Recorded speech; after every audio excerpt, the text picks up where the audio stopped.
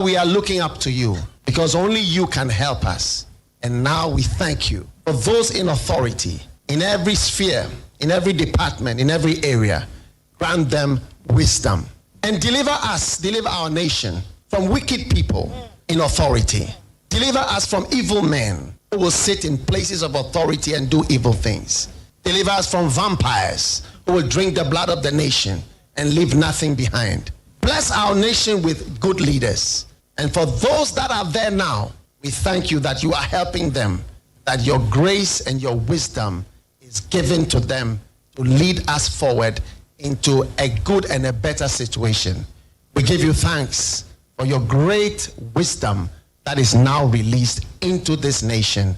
In Jesus' name, amen.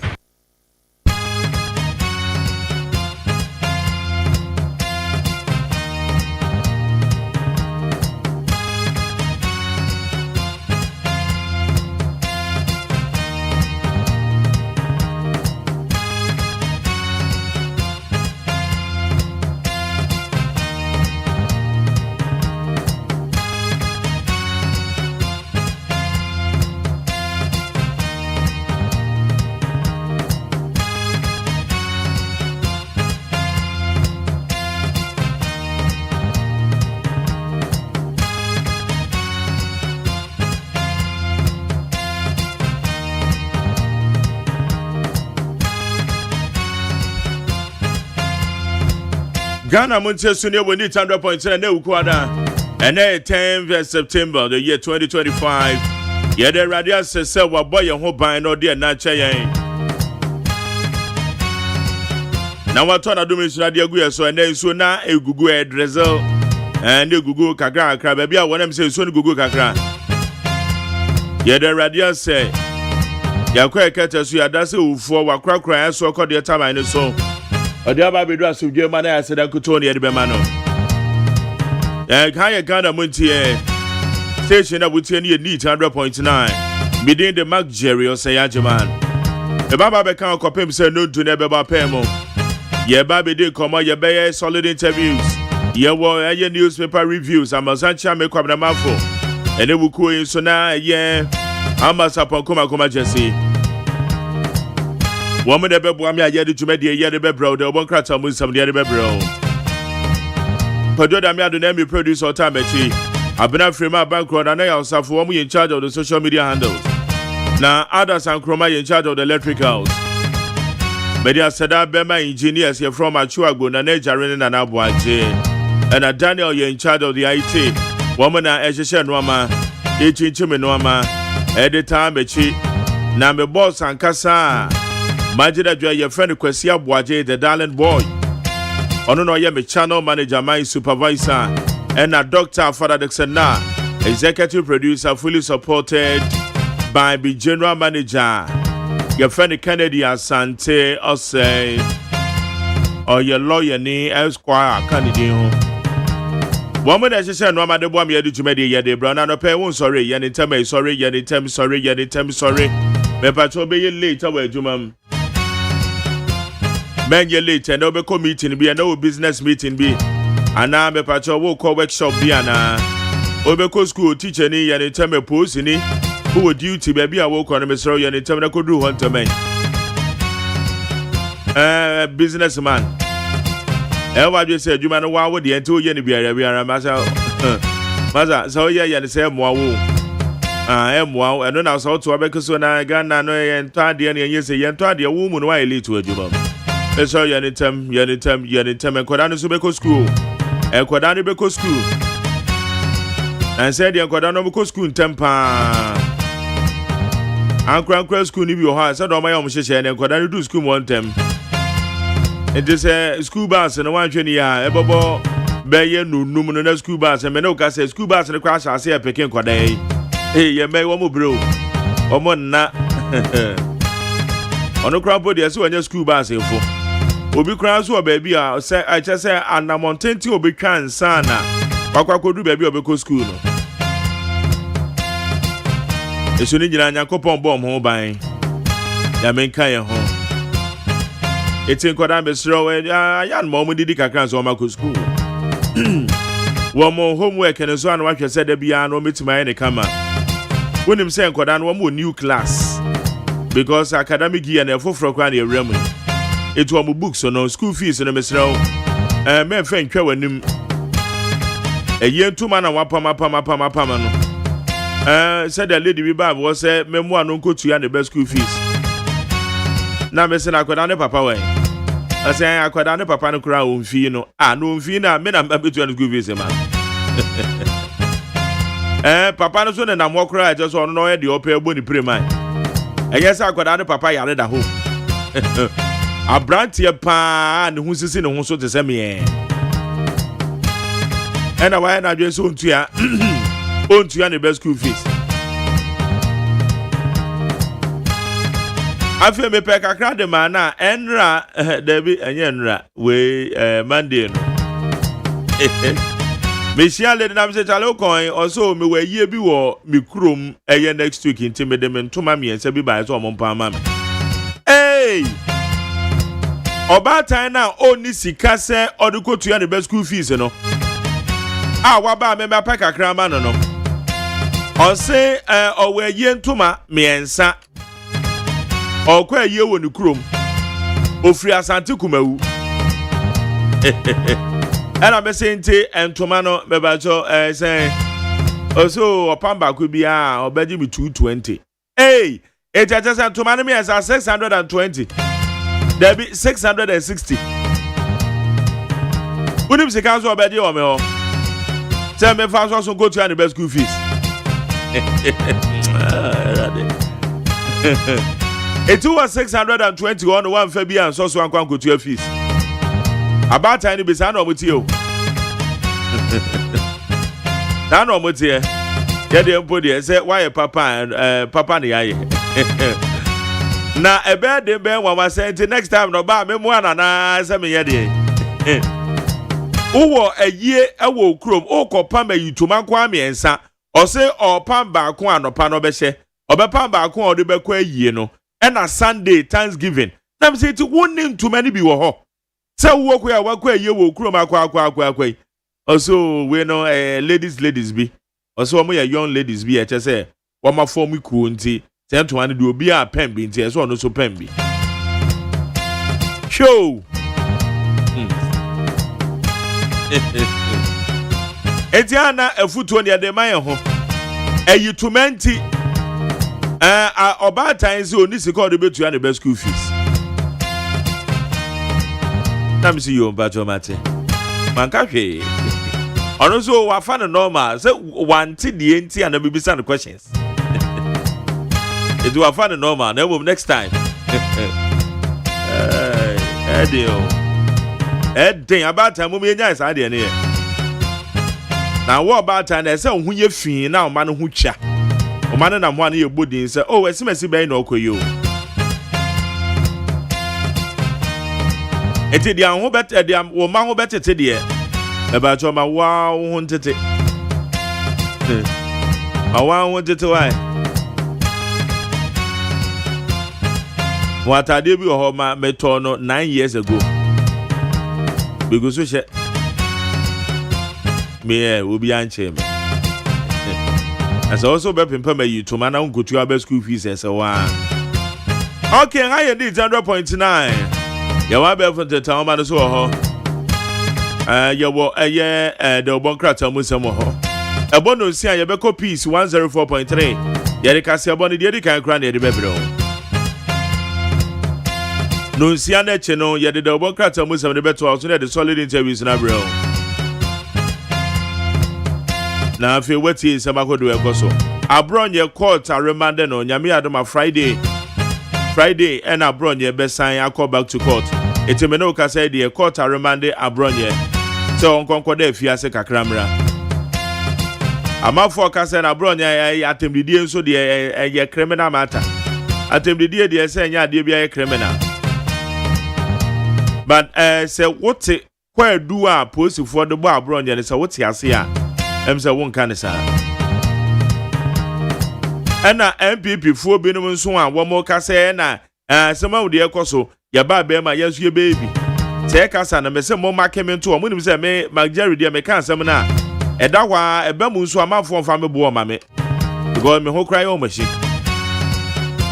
Mo say MPP for na. Mo ka say yo de ekoso no ene ye ba ye be yo mu bi. E na bro nye nhwe, e na machi abro nye. Hey, munya isa o. Na ade a enye na enye. Owura sofo azoka. Okoka na nsam no mo MPP fu enye mo na mo say IGP nche no. Na so kra ma eye your friend is saying MPP the petition come IGP. Na ne mo ni pa so akoka nsam. Enye so di atem keke o. Oso obi ye kronfo. Enye so di atem keke wa keka nsam akese di afa panfo be ho. Ene mo say mo so mo ba mbo ye bi. The fact is so obi di atem doesn't mean so obi so kodi atem e papa. It is obi di atem ne anya ne hwe ya. Obi di atem obi so kodi atem ne ye che no. And obi kodi atem na ye de no kogina mra na no. Ana obi ma wild allegations ne ye che no a. Doesn't mean say ni na e papa. Enya papa. Etemu abi before mo kasa no munyai. Enya kasa papa. Say yes we ba your baby. Say Chief Justice dey. Na mo kan yes next MPP government your ba. Chief Justice bia o man penny mama de be ba no. Won be yin afiri ho. Say kasa na mo kan na unim down be ba ba. Unim down be ba. Say kasa no enye Ghana for ordinarily one to within say kasa na enye omo de. Because me enye be dey. Bi jiri say Ghana for dodo na wo mo de. Womo tedin womo so menye so sebe womo de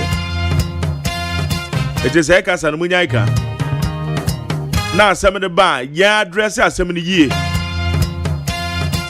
obi ekoma wild allegations emfa wo so ye nsenturo ni ye ntra oka so ye nsenturo ni ntin sem na waka na enye papa na ye ba yuso so ete se ye yuso so ete sa de no mo me hwe ni yie pa na ye nyan. We shouldn't glorify impunity. Obede sa bronya menyonko pa utumi frame Christ and this kama me. Bane sama okeka na no ohye enye papa. Etie enoma ne bi ho a men fa ho nkonkoto asem mu. Na mbetwa ho nka se na eye political witch hunting. Political witch hunting ne yede en. MPP communicated bebre wo ho a wo mo ba ye radio so ba be kasa hwan ne ya che no. Tianji obia. It is 70 bi ha mo ye ka mo me hwe ne ye. Ye de be ka ne se de tie wo pa men fa ya ka ne se de tie. Na ye kwa ebe bia da chi eni ho a ye beja legacy de ato.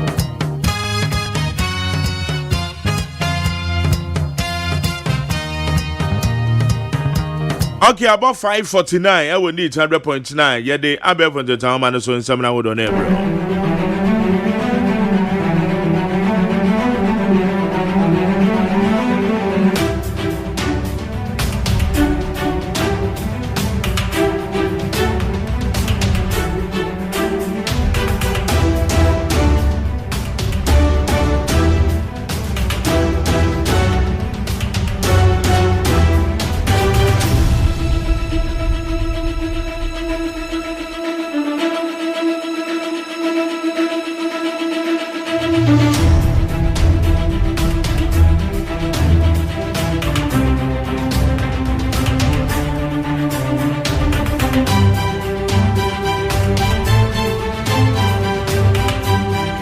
Okay, you're faster than from a piece from online.com, citynewsroom.com, myjoyonline.com. Check out Ghana.com, Star FMGH, Class FMonline.com. Any other relevant news portals. One of the boy I have for the town, man, is here. Somehow the Edinburgh will need 100.9. So they say, and I'm a Canadian news one there. One proposal, somebody about to enough for. But the answer is any interior won't be. Somebody been here. JWCL, a Ghana Water Company Limited, seeks 280%. 280% water tariff hike. Blames Galamsey for rising cost. The Ghana Water Company Limited has proposed a 280% upward adjustment in water tariffs. Okay, saying I'm can afford the normal buy and almost over 200%. Ghana waterfall so by over 200%. One say yentum. Yo, yate. E je say Ghana waterfall one say ensuo mo ka one more person mo de beko 280%. E ten kan na ka utua 10 cedis a. 100% aye 20 cedis. It's 200% of 10 cedis no. That just beko 30 cedis. 280%. It's 280%. That just say so utua 10 cedis na. Say basa omuju tuma obetua 38 Ghana cedis. Hey, are there 10 cedis no? Ugo to 38. So now nka wutua 100 Ghana cedis a obetua 380 Ghana cedis. Sana Ghana waterfall womo say womo pese yintua. A womo de akoto PURC anim. Semde be no. Nonsense. Atuguba yells over claims that token removal is politically motivated.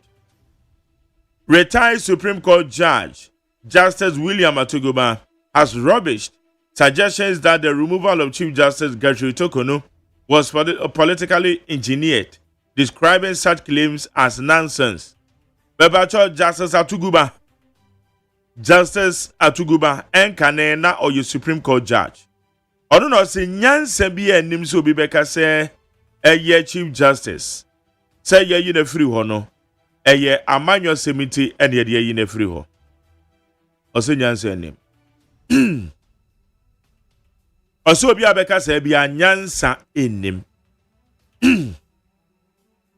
Enye politically motivated. Justice Atuguba and odin semi atudwa. Audit uncovers over 1,000 babies on National Service Authority payroll. Corruption at the National Service Authority has taken a staggering turn, with another revealing that more than 1,000 babies, some less than a year old, were listed on its payroll, draining resources meant for actual service personnel. Hey, Asemben cried. National Service Authority. And Ababe told you say na enkwala wo mutu anofo ano. Enkwala totofe wa 1 year kura wo munriye no. Wo mo ye National Service.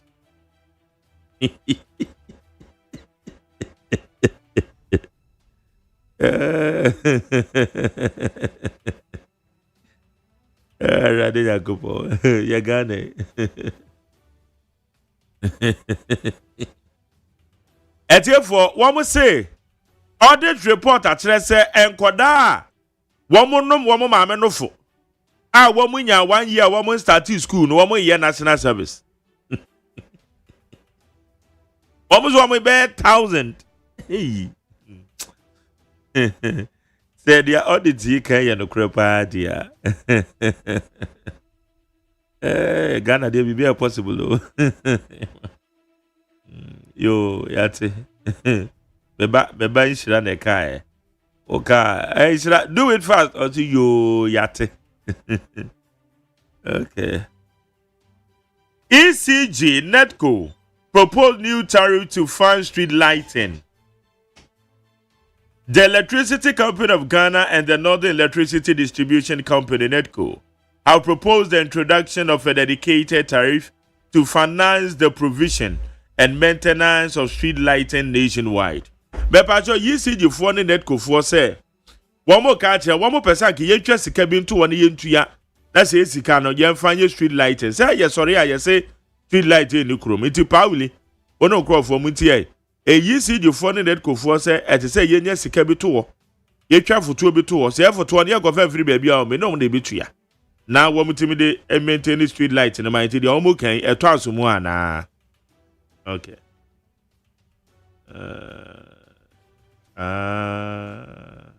Okay. That's a part. Abronya's arrest. Power has an end. We will have our revenge. Salam Mustafa. So ask Kasaway na Messiah Papa. Salam Mustafa. Say Kasaway na Messiah Papa. The national youth organizer of the new patriotic party, Salam Mustafa, has vowed to retaliate against the ruling National Democratic Congress over the arrest and prosecution of NPP-affiliated members.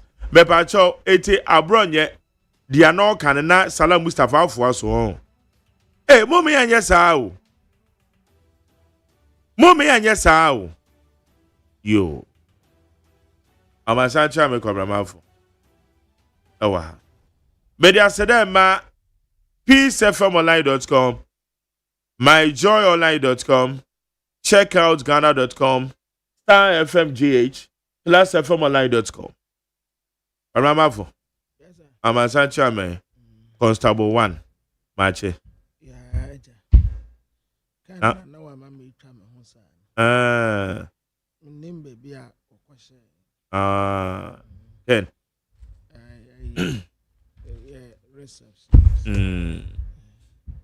Na bibi aboko. Oh, radiado. Insu na na. I say so na to. Yeah.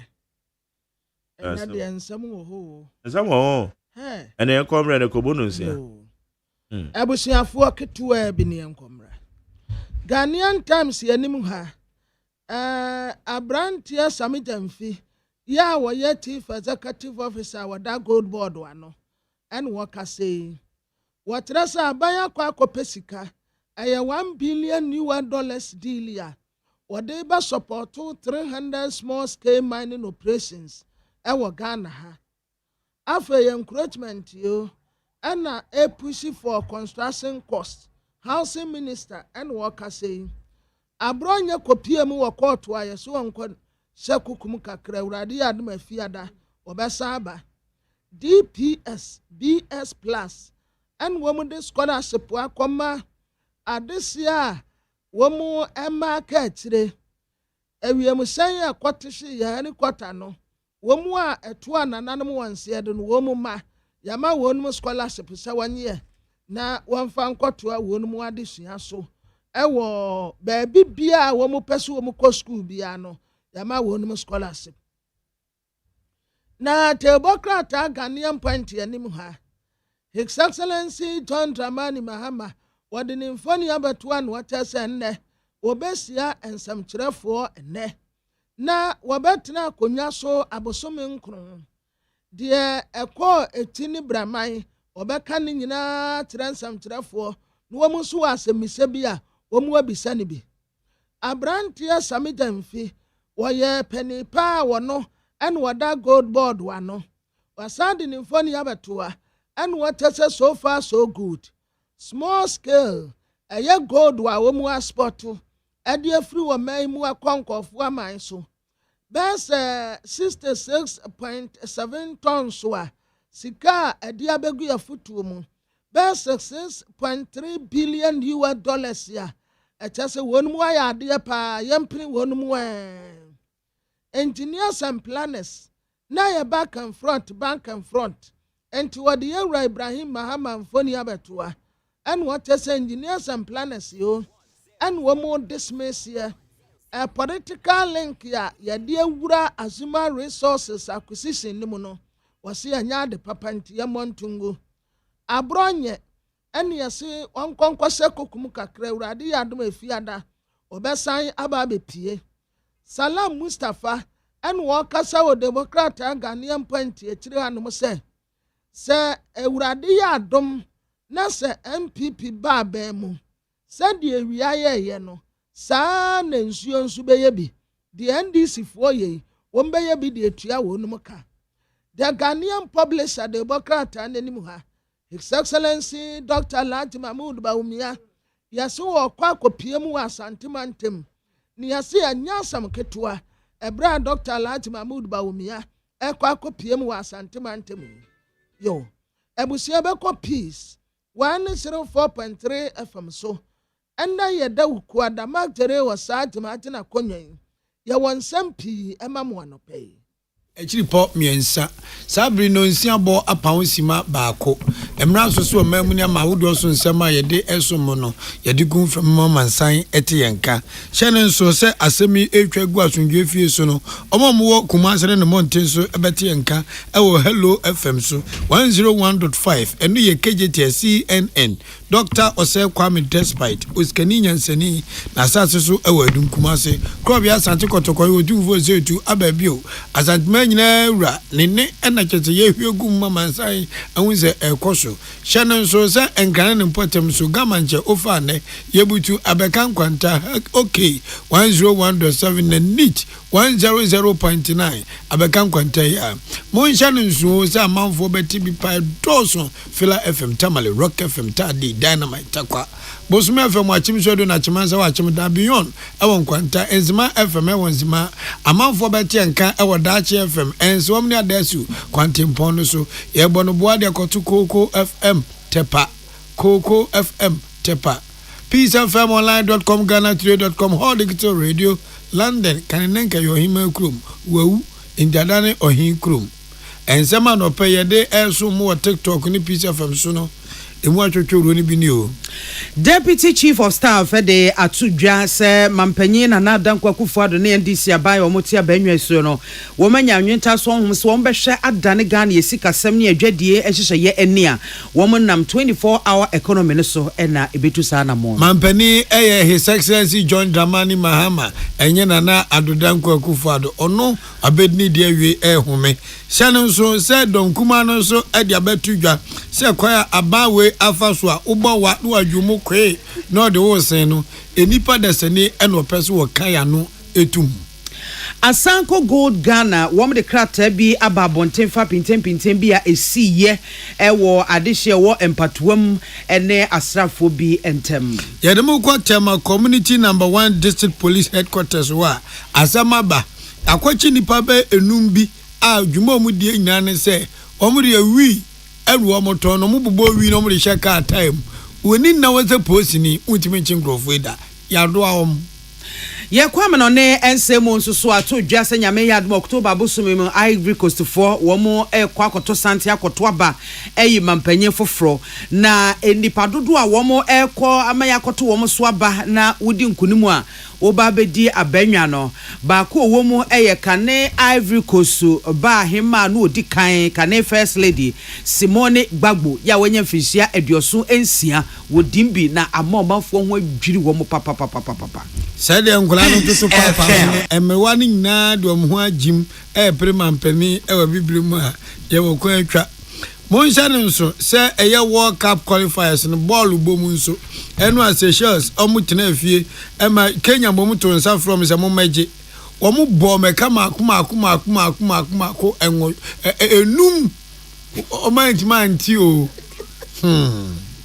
we was afo when is a guy hodo ena no paya bobo ni nyina no asinkonwa ede besomo yemfa seda emanyumakoi bidima fo eba clinic ede wo ma de so ani bia na so wo madwesio no baako ababesi mayera ya ewopoku asenetie ya de be na etete wo agya ukodan na to anamon na Dr. Time da so wo so ba de hiane so betu anamon aba wo ba wo yare no all the time beto so na bre no so pepepe so a wo befa wontuma pa efra amoade ho kra ewo apomuden emu so any woman in kita ho 0244774282 and 05007272215 First Atlantic Bank send me misa said there na wan kasa odofo a wotemene wo de hwawa ho wo mo de o mo bibi pa bi e de hwawa mo isa se abo mo abaso so mo digital bank of the year enye baako eye mprenu mwa back to back a wo mo no obi a emom hye nti sankunim die yi aba nyaade a wo mo betena se de wo mo sa ahye wo dem refam ese wo mo ben e wo digital bank mu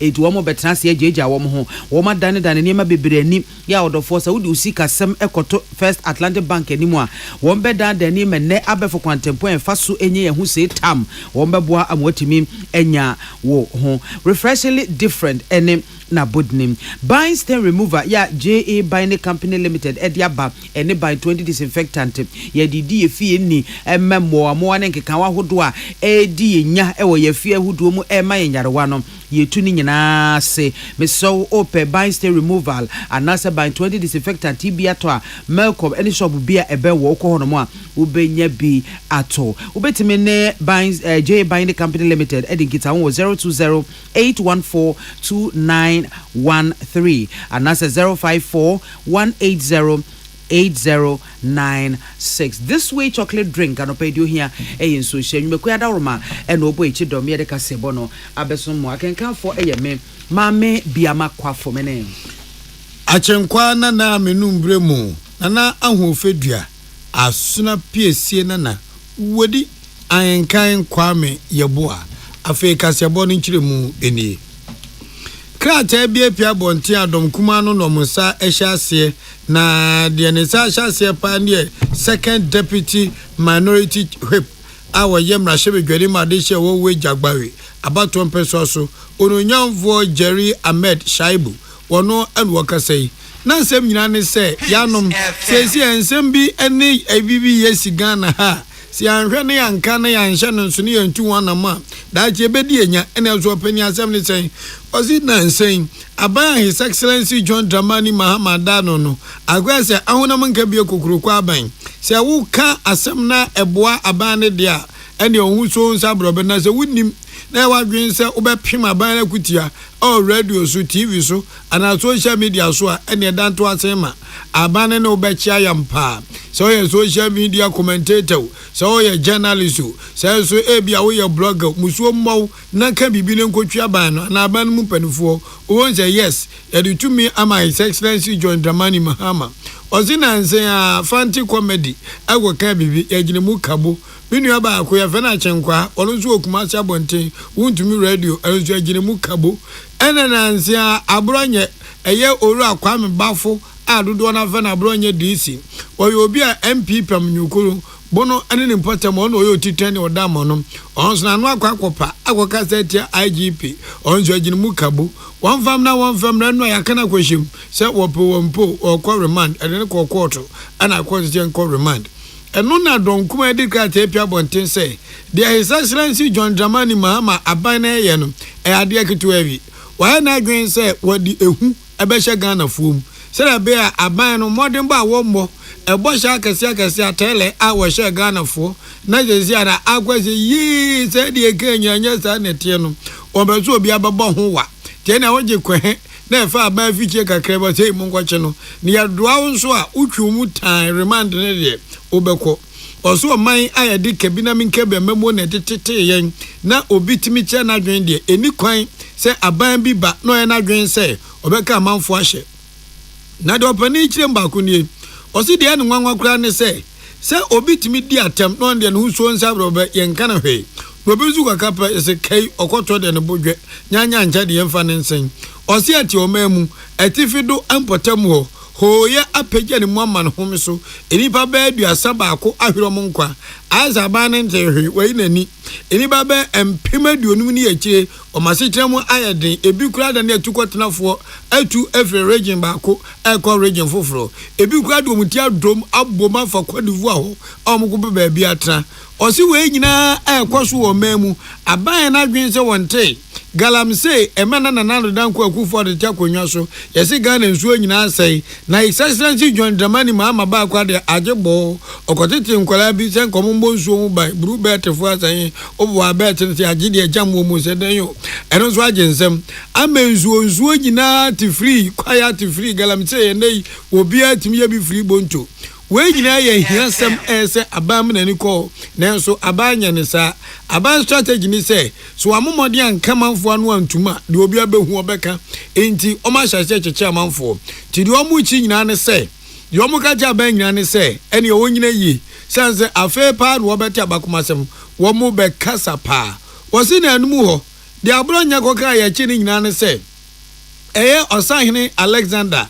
Kwame na afenyo maken ono dado nkuma na no gogo piemu ewa akwatie yi ena NDC pani ba kunu ni di yemu se nkoko to no NDC for office wo park by this time pass mun ga mbo mo akọ by election ba ko ewa afutu ena bronya so ekọ kambia okoka seti a eye Inspector General Police IGP ene egini pa achitwe ti donkuma ne se womu kama manse nyina ate ase say His Excellency John Dramani Mahama na memu tates no kwanu tum amamu unim na so be kasa dia hye so say remand eda wotwe na so nya dia wo mu no wombe paaba wombe koso akokoden atwitwa ade age kabina minkabi amamu Yento akasiabo no sonko ensamfo fro emo Deputy Chief of Staff Honorable Nana Oye Bampo Ado ede atu dwase NDC aban ya His Excellency John Dramani Mahama eda womo anono womo awiata so paase womo betu akokuduro anamo ede sakrayepa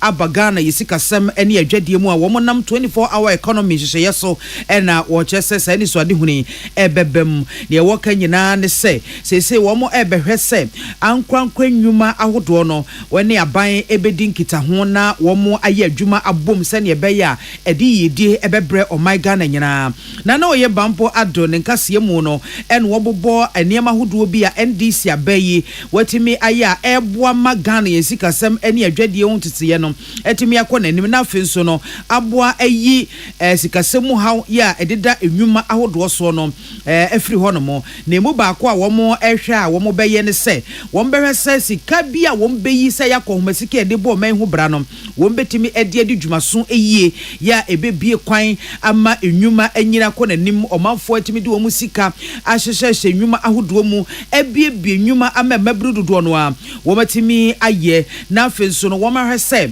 enwuma enketenkete enkuma no ene adantemu enwuma so no won betimi agina wom nan so yipa e won puntio ekwan so ofa so editu dwache mu ese omanfo dodo no a ene womfo mu anyim se be ya se ni so ade no kase yi aban ne betimi eduru we sansa aban ne duru ho a eho no dode ni nyina ebeba Ghana for enche what the sanse mi kotu dwa e wa fi Ghana National Kaizen Awards yumedie ase.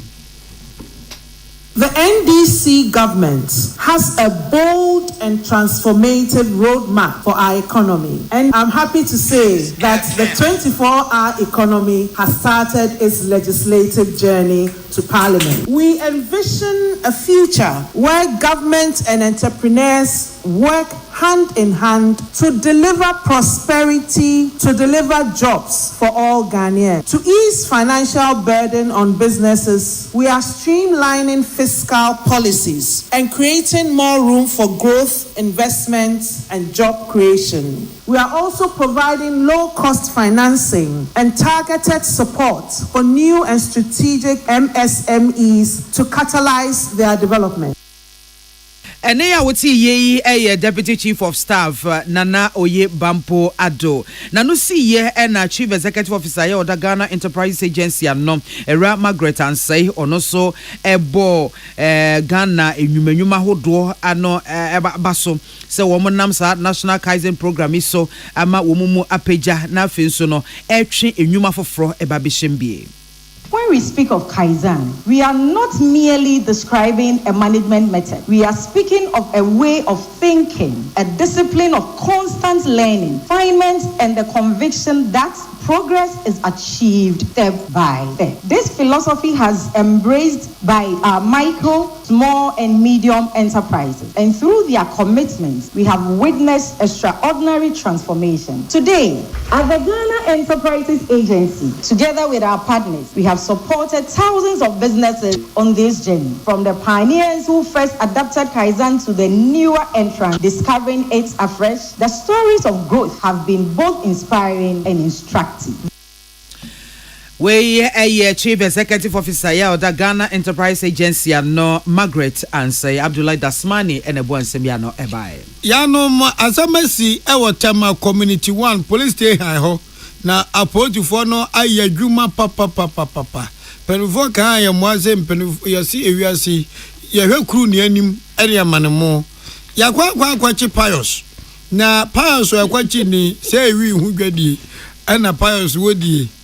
Na yazo we akwa nimpa na we sobo ade abon na ekọ papa na anu dwada ya ena nipa bi kwati positifo asutrese yanom mawu se ka bi ba na ka no nwoma ya hye no doso mu no ohwe baka zamponjingura enyamponjingura eyewi elegum sa no no mabon bo nkuma pasel no omabon makuma sa ahasa ani edunum 315 parcels Pius moteso ndaya na the Pius mako akolodu odwanwura de komamponche omboa omukoton wi na positive ache wo no enipa we mo na mudi se adwuma no de odi kan ya fanu Nura Sally o finhia aduanan 9 44 years ana Pius Chukwueme na Pius Chukwueme for 49 years when you na dwombone ani mase dem Pius ana Mustafa Omar small boy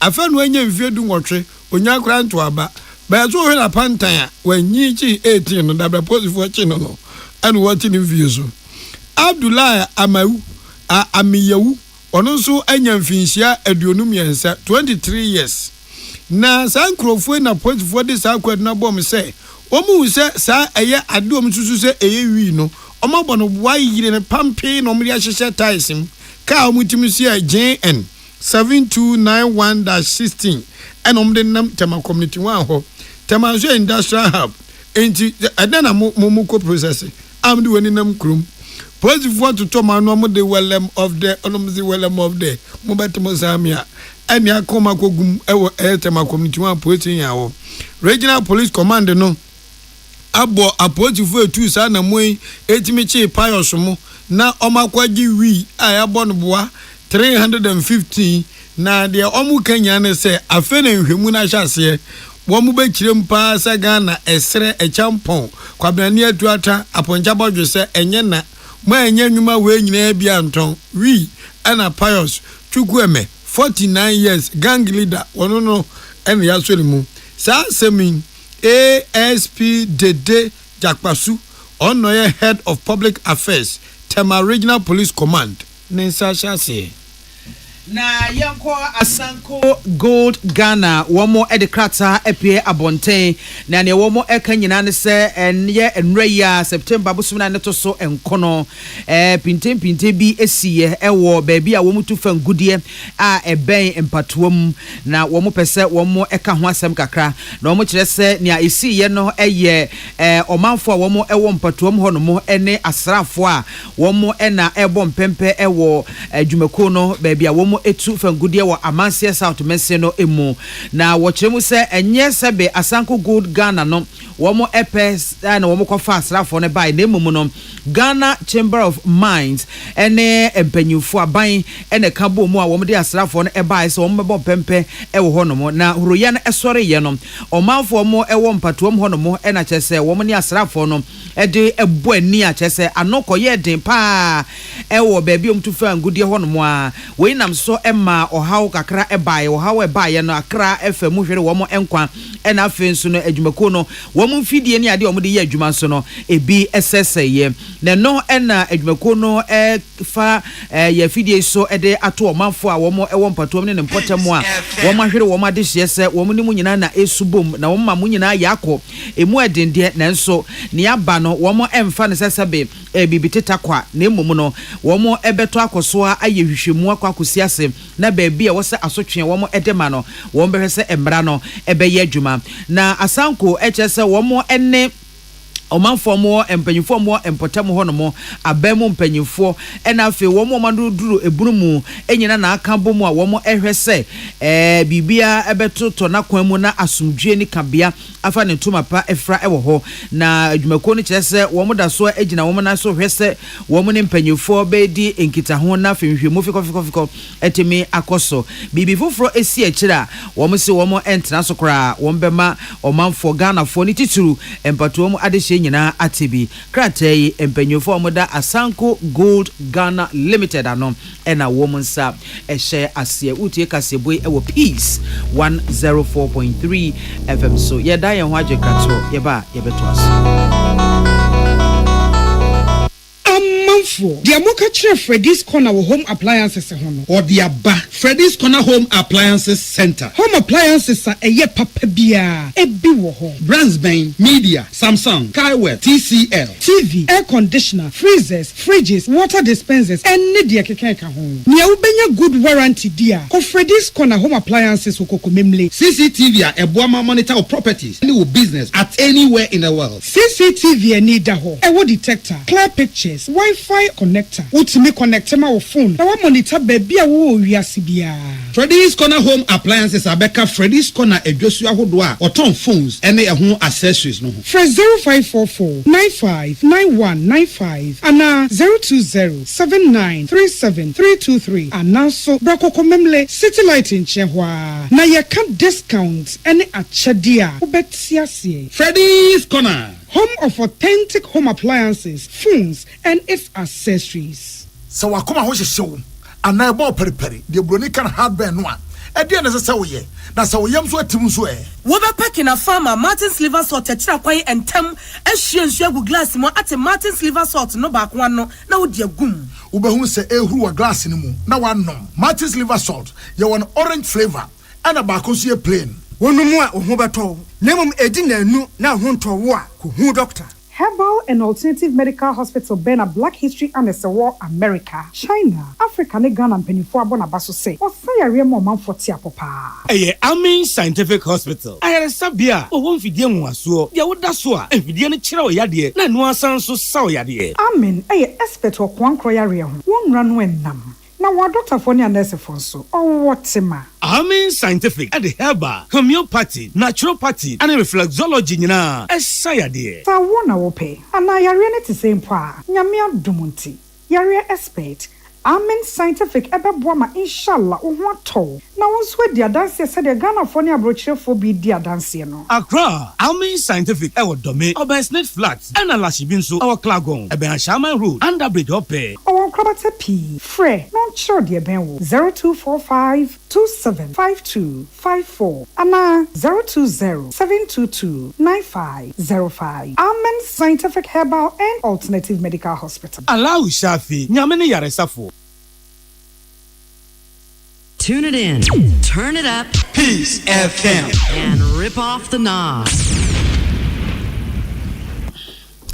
Abusianfo ya to akase bono so na yakwa mono ne ensem emu nyame ya adoma October bosume no emu na Ivory Coast na se Cote d'Ivoire wo mo eko simpie nim na wo makwakoto aba eyi mampanyin foforo na empanyinfo a sese wo mo eko akopre eye mampanyin adwa no uyi mampanyin Alsan Ouattara ya wonya fishia aduwotwe miensa esi nchen ya ba ku bi oka ho a chese ne dia mamfo ho adwuru wo mo pa eye kane first lady Simone Gbagbo ya wonya no so nya fishia edioson ensia na wochese bra wo mo etise maami ababeka honom si na de na ekoso yi na wochemu se kane ni kunu anase ne former husband Laurent Gbagbo wone na echese etia oman na abanwa so wo mu ebu oman no kopem emfiempim mienu ene edu ya wo mu di ntwo ewa abato mu na wo mo sene wo mo konse nyade wo mu bifra konwa so de biada sa bre no na mampanyi Ouattara ono so awi ata so pa so obedi akonwa no entie ne pintem sore ye de ni nyina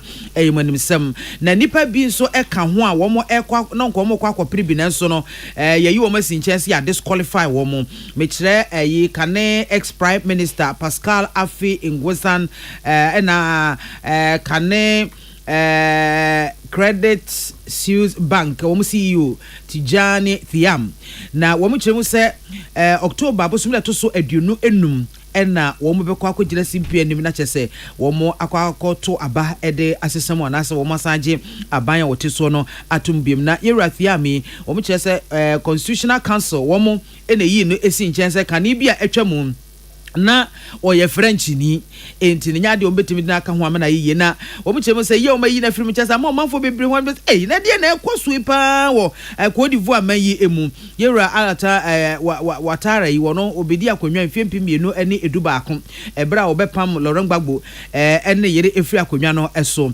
na yera Ouattara yi wo mche se nka oman no ama mremu no na nka obedi akonwa no imprenu so tse Ghana ha de ye no aha nenso emfiempim mienu ene dunsia ene wo ye se da bi wo mbesesa amranum enti obesa akwa kogina bi 2020 ukogina aye afedi omanfo koda sori ya papa se me saba ne mpre 9 eso na bra wo ne mpre sa so kra wo baaye no enum nipa makomako aduowotwenum ena pintin sori ye enti no wo nam so ehwere wo mo enkwa enti ne mpre 9 so yi afo manfo obi aye din wo mo aye din na chese wo mo ehwe nia ekoso yera Laurent Gbagbo nso kane Cote d'Ivoire mampanyin Constitutional Council no abra no ese enya de a obetimi abegyina bio abepre wo man no abanwa nti sei wakope ba bi ate ena ne yire dada ena chese wo no na ni abere a wabam bie se wo no eba abepre na watimi abedi mampanyi akonwa ewo Cote d'Ivoire akwesa abatu na akwesa kan eduro bi ani oton da station abrewa bebobo enya kokora bebobo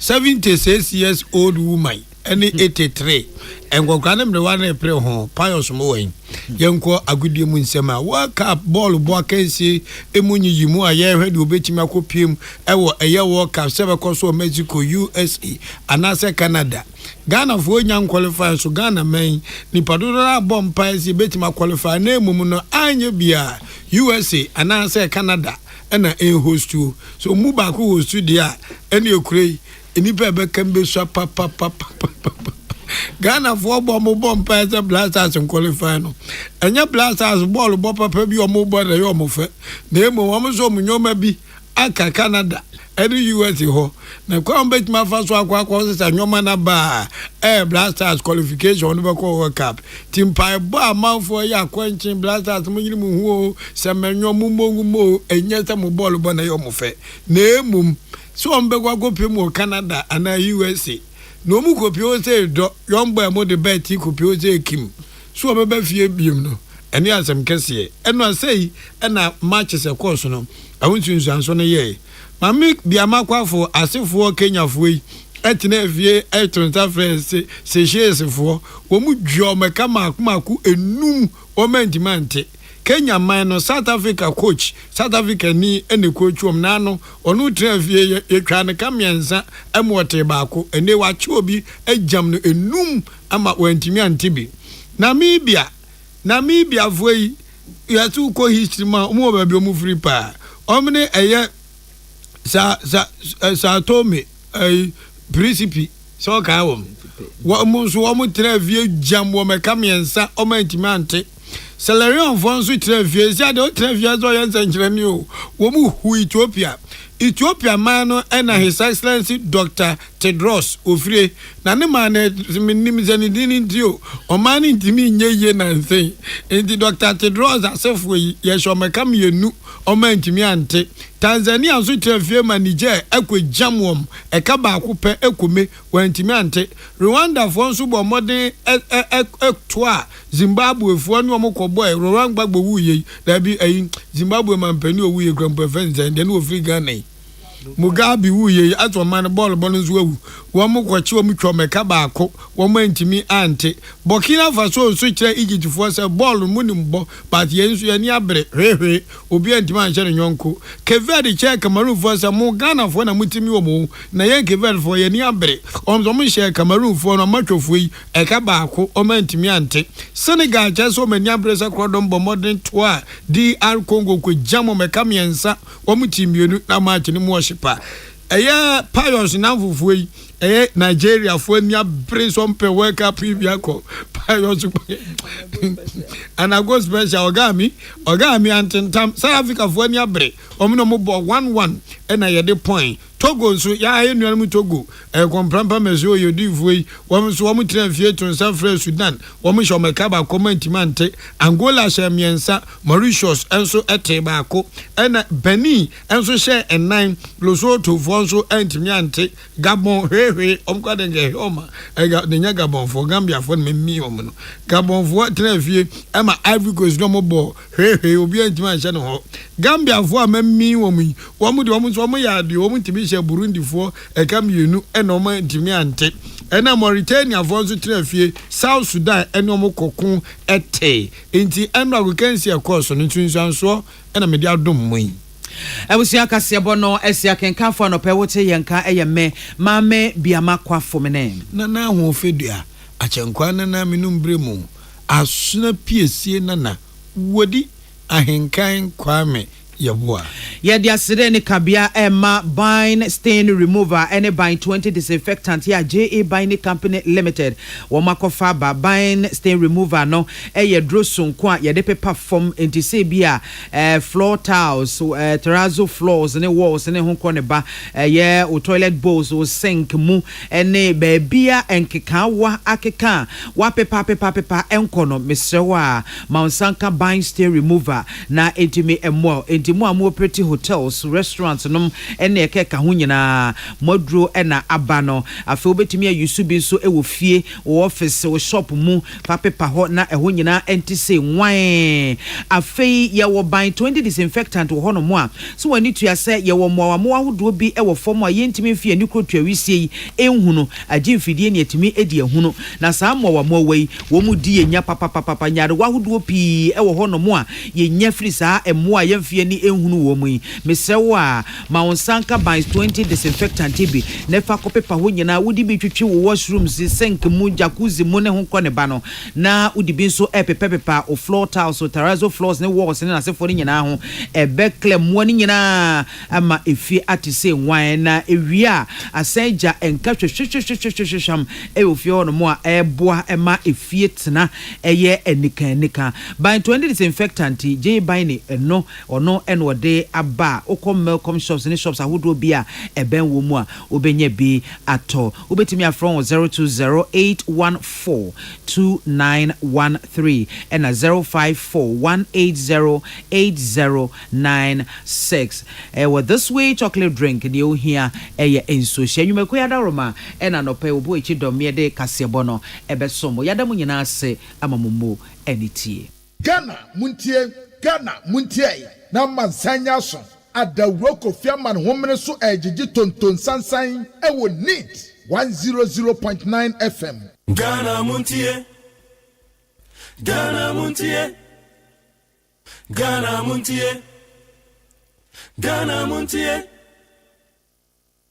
Hey, catch it. Listen in here. And you ma beto to dia me baba no hwade no. Twem so betumi a. Asew.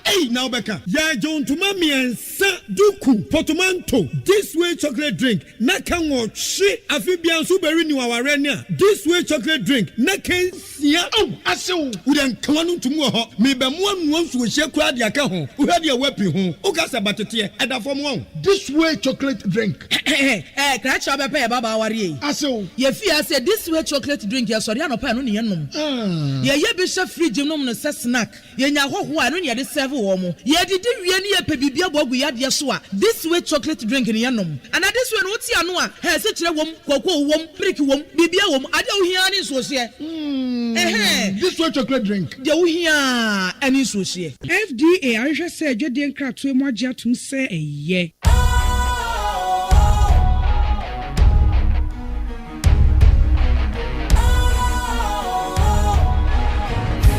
Cool, fresh and trendy with a new look. Makes you feel real good, that refreshing vibe.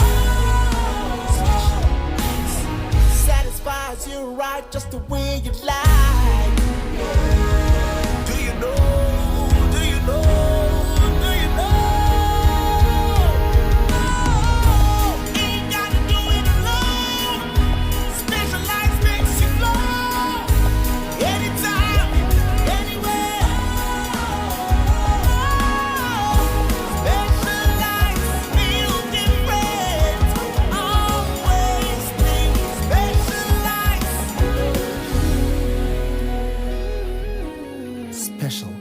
Natural mineral water. Feel different. Think special. This advertisement has been vetted and approved by the FDA. Ghana muntie na mansanya so adawroko fiaman homene so ejiji tonton sansan ewo neat 100.9 FM Ghana muntie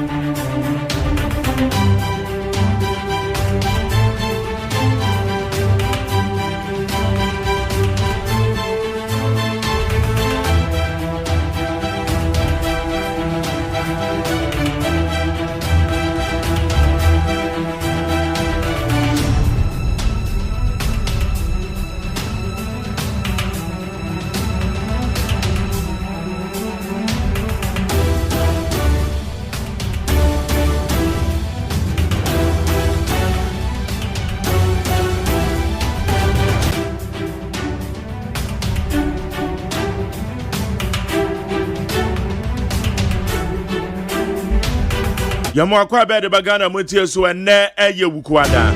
Ene ye 10 September 2025. Enana Ghana man penye ene nwumre. Ghana man penye be hia nsentropho. One Ghana be kasa. Ene ne first presidential media encounter. Asembe na obe percent nsentropho be bisa Ghana man penye.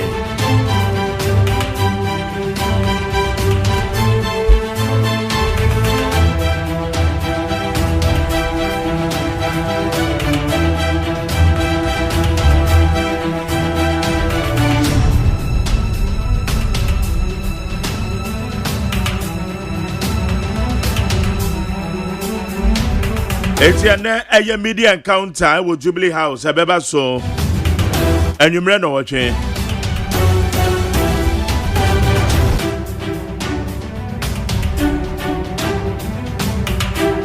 Tese lawyer Sami Jemfi order gold board ano omianya ne tie se eye nche Ghana no gold ye verify ne ye de wa ha afi we ya ye be chance ye verify ne ye gold. Dr. Mahmoud Bawumia so de ni achira Santomantem. Eye MPP presidential race. MPP on fly bearership race.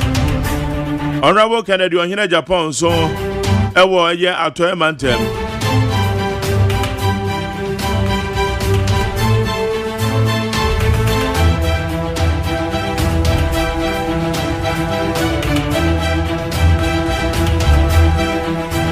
Na wudru eye Asanko Mines. Asanko Mines ewo kwabra kwanu de se mpota o. Womane manfo na bom assembly member itu aka no. Yeso ofofro bi ka no wo mu nyina wo mato anana no monse no. Na enra so latabi okoshi akwabra uti eja na ehye ye no. Latabi okoshi. Yese warehouse bi o ha ye Chinese fo bi dia. Eja to mu na masa eja na nya asem ketwa. So ko 574 ye Facebook page a obe hu se de ehye fa. Eja ne se de ehye ye no masa.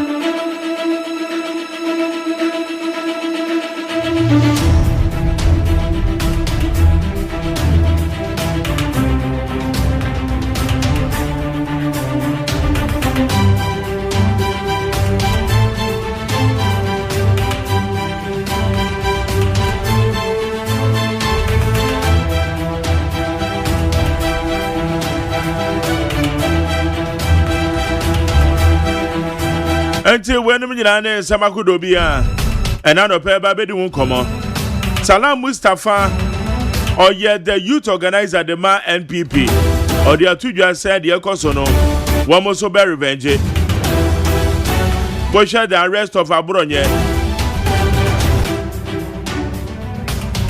na yede na to Black Maria mu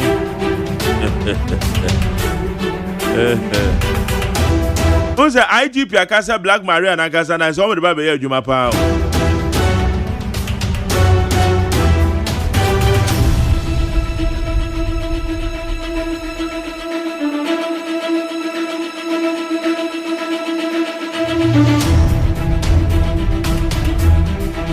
Ete wocha eye de akoso ya ene kwadu a de boy ye kwamba fo Abronye Na ye bisase festival Kofi Akpaloo, the founder and leader of the Liberal Party of Ghana, Oma granting the bill and the bill condition is wa meeting and opening your beji updates.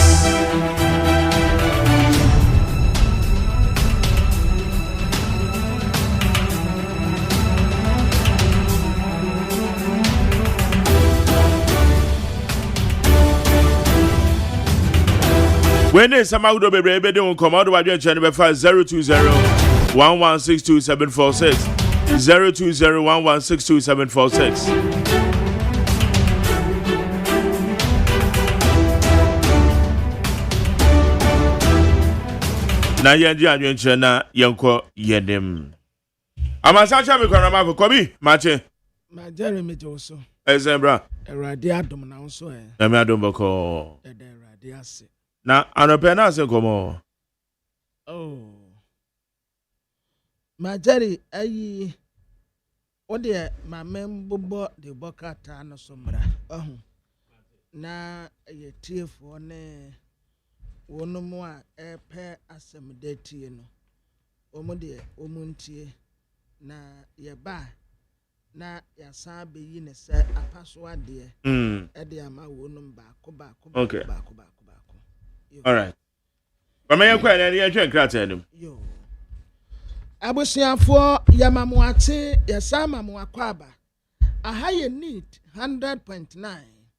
The bokrata would wear be just one pay na ye ni se apaso ade edemamo ba ko na enne ensam wa ha papa ensam no edoso na diamede esase amamu anope aye de bokrata ya friend se Ghanaian Times mesretiefo se nne abrantia samidamfi wasonta krata wo de bokrata hodo no dodo no mu enam gold board enra ensam a wode to Ghana yenim ana asam no nso ya asam de can you imagine samidamfi na ka wa hayi o osesiw to abotai kama en wotra se aban akwa sika bi na sika ne ye $1 billion ya di nimu ade pa wode ba be support to small scale mining operations ewo Ghana na small scale mining operations no bensa 300 en de benyamu mfaso bi wode ho asem aba afei de bokrata enim ha no wata se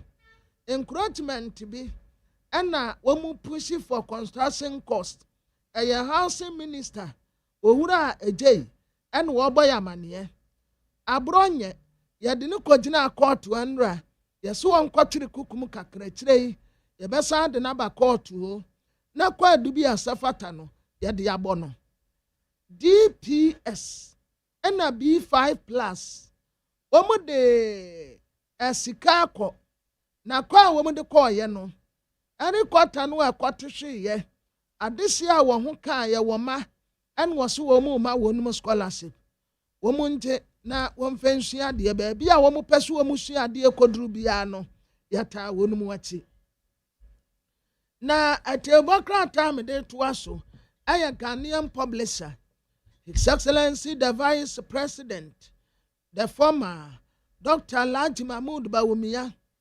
yase asantefo na fanela na wada hanum krawo sende ya wosini ya etrese asante mantemu wo maje papa ya boso ampa na watrese baby an support basic asie pa wo asante mantemu entine ostomu asante region na asante region fo wodo opepa ya wo mu de wo ma no wakwa akodan wadi ade atere United Nigeria Southwest and yeso mu esili aircraft bi eba beboa na wiemusan etumi aye adwuma the Ghanaian publisher nim ha abrantie samidamfe won ye penny power that gold board wano was $1 billion deal yo ye de ba beboa womu atu fomu agudia wo kwampa so besa 300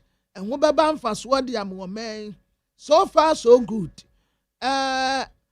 mo akwapa no kwafo wo se adwuma asame jamfi ye wo gold board wa let us say wa ya de papa yempene no minority fo na etere se ekwan ya wo mu di abro nya faso no enya enya wonum da ba ko kura esanse wo mama tension arise ewo Ghana ha na mabronya wo mu kwati no nti B5 plus DPS and scholarship wasamu amekaye no wasan repeating wa ha ede amayen na de bokrata ya friend se Ghanaian point yanim ha abrantie samidamfi onu ye penny power that gold board wano wode ni mfoni abetua What I say so far gold wa yetumi export a small scale gold export a hit 66.7 tons 66.7 tons wa sika etidi agu ya coffers mu a $6.3 billion ya enya sika ketua. In fact gold board of wire de yampini wonu mu engineers and planners now money as human resources asamentimi wase kakra bi ana ekoso wotre se sisi ade etu akotire bebi a ekire saa manwasam a ne yedi wurawura mu ni nyina no wo ma boni nyina tuogu asomje aba. His Excellency John Dramani Mahama enne wosia ensamkyerafo na majare stina wunya bi wa Majare unyanya invite. Oh. Now the day is going so. Yeah. Ana ebia ana akachire. Yes sure. Akachire. I invite you back about that. Okay. Na kwati ofosu. Oh, invite no what channels any. Hey. And now the man of bloggers no. Meme dear. Meme yaseme pese me kwa president one more. For meeting nasi. Da be no dia to aginem. Meme pese me na Ghana ha. Penny be na me pese me kwa no wa mintumi nko. Obia me pese me kwa no wo bia te se me na me se me nko. Me obia me pese me kwa no wo. Obetimi akọ. Na why oh yeah meet the press and minim say obia nya bi wo despite media ha. Why no eko? No na minim say bi ebinum wanya bi na ye nim dia I can't tell. Yeah, but because you have me nim nipa me nim wo meko because naga more questions be me ensa bi. Itu omokwa mu ba ko bi obebi sabi ya. No ko ebisama. Ha me nim wo meko. Yo. Abusiafo abronye na yede no akọ remind yesi awurade ya adom September de toso edumie no wonsan bepiem wo court obi. Abronye ti ayati no no na Salam Mustafa eka wa hanom a wotre se dati bia wo mu be take revenge.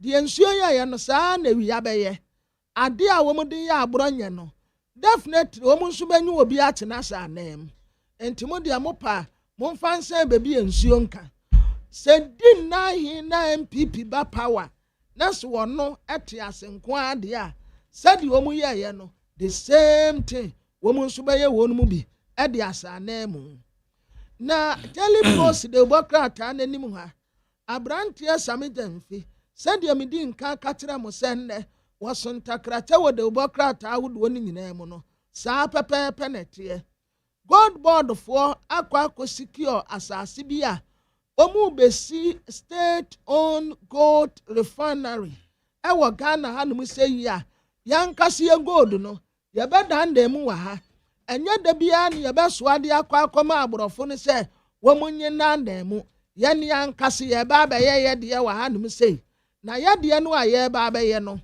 watase asase no kura ya kwa akwaje dada land no da ho ye baba build the state owned gold refinery ewo Ghana hanum say afa yesi audit yo na discover yi na audit ya discover say baby sia ye do mo ase National Service Authority for pay wuro mu wo mu ya 1000 babies nkwada majority saa nipa no NSS ayi no wo ba na be ma NSS we pay you know say on na what's sound the Ministry of Finance no dabi ye ayo no na wonu mu mponi na Ministry of Finance on the call now one day ana aya ni aya de no call ho ya na yes ade we Or this report, no. Go about that Say report na me say bia e ya ba dada na etemu no a ni yen hwe because 1,000 babies my jerry check ni yen hwe 1,000 babies check my jerry Mate check ya ma check man say you hu report no I say understand we lady our by we say ma men kan kakra kra na kan na ma men say wo page 6 what's it say meba me kan ketua bi amamo entie nie corruption at the National Service Authority has taken a staggering turn, with audit revealing that more than 1,000 babies, some less than a year old, were listed on its payroll, draining resources meant for actual service personnel. The Minister of Youth Development Empowerment, acting on orders of President Mahama, abstractly suspended the NSA Central Management System on June 18th over integrity concern, stalling this year's national service posting. If the system were foolproof, we wouldn't have had children under year 1 without Ghana card being on payroll. An NSA official explained, we had almost 1,000 kids under 1 year on our payroll, on our system. I feel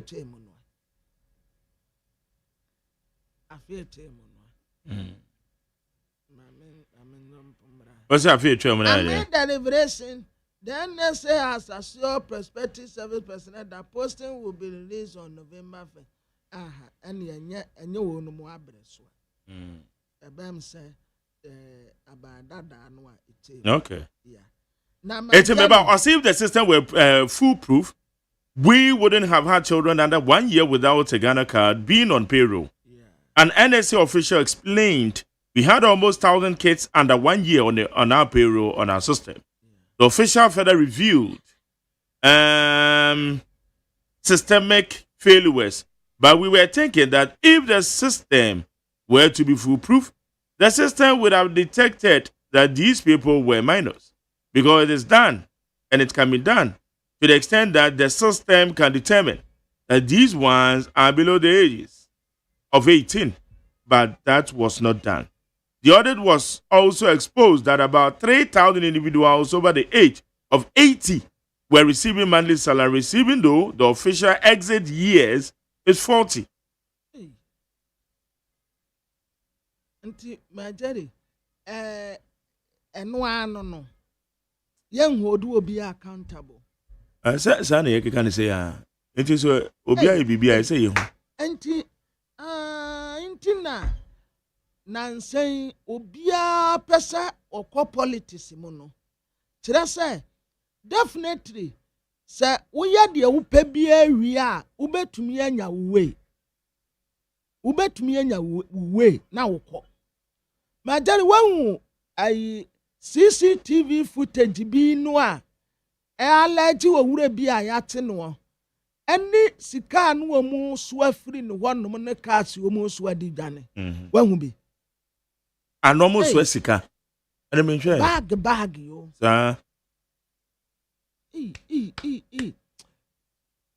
His Excellency John Dramani Mahama. Mr. President, Sentia Yamima was second chance.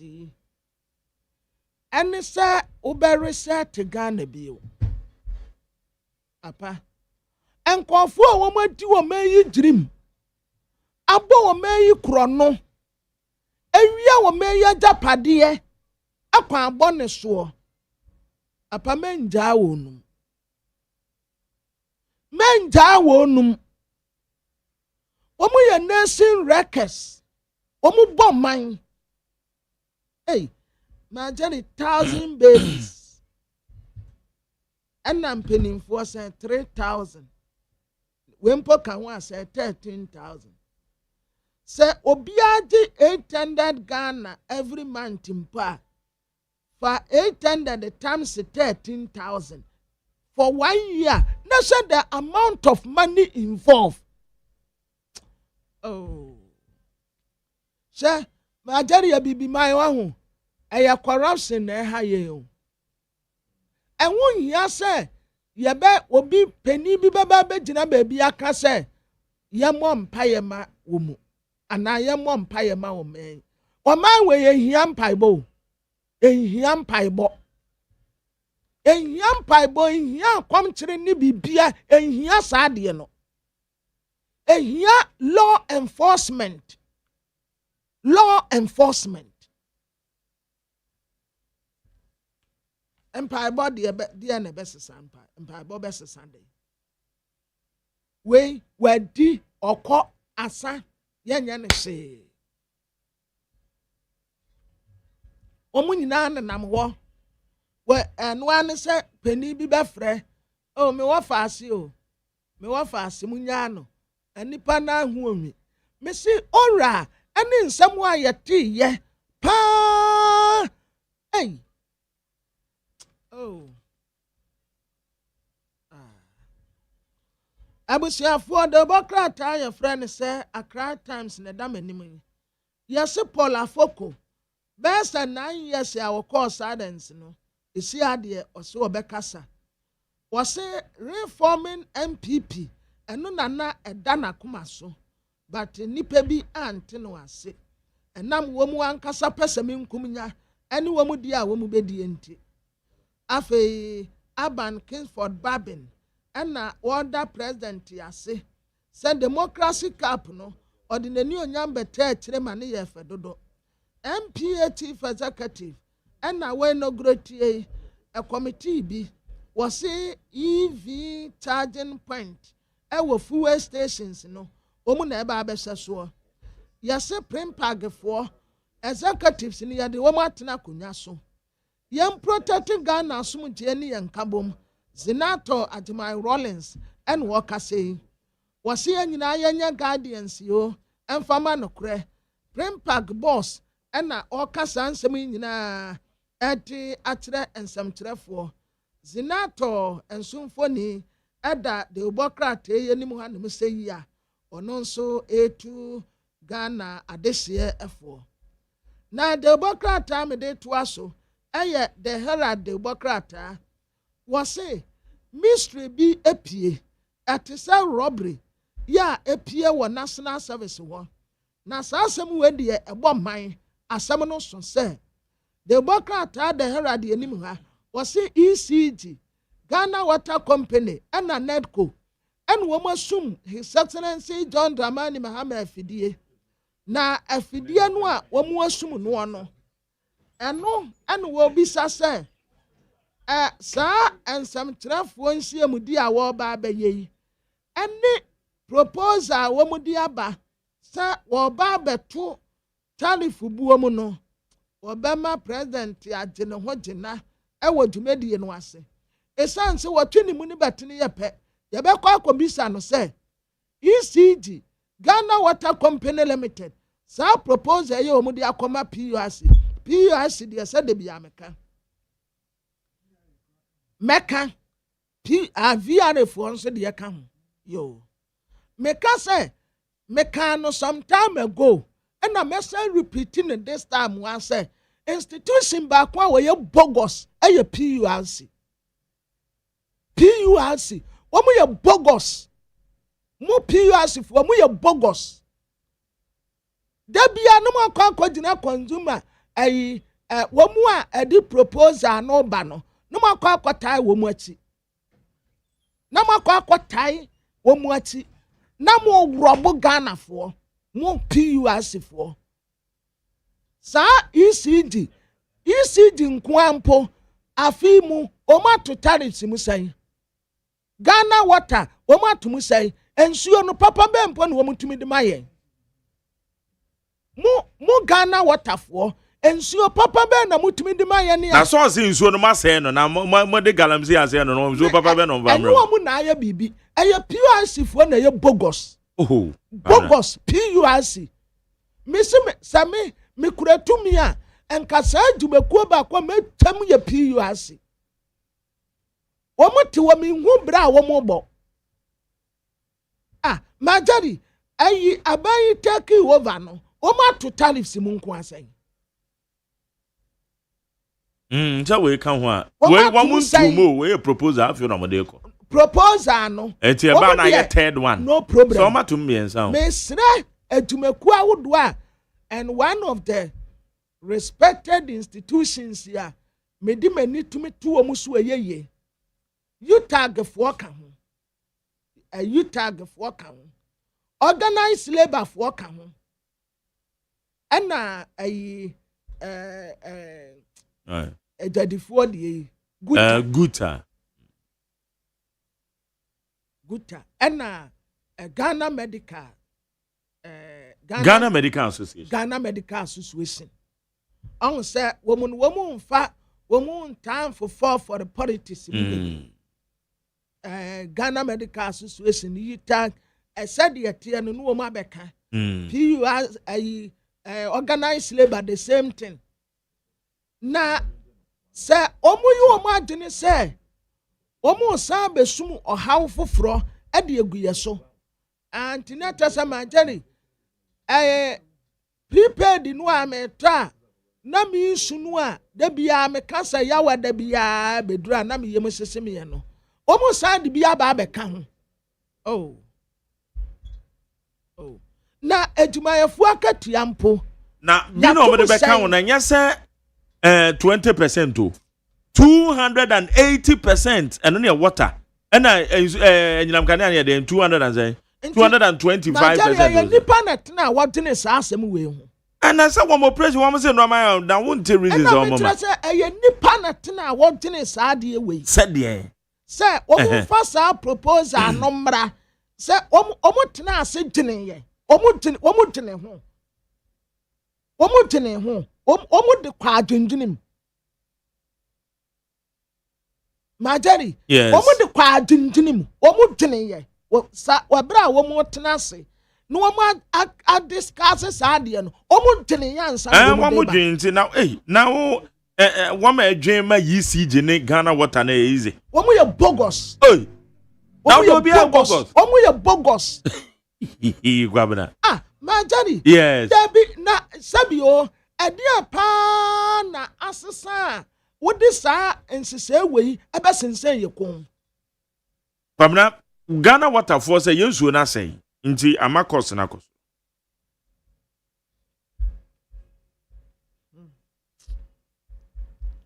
Anyi wo mu na aye. Say PURC na. Okay, say a proposal nti we ni bra be. Na me say nyi wo mu. Say nipa na kwatena ase na dwene ho. Wo mu mfa mra. Ghana fo betua, mfa mra yebetua anya hwe. Majari abatuo. Eni akire o. Abatuo. Eni akire kura. Me pay a medie no. Say what the pressure ebe to me pay so a. Etisa wo di ahoma ese me kon. Obia na wo ma mitirimu agene asesa adai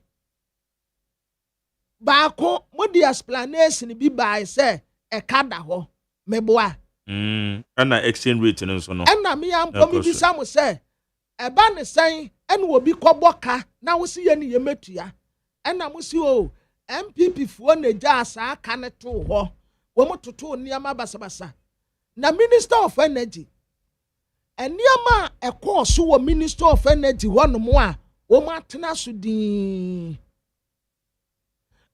sa problem wa na eda ho no eye nipa na kreti ye sesen kasafo no ye de wo mu famra kwan so wo matena so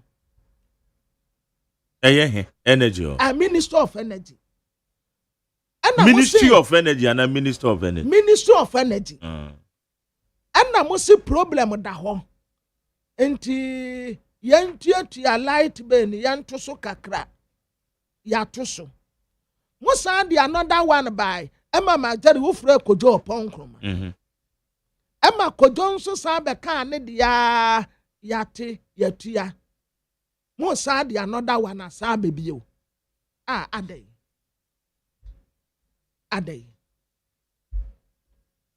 Ayamu sabi o ayamu nwene ye ho kakra. Yakatua na yesen.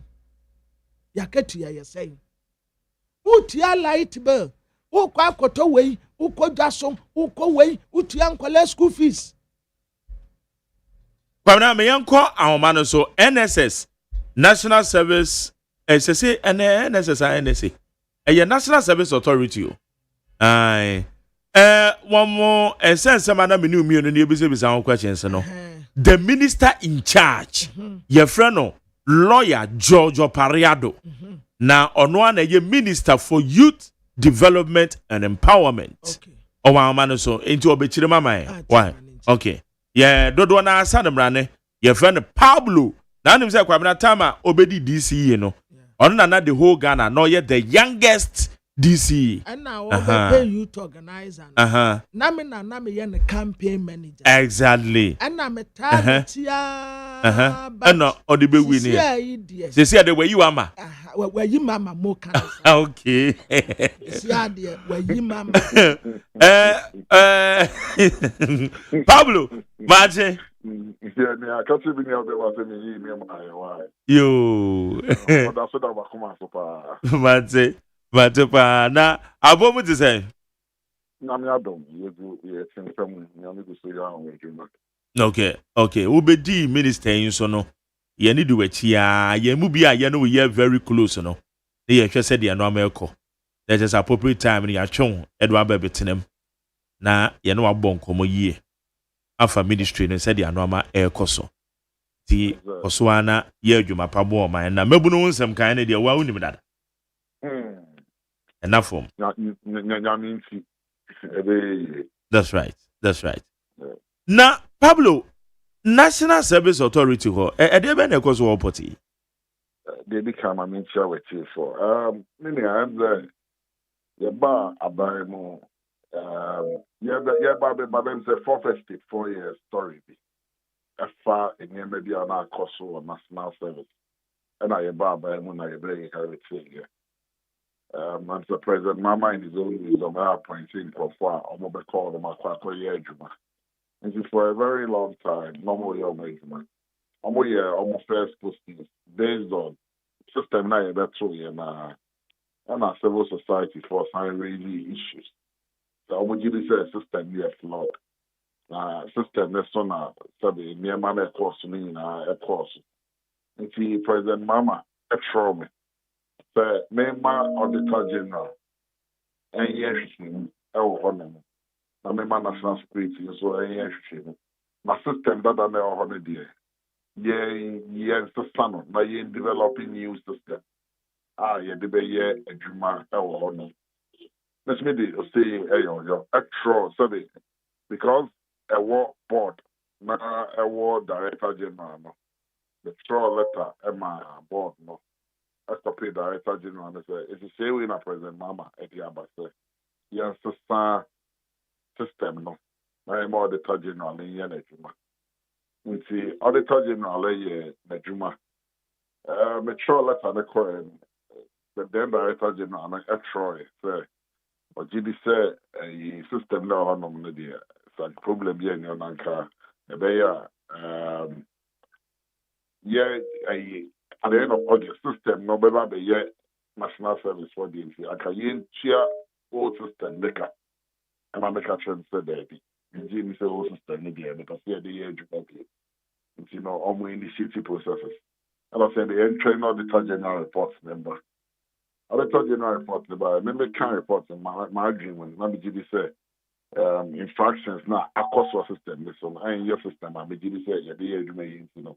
The Trump Director General on the back. The Trump board, say, President letter now, Troy can say, yes, the staff system. The GD say, I'm ransom. My sure the General reports. The GD say, yeah, what's the under the SCA? It's, you know, almost the same. And Director General and the Central Minister on GD cells, yes, as a system. There's a call back and forth. And then they say, on my penny study, FRS, Director General, no, entering on call another department, non department for, and Director General. And see, no matter what I say, your constitutive committee, or more a year, Juma, no matter say, a new system will be put in place, a system that the National Service Authority itself will own, with all the checks and balances. Not sure more what I want to see in the system. I wrote to the board specifying out the kind of changes. In Myanmar, I'm going to say a bit more into me CBA because every regime we have time in that scandal on national service. It's me, my say that under my watch we will not have these challenges again. And then when we say about the big share, I've asked them so I'm on time frame because I said by now I can say yes service postings in Myanmar, but the statement about the trouble and saying now I try because problem I have say I'm solving or maybe we will still get these challenges. And so ABR service year and usually almost 30th October. We don't want to go beyond that time. But after a board meeting now, the technical committee now are constituting at the timetable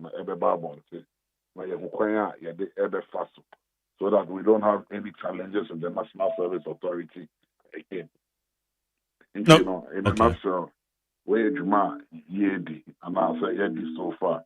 There are no problems. There's a lot of speculation. Yeah, all the contract we are moving. I've kind of technical committee in the year before on BBA. Now, various organizations are a developer system, more programs, and then we'll take it from there. In a nutshell, this is what is happening at the national Okay, it is a say no. And can a system na modi year Juman move a year from the completely new one na bana. System the contract national service the contract came to an end at the end of August. And it's based on system known as fire infractions in a court.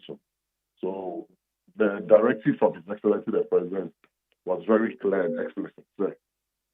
Because on that system, Akoda only 2 years was posted to do national service. Na eno na aya na ba ne sen na Akoda only 2 years it me. I will say the system had a lot of overrides. It's an obvious system, not overriding, not the information as simple. And I am of the opinion there's a system there the obvious overrided there. There are too many loopholes in the system. So the criteria are there more. A system that's obedient to me, apart from designated people. Now, it leaves an audit trail for you. So, if you say, we are building a system, and I've instructed someone build a system. All these checks and balances will be there, where people cannot easily override it. Once they finish, we are sure after today's board meeting, we will formally address the media on the kind of changes as they expect for national service. Okay. Na Pablo, why no na 18 years no amano. May lawyer and certainly be green now court.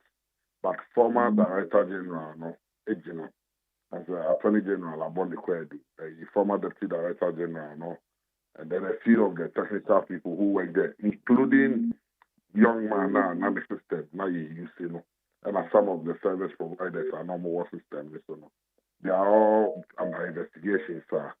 The Attorney General, so I wouldn't want to say whether they are guilty or not until the court be passes somebody guilty. I'm not able to say much, but it is sad discrepancies here. Mahui, a can't summon a work court no ho. The Patriot said the Auditor General's report. The Auditor General is working closely with the Attorney General. All this information are part of the things that are on the other court. And the Auditor General's report will be made public in due time so that will be able to be a course. Okay. Where are cause delays be? And what ANSS postings in Juana? Usually, by now, because they start service 1st October. It's, delays not yet, but there are potential delays. But delays not yet. Because by now, on my post is will be any maybe. But as of now, we because of the investigations that was ongoing and because it's shut the whole system down. But as I speak to you, I know that the board and then the management is working to make sure that we will avert all delays and then service postings and records. So maybe the Mark, the American Ghana for me say, I don't foresee service postings going beyond the month of October. And usually you should do a minimum of 6 months for national service. A minimum of 6 months. You know, they will definitely do their services appropriately via Ember. But if there is a problem, we must be able to fix it and fix it all so that we don't go back to this situation again. And some of the institutions, so because some of them were part of all the whole scandals from the regions. You know, it's AGYEMAN and so they should bear with us to make sure that Ghana does not encounter this. Now, what's the report now? We've lost close to $500 million Ghana cedis, over 500 million Ghana cedis. And I stick to the Lucy here to start plus action.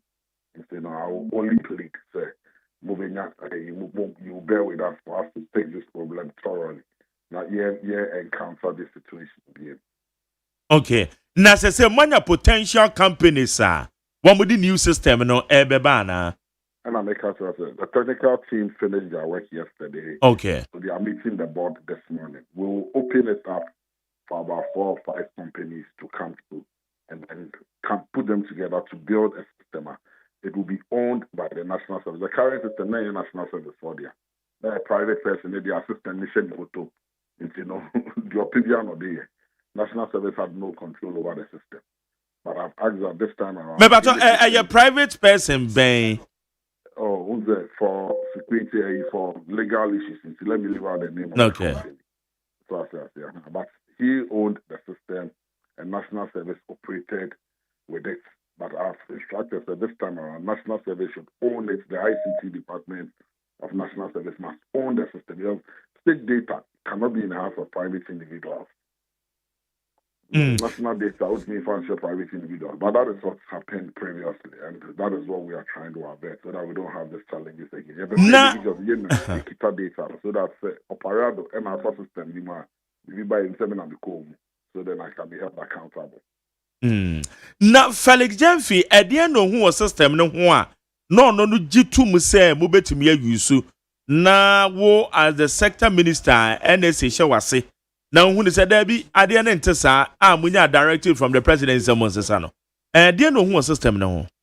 To be honest, that's he has been with the National Service Authority for some time. Yes. No, because McKay said, proud to an appointment, no war Medina.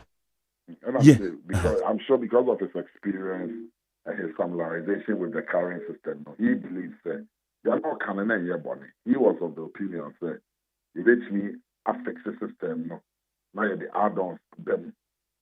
And then national service. My only disagreement with him was the amount of money that was here for system medium. And for me, a system that has led to us losing so much. I didn't see how Ghanaians will even have confidence that this is the same system we're using, especially because civil society for a raising concerns. I felt that doing away with the system and bringing in a new one where national service itself owns it and controls it was best for the country. And that is where we departed. I didn't think that it was any malice on RDB because he believes that the system could be worked upon and then the adequate changes made to improve upon it. And we are also of the opinion that a new system will do all of us a lot of good for reputational purposes. I didn't say, Jimmy said his position was perfect and I said it was with any malice. Okay, so that's the reason Tia President reassigning to the finance ministry. I am not sure what the reasons for his reassignment are because when the president is appointing on my decision, when he is disappointing on my decision, on my reasons, as to why he was reassigned the patrol, I'm not in a very good position to say that a system in here and I say a system in here. But the president, in his wisdom, he appoints and disappoints, decided to very reassigning. Okay. All right. Is it say one more postings assurance na the mom so one twentwen so na nya dia be as delays in probeba enko hadwen within the shortest possible time we will address the nation on this national service issues. And then Okay. after today's board meeting, I'll let the board put out a formal statement on the way forward as to what is going to happen to the postings in this few days or in the year. Okay. All right. Lawyer George Opariado, Minister for Youth Development Empowerment. Ministry need you go say ya arrangement ya hwe say obebana fi ya bon komo ye pa. Why? Nyame nshira pa. Good. Abusia yane eye Lawyer George Opariado oye Minister for Youth Development and Empowerment. Yi kwamna Bejano man ko ba na san kana me de politics ne kakra wono. Say ne colleague Mustafa any they are not can abronye issue wi. Ono asan say lawyer ni. But she say why you minister ni ti asa na focus on. Yes, that's right. Okay. Etiabusi NSS in Semono. No, NSC. National Service Authority in Semono. Say na won say den briefing ye dey ma no pay. A substantive minister no eye NSC sha no. Pablo in Chiremu no their brain. Nti wo mo system no and no maybe akomba den sam no kwa no say wo court. Nti yes, system no. Yes, it's yes. Yeah, the system for fraba, yes. Sa system for na eba no. Mame 1 week. Baba come asama. Oh, okay. System for front eba. Baba come asama. Oh, okay. I'm one who say politicians one. Politicians. Majority. Yes. Politicians. Politicians. Yeah. I'm on your four. What they are trying. Sound. Okay, and you betray anymore. Many material for you now betray. Hey. He's saying. Abamba bimpo way. Nasam no kan no. Adabi abamba be ada o kan asem fofra na nasam no kan na wo de to nwom no. Na me ka paper be. Okay. Na the picture bo. Hey. Mala debi me wuntama. Say nwom na mpese wo to. Mala debi me wuntama. That's right. Me wa pete bi osa reniwe. Ejamwa nso na libodonde. Aba. Onipa na san kete.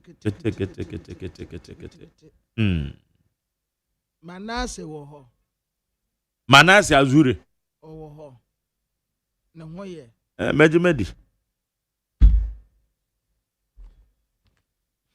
Yanko anywana.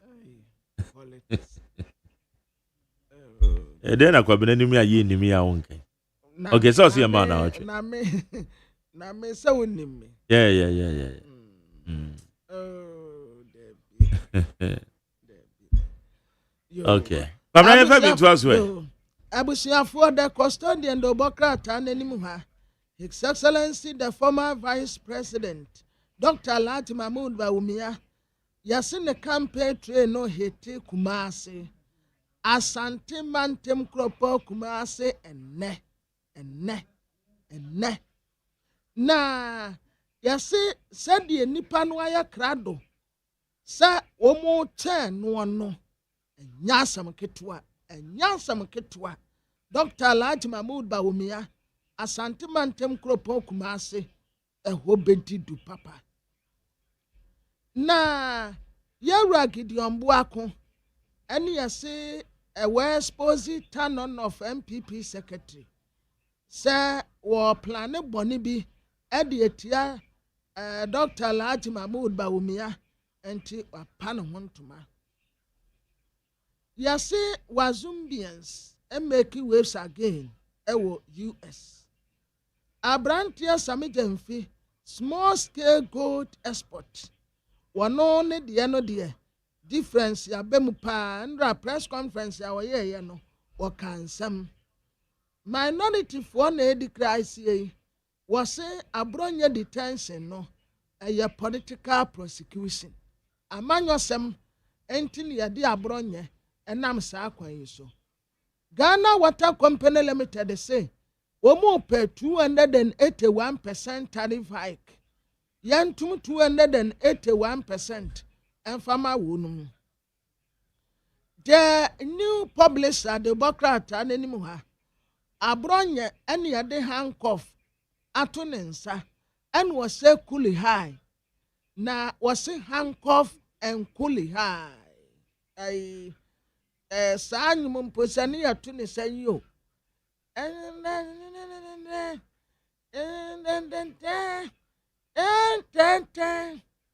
thank you, and Yanwa. I say cooling down. I say cooling down. Down. Auntie, was say cooling high. You see, I'm PP for obey the more. Minority see a political prosecution. And once more. Assembly member, and Asanko mine salute be a course. You see, a bonnet to Yakuno. Assembly member be a bonnet to Yakuno. Ghana Water Company Limited, they say, we hear 280% increase our tariff anymore. Resetting for value addition, summit and fee, and a Casafa gold board. So far, so good. And Yamapa, woman, see yet. The insight, the Democrat and anymore, China Xi Jinping was a proponent of more just world order. Kwesi Pratt neke minima some crowd patre. Chasing the elephant far to the bush. Dr. Kwabena Kennedy. Watra for fraud yaba. Bakonaya chasing the elephant into the bush. You see how they chasing the elephant far to the bush. Dr. Kwabena Kennedy. 24-hour economy. Eye vision eye crucial. Edema abai pa.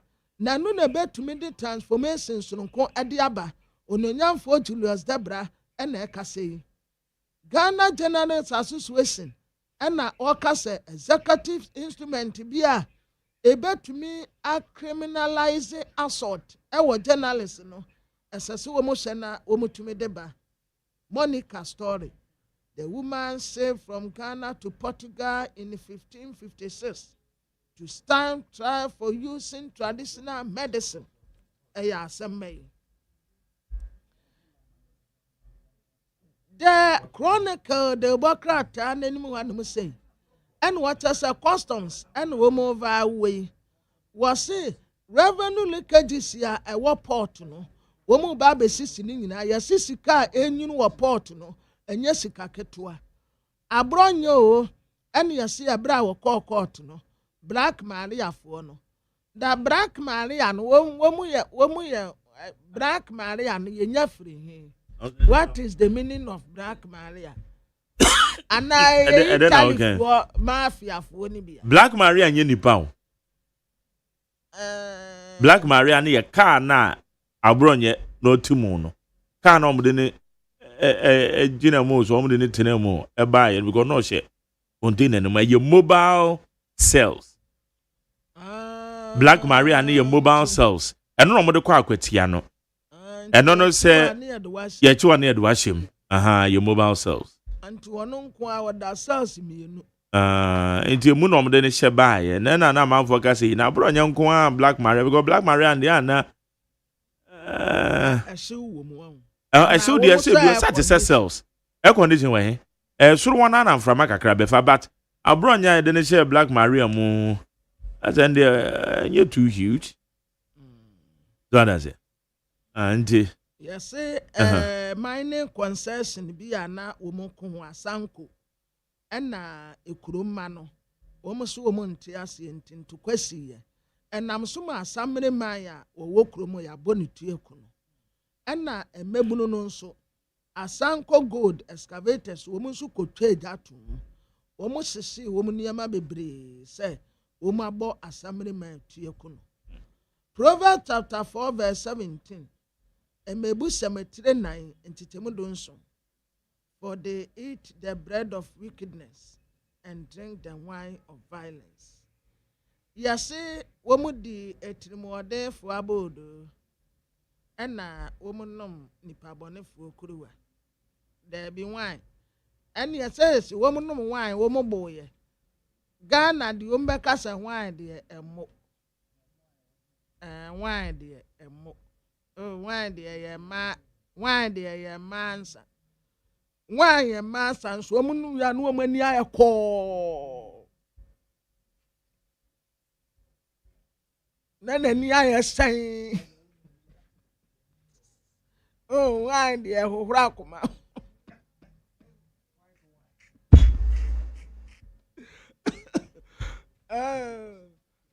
My daddy, oh, why dear Horakuma? Yes, see, you, I am Mawakuma. Mo pamadi anu ma mu remunka. Why Horakuma? Okay, ma me kwa amano so. Why Horakuma? Kwabra me ne eye citizen I Ghana. Alex Kwakuta to na ye president and founder. Na abronya arrest yi wo mo che no okohobi. Na yembisa no edian na onim fa arrest yi ho. Alex Kwakuta te ye mo ache. Majay yene. Abom to say. Ame adumo. Ye de Yakopa ase. Edi kan menwu petition bi a wakɔpi to eye IGP. We cry them so my president and Ankasa. What the ama president of the republic. Efa unsubstantiated allegations made by Mr. Kwame Bafu, aka Abronye. I don't know the petition go. Mike, my main should be so na minchia otifo.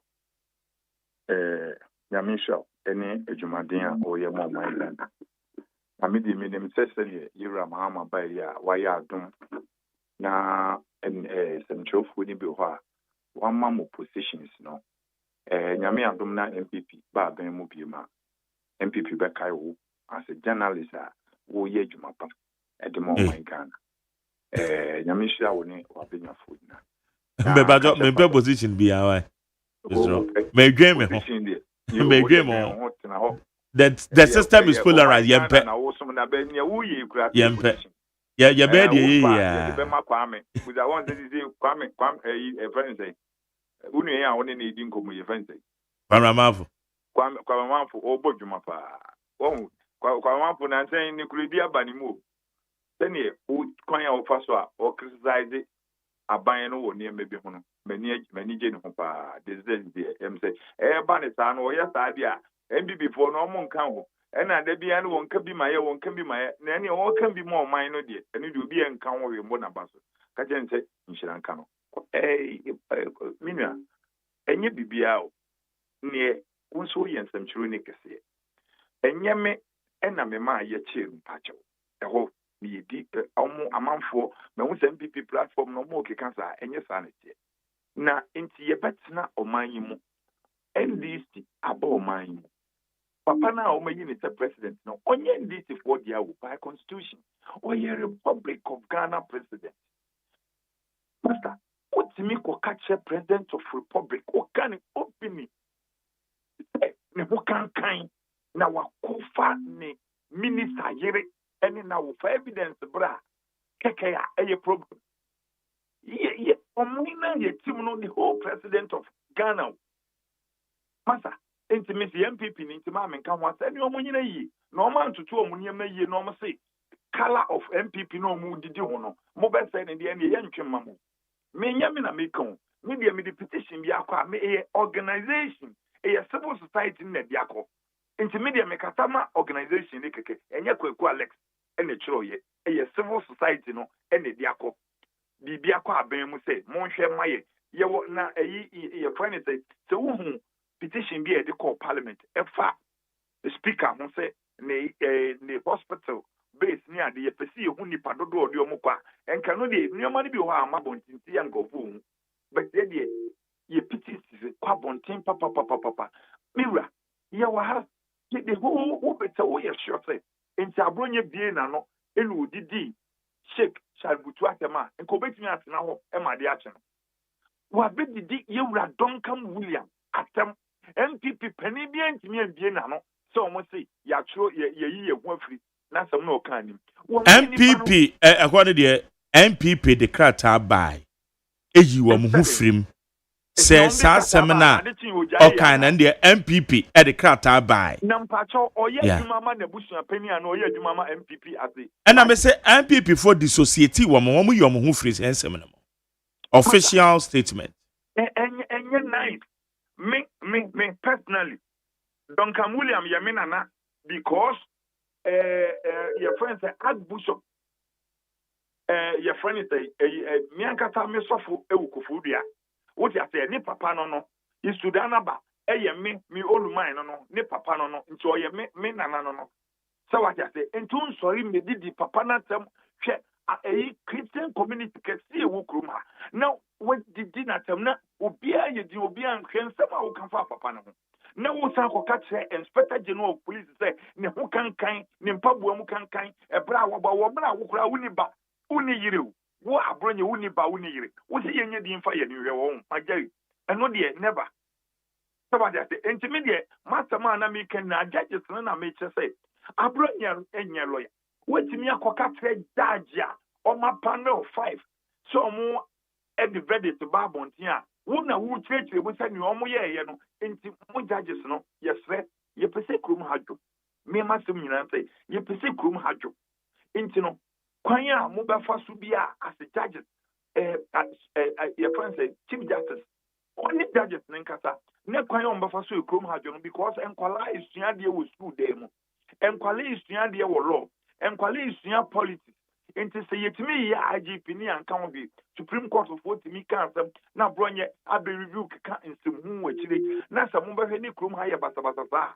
judge bi ni mi di nkomo na msia mo di agrada atumi na ne ba oye ake ko judge na mse papa na ne man ketwa nti no se e dey asem na okay nti krom ha dwu yi mu mpe ite krom ha dwu ye ko ya manyosem hwe nsem abronye ka obi aye din MPP kala no ene ogu hufi mo ye din ni ye chenedi amahu se na ne hunya na tefe ne e kosu na mo boa mo na mo tachire na mo ye sa mo di nya churo letter say but anointing and what the petition call is omo nya nhwem say no police fu ache no less than 24 hours from the na court are remanded until say they now open na e kosu na the enye ne sa ho o we no emra no de enye ye ne ye wo ye se me de me say omo nhwe kwan yo mbefa so a ebe me krom hadwene nkoku enya kwan yo madwum emanfo tua nkwala school fees esua politics kasa ni bibiri wo ha enye na utimi kosiki asalam o se oyen secure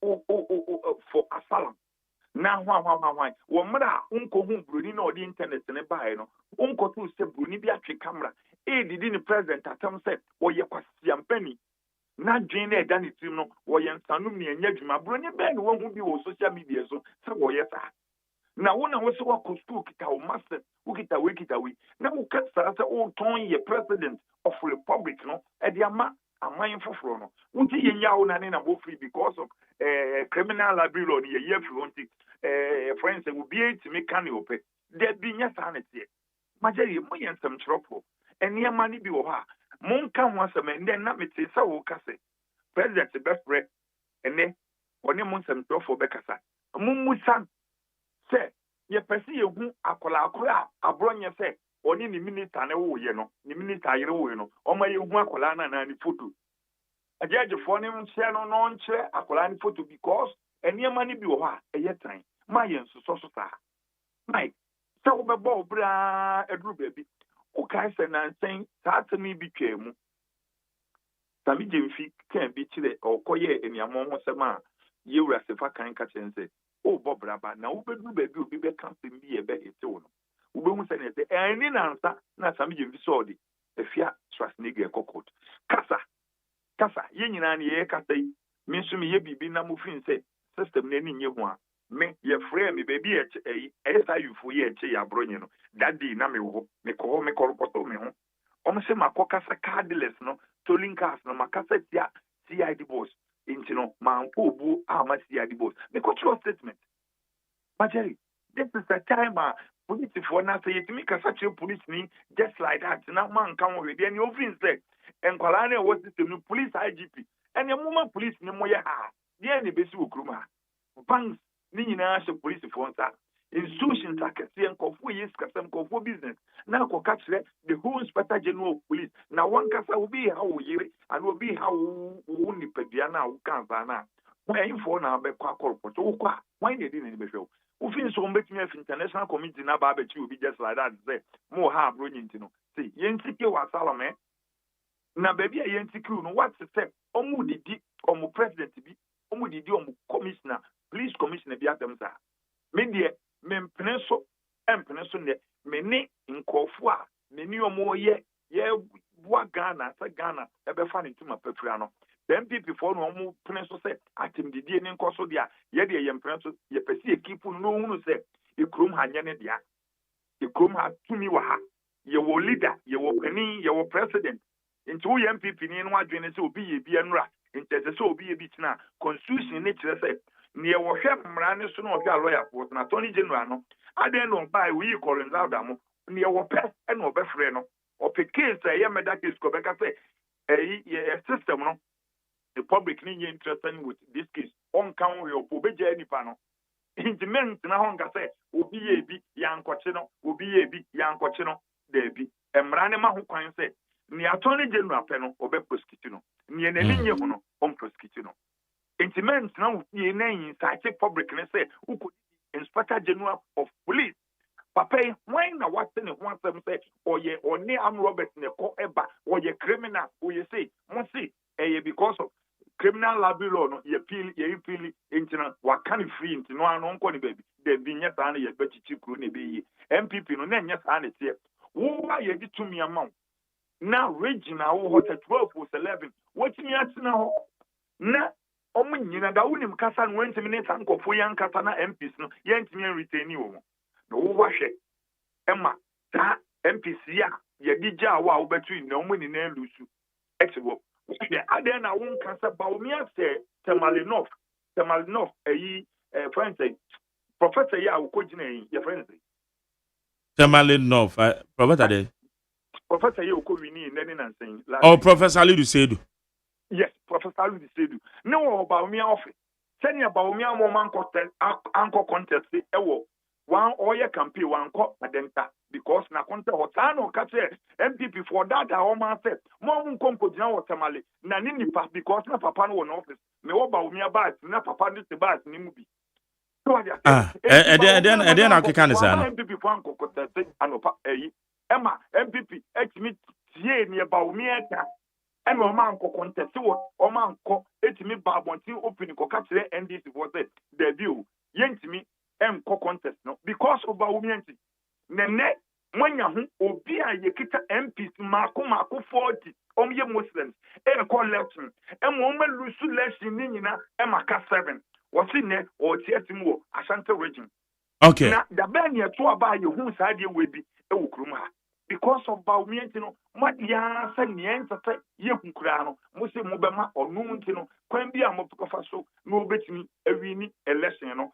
nti na mo nwe national election no omo din we hu ne ye betui oma ho bia no modwe ho na main one na obikita MPs 188 no eno de omo nya nwen ye no omo de ane se kwan bi ombefa so ombema ba omi awini na Kennedy ma meye na wo Alex asama wo ka wo se Professor Lidu Sedu no ye MPP ni asama wo ka no me de ao ka no menti ase na wani ba omi na ye adwuma won office na nka wo se oyedeni no bi no bi ne yire kura na no bi ne anuafo kura no bi awo amayoku obi wo na obi ni obi ye adwuma doesn't make the person so belonging to the party ana majere wo na wo ka say oh yes na asem be na wo ka ne sa no obi entafo kura na obi wen dis obi wen PP iti wo so obi ni obi ye adwuma it means that anybody no belonging to the political party na also NDC for wo mu nim Professor Lidu background na wo mato abade ama no so medi anim wo Tamale Central Majari, na wo MDC ni, oma ba omi ama me MDC ni, yewura ati edun keti abeka so ye numa organizer ne papa MDC ni, onua titi ya no, enwu ni nuanum nyinada, ne yire okowale ne nso, onuanum nyinala MDC fo. Na wo be MPP position, na MPP fo wo na wo fa NDC fo ni di wo mu ye adwuma. Na nipa wo office o te o ba timi ye campaign. Onu firi ho oba o ye adwuma ma wo office oni ni ye adwuma. 8 onu free ho an ko NDC information na come and say papa no onye obi a yedi ni dis ani mu ye oba besia akwala ketwa wo hunu wa be o se wo office church now ofi hwa na wakọ na NDC for amani position wo nso papa panimu ya ono nso onye PhD holder oye professor ubesua dia konya professor na Majeri assemble na wo ka kire mi na professor ni koko gina NDC ticket no wini na wo ka kire MPP for mpanifoɔ general secretary ni chairman o me da no say ma omo nko contest eti are you saying say Temale Central MPP for mo twi omo firi mo no eye Dr. Baumia na ka kire leadership ni say ma omo nko sa na wo ka me na me ka kire Majai Baumia na ka so say ma omo nko na ko na wo gina ni ye nipa wura fi ni ezi wo adenta Baumia they okay na adenta the MPP contest MPP contest wa adenta eti ya ne de Baumia nko ya campaign wo Baumia nko campaign wo wankwa campaign wa adenta ha da bi wanko na kunta na wura fi say sika na omo tsa won ne yire na omo de call ni etu APP ni ana ote so no ya bo abia sa but they all can allegations minim I don't know anything about them minim I don't know they can I don't know minim and am see minim and me ka say minim they all can they minim na say untimi ka asem sa who can say abronya kan sem they afan panyifo bi ho a enye papa it also say the same allegations he be na wo ye ditia Dr. Baumia so be friend kan so say na let can eta na tia me de anya say me bo na me kan ono de ye ka tro say IGP anya one ne da wo say ne ho kankan a dia kwan ba na abefa so a wo bekire be me de anya me kan ma wo say drop one thing see adenta mienu miensa say e kwan ba na Baumia e ma afa so na konta no owi ni yen etu ya bo abia okay enya no na me discuss now we say petition and what the ma IGP no what the ma the president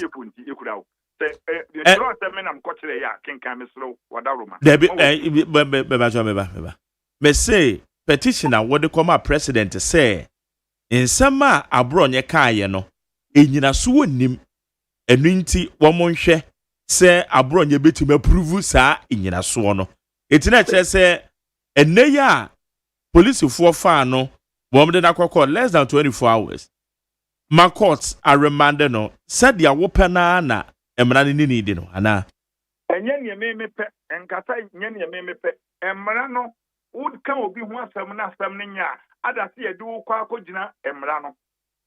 Adase ye beti u president nso oni adaje nipa wo kuremu ye 35 million a fe no wo kosi nti polisi sa hindi obenya ho adaje wo se ne ho kankan na adwen bi eni niti obi a wo lead police wo se adwen ni police pani niti ena yetimi ma ne kobo bank ho ban yetimi ka se onkobo mi David enti etese o kire yen se adwen ba bi ohun se onso unya doctor no aka se we operation ti unim se abo yeyi na adwen be di afri ho enti won mekire enti se judges no be jawo na wakeka Supreme Court judges 5 ewuli case na so mu rule ye no ti ni abronye be ntama otena na fidie no so kekan enti so mo bejawo na wane nam ho na watika sansam na egu sa mpanifo wi ehu findia na nka me expect say mimi ko du headquarters no enka na wo ko headquarters wo ko ye den ebro mo chi abronye no ko ye den o mpa cho me de menye Ghana ni on me say menka sa wonye Ghana ni me say wo mo chi abronye no ko headquarters wo di e chire ko ye den oh me de me ko sa me sumi wo case o ya premise say cardless ni issue no makoka say TID boss we no ye no oye press conference asam na wo kan no nipa no oto sakawali kan ko onye kadila inti asam na wo kan wo te ye dwuma wo ye dwuma ne hufi na so mo bibi o mo be ya on trauma interpol se o mo stop wo baby a ye sepo ka wa America baby ye sepo ka o mo machine bi mi refi ni din ka fama wo yam konde ho content ni nyina pin kra na da fo mo obunim inti ade na o mo stop wo anasa ka ata o machi nyina no since your friends 2000 omo nche ye dodo a o masan shipo e de ko back na yenhwe because you krom ha you kasa aposi for pen for national security ni ade omo use oma ne san fa ka no na banka obi atua duty de eno na mkokan na omo fo na mkochiro omo statement etina enya abronye arrest ntina ukoye da bi mi kodru ho na mu se ho omo sha mo ya me rough mi see ya na mi hu mi potro 4th floor SIU mi hu on my boss na mi hu ni first and I'm chiano on the one carry. Me call inside, no. I mean, not show me statement, no. And comedy man, no more got it. Yeah, you have brought you now. Ube when I'm enough to me. Now, maybe I brought you me. I brought you once to do to me, see, I send you a dimenu beam. Now, maybe Minyana. No, I see our Hagnam say ready. Over her. Oh, I'm in Conania, I brought you never put them on the matter. No, I'm saying, Mr. Sakana, you bet me. Now, say how. Because me, baby, or say, enemy, who so may bumpire say, me need to be shower one. It's almost say, or command the office. And I'm say, any, because I brought you me cry much.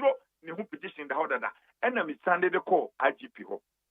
In charge so you see one ni call for your meeting. You see say Cote d'Ivoire for be footballers be then you know. Omo ye meeting ni age na me friend no.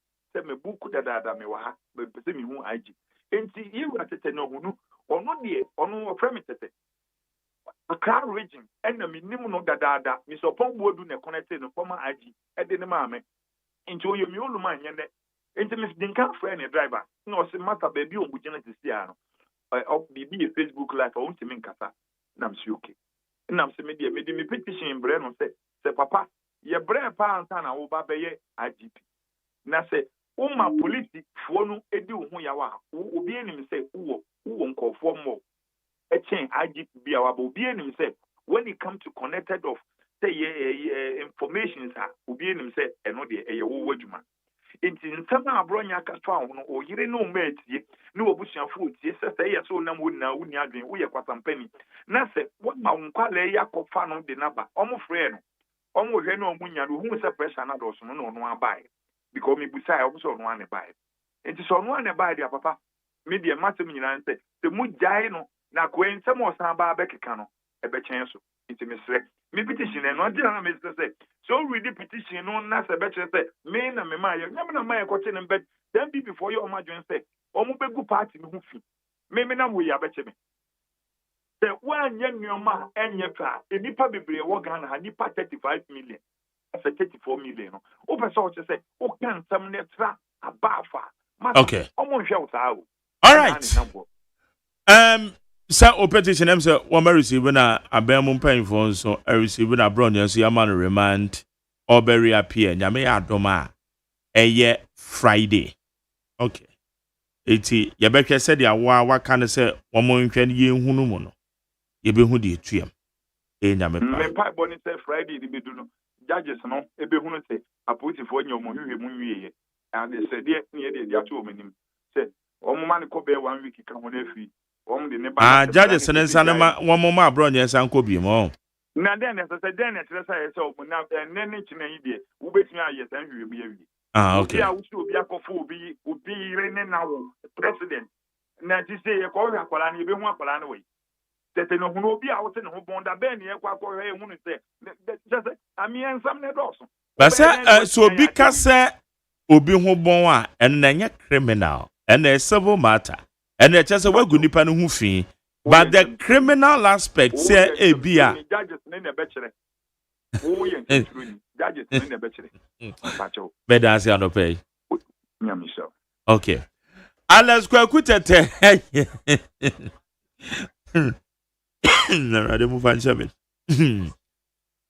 President and the leader the man citizen I Ghana. O say MPP ni. Only no dey common. Efa abronya KC said the ekoso the petition so a watchro dia koma president na emu ene IGP and so waka ho ase Ghana Montie so ne we need 100.9 Ghana Montie Ghana Montie Ghana Montie Ghana Montie Ghana Montie Ghana Montie na mansanya so adawro kofiaman homene so ejiji tonton sansan e wo need 100.9 FM. Hey, catch it. Listen in here. And you ma beto to dia me baba no hwade no. Hwem so betumi a. Hey, asew. Hey, now beka. Ya John tuma me ensa duku portmanteau. This way chocolate drink. Na kan wo hwe afi bia so beri ni waware ne a. This way chocolate drink. Na kan sia. Oh, asew. Wo den kan no tumu ho. Me be mo anu so hye kura dia ka ho. Wo hwade a wapi ho. O ka sa batete e da fom ho. This way chocolate drink. Kra cha be pe baba ware. Asew. Ye fi ase this way chocolate drink asori anopa no ne yenom ye ye bi hye fridge nom no se snack ye nya hoho a no ne ye de serve wo mo ye didi wie ne ye pe bibia bogu yade so a this way chocolate drink ne yenom and this way no ti ano a he se kire wom koko wom brick wom bibia wom ade wo hia ne so hye this way chocolate drink de wo hia ani so hye FDA ahwehwe se adwede nkrato mu agye atum se eye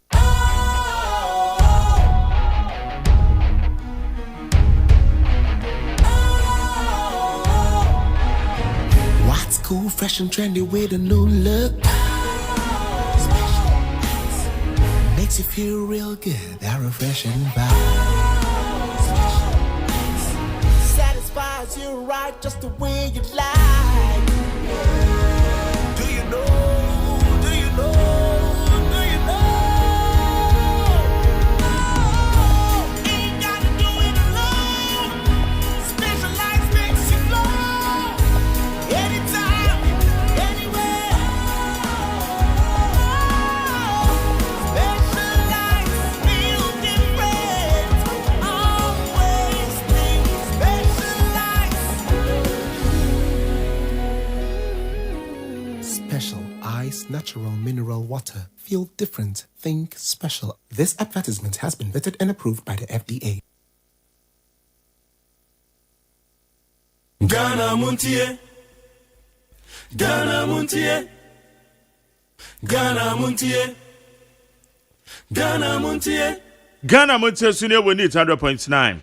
Ye to aso na de obon kata mun samni bi e de abron na messages ne so wa ha eno so appropriate ye be kan bi na ye de amawo. Isama kodo ayi di hon komo. Ene ye hwe. Paraya foi. Yo. Abusiafo the Bokrata the new crusading guide anim ha. What the Sami Jemfin foni abetoa asam no amedi nka abobɔ so amamo no saa pepepe na etie. Wose a language no de anya ne kasa no kasa ne de anya saa no kasa. But yɛde ne picture ato ho ɛna wɔka asɛm bi. Kwame Pienim ɛna or responded the ama statement bi a yɛde ne picture ɛde abata ho. Minority for ɛna omo kase ɛde fa abronya ho. Black voter sankofa project no sisi ade ɛyɛ Yera Ibrahim Mahama EMP ono na ɛyɛ ne dia. Yɛse newly appointed medical doctors. A doctor for afoforo kura yema wonum appointment no 8 months ni yentua wonum ka honorable Kwabena Minta Kando newly appointed medical doctors medical we are doctor for 8 months ni oh na sambi wote Ghana kura ye aduma ade bosumi akatua mpo na da asen na 8 months ya yentua woka eho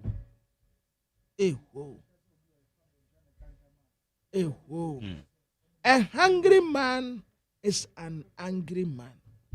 Sir, and some trafua and some training accommodate in the who chair dumuni. And some training accommodate no who and a doctor near accommodate. Hey, life and death. 8 months. 8 months. Abosumi watching a doctor for yentia wonum. A church for no so sao. Almost 13 months. Me ka a doctor for the navy. We are near ba. Yeah, my daddy doctor, the ayaka doctor near a comedy no.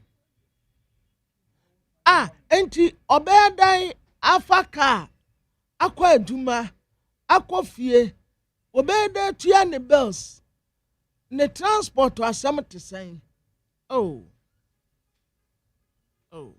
8 months 8 months now my dad woje bosum ya ketu akure te sen de bia na wo ho hyehyew na de onyi aketu ya bosum nwoche ah onabolo Na no bribuaye a private legal practitioner. And can no deputy general secretary de ma MPP na na ma no so. Na wo fa senso ne eye Kwame Bafo Abronye. Na na ma che. Abraham, that's saying. Nyankopa do boko na so e. Oh, no, family, no. For the, I live about 10 days. I'm not been feeling well. If I'm Muslim, I'm Kasa, every I'm Kasa, say, and I say, I mean, for the past 10 days, you've been following. No Kasa, the program, you know, I've not been going. Oh. Yeah. Because also I know Kasa, we are saying no where to Kwina, Uni, Ghana, tonight, talk say. I don't know buy.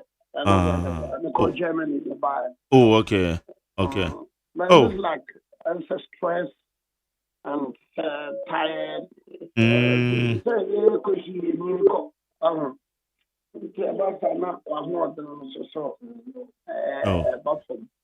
So honestly speaking, for damage from the culture, my say I'm not back crunch.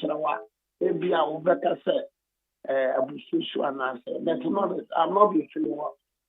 Maybe I may also be a more being I should be may receive medical treatment.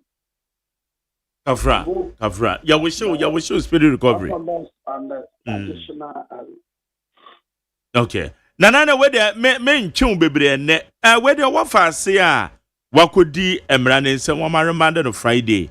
Ne nsem bi okokan ye ene emu adwen nkyira hodo a amanfo eka. Nsem beto odwai say na wode wade di akire afa. You see mpanyfo okasa bi say ya akora no emi so ko sumra so. Ba akora no ko sumra so na dado akutwa no ntimi nkasa wo sumna so nti dado na twana onka sumna so. But o afutu bi so de ba ma akora no so enye sumna so ho na dado atwana no akora no de no ba fi ma de na ba fi na futu no so akoye wo fa no wo fa asem futu no so on kana bon tele kasi me ma akasi ana makasi dem wo fa no wo fa asem the same kunyama la tasema. So I mean generally that is how it's unfortunate. I will just describe it. It's unfortunate that it has happened in this way, but there will be no further comment. So lawyer for some point now say one want to so one show solidarity. Some people salam so quite also so they are showing solidarity. Okay, a man for push for and against you shouldn't be different. Yes, yensem kayemono. Na mambi so ebi ka say bibia yesu bibifi yeah bibia wo de amu ka site sami ameta abakosam no ho me ameka abakosam wonya career no kosho comment for the doba but obitim the comment the bar who thinks for a well-informed party, the crown and the crown about customer. There's a platform also, a Santaman Connect.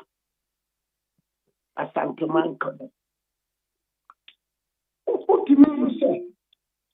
Materials are, reading materials are. If you could have the mention, the mind, the attention, some information.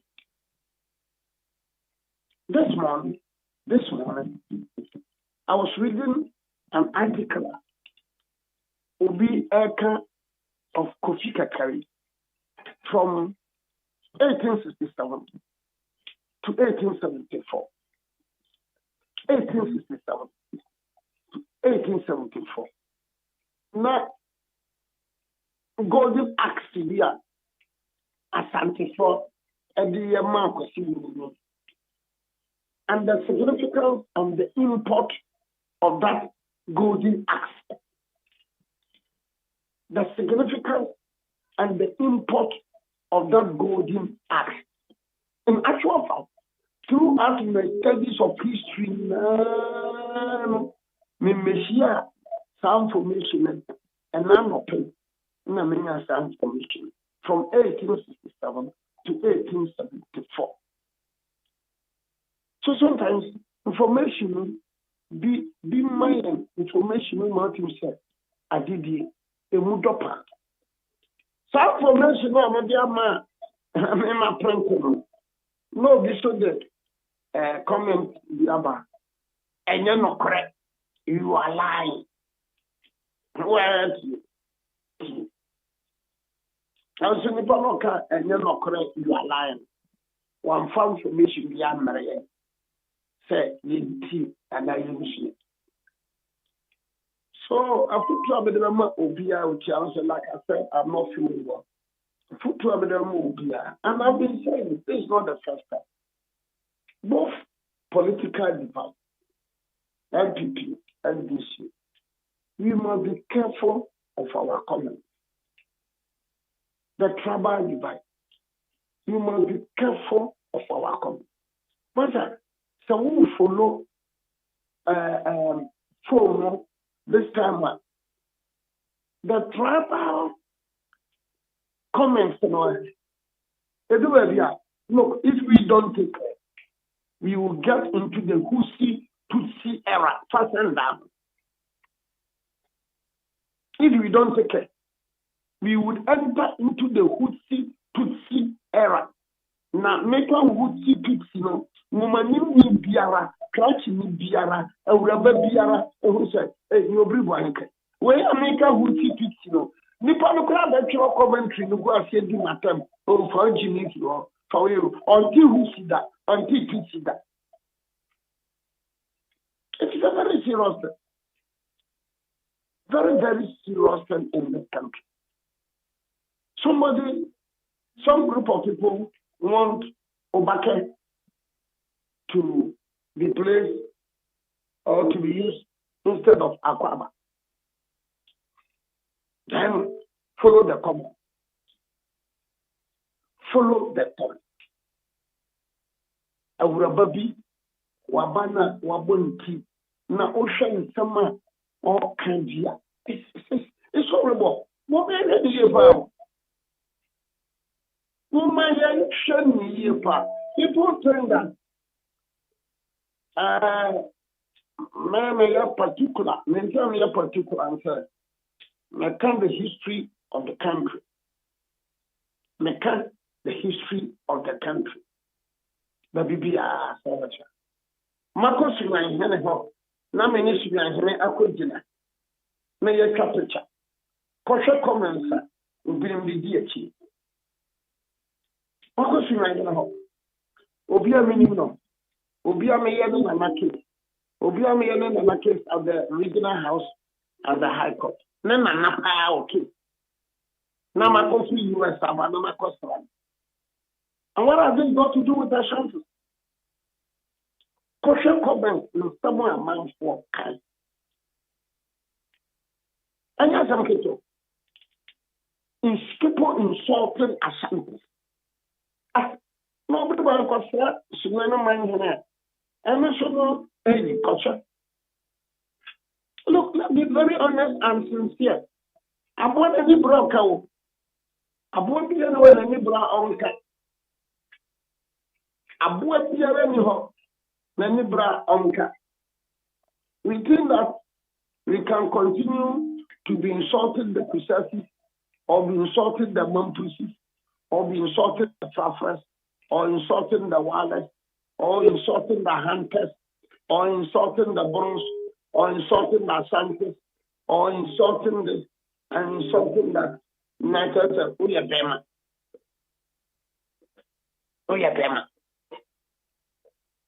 You know, there's a gentleman of back among for interview, I seek a journal, a California, And no, people are giving him advice. You go permanently.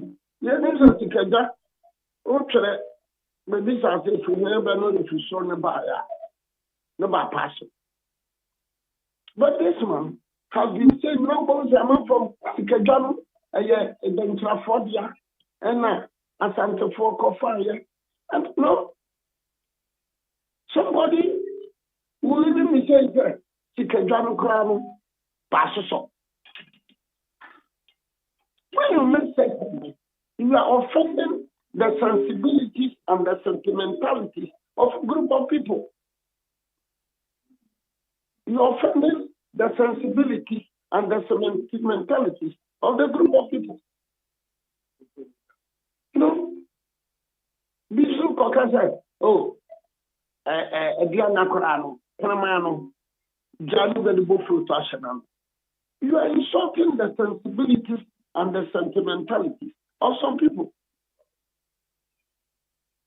You know, me across Ghana, no, that people are stuck, on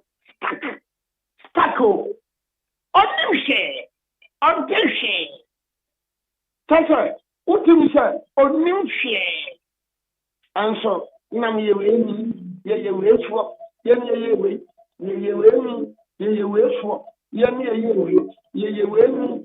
no, the ignorance. The level of ignorance cost. Obi Timimba, give them more education. What do you say? Oh, we need an education. There's a lady, and I think you keep up. And so I am watching. Come feedback also. Sometimes the organizing, we don't know any argument. But you know, for only issue, what do you say? Only be free. Some are doing good. Sometimes I will listen to my friend and watch it from home. They are very good. But I do not be sure. No, madam, for not from home. No, I departed. Oh, no, I departed. Yes, a departure, no, no. But departure, no, an interpretation, no. Another person will be in the person. I have it. I know about could be class as something. Then I'm not kind for them and you might be no victory. It is a very serious matter. Yeah, you're baby. You go to the BMS. No, I'm not baby. Somebody wrote that. Yeah, Nana, we are not maybe some question be. You'll be sad. Okay, somebody wrote that. Kente started from Agotima. Then the next 2-3 lines, no, Bishop Abaso, the people of Agotima come here at Danwis. Oh, not on the shore. Please note, not guy at Danwis, but at Danwis. No video about the next slide. Yes, guys are different from Adamwis. Oh, I know my edition. The guys in Greater Accra, Osu, Nungwa, La, Teshi, Tama, they are different from the Adamwis. Pong, Pram, the lower Mania, lower Kobo, they are the Adamwis. So what you have more education we are over down than before. You know, proper education will let you know that the guns are different from the Adamwis. You say education, but the big education, on yellow or the Atama Abewian. But what you mention that? On the Atama, no, the Abewian. Obibamau, a show. The Bimbalais have something in common with the Dagbon and the Mampusis. Now we follow. Of course, we don't share a lot with the Gunjas. On some part, Maybe the Abano to be attended from what? Obi my addition, dear. Am I who so the Bimbilas have something in common with the Mampusis and the Bagbon and the Moses? Be the idea by or be the actor. Can't you amount for the idea? And yet, the dear no Erica and Chile could Yabona ye pay. Ye pay BBS. Ye pay BB. This morning, because I'm saying the people for on the anniversary, November to December. Now, I saw there upon that year. I'm so what? No trust.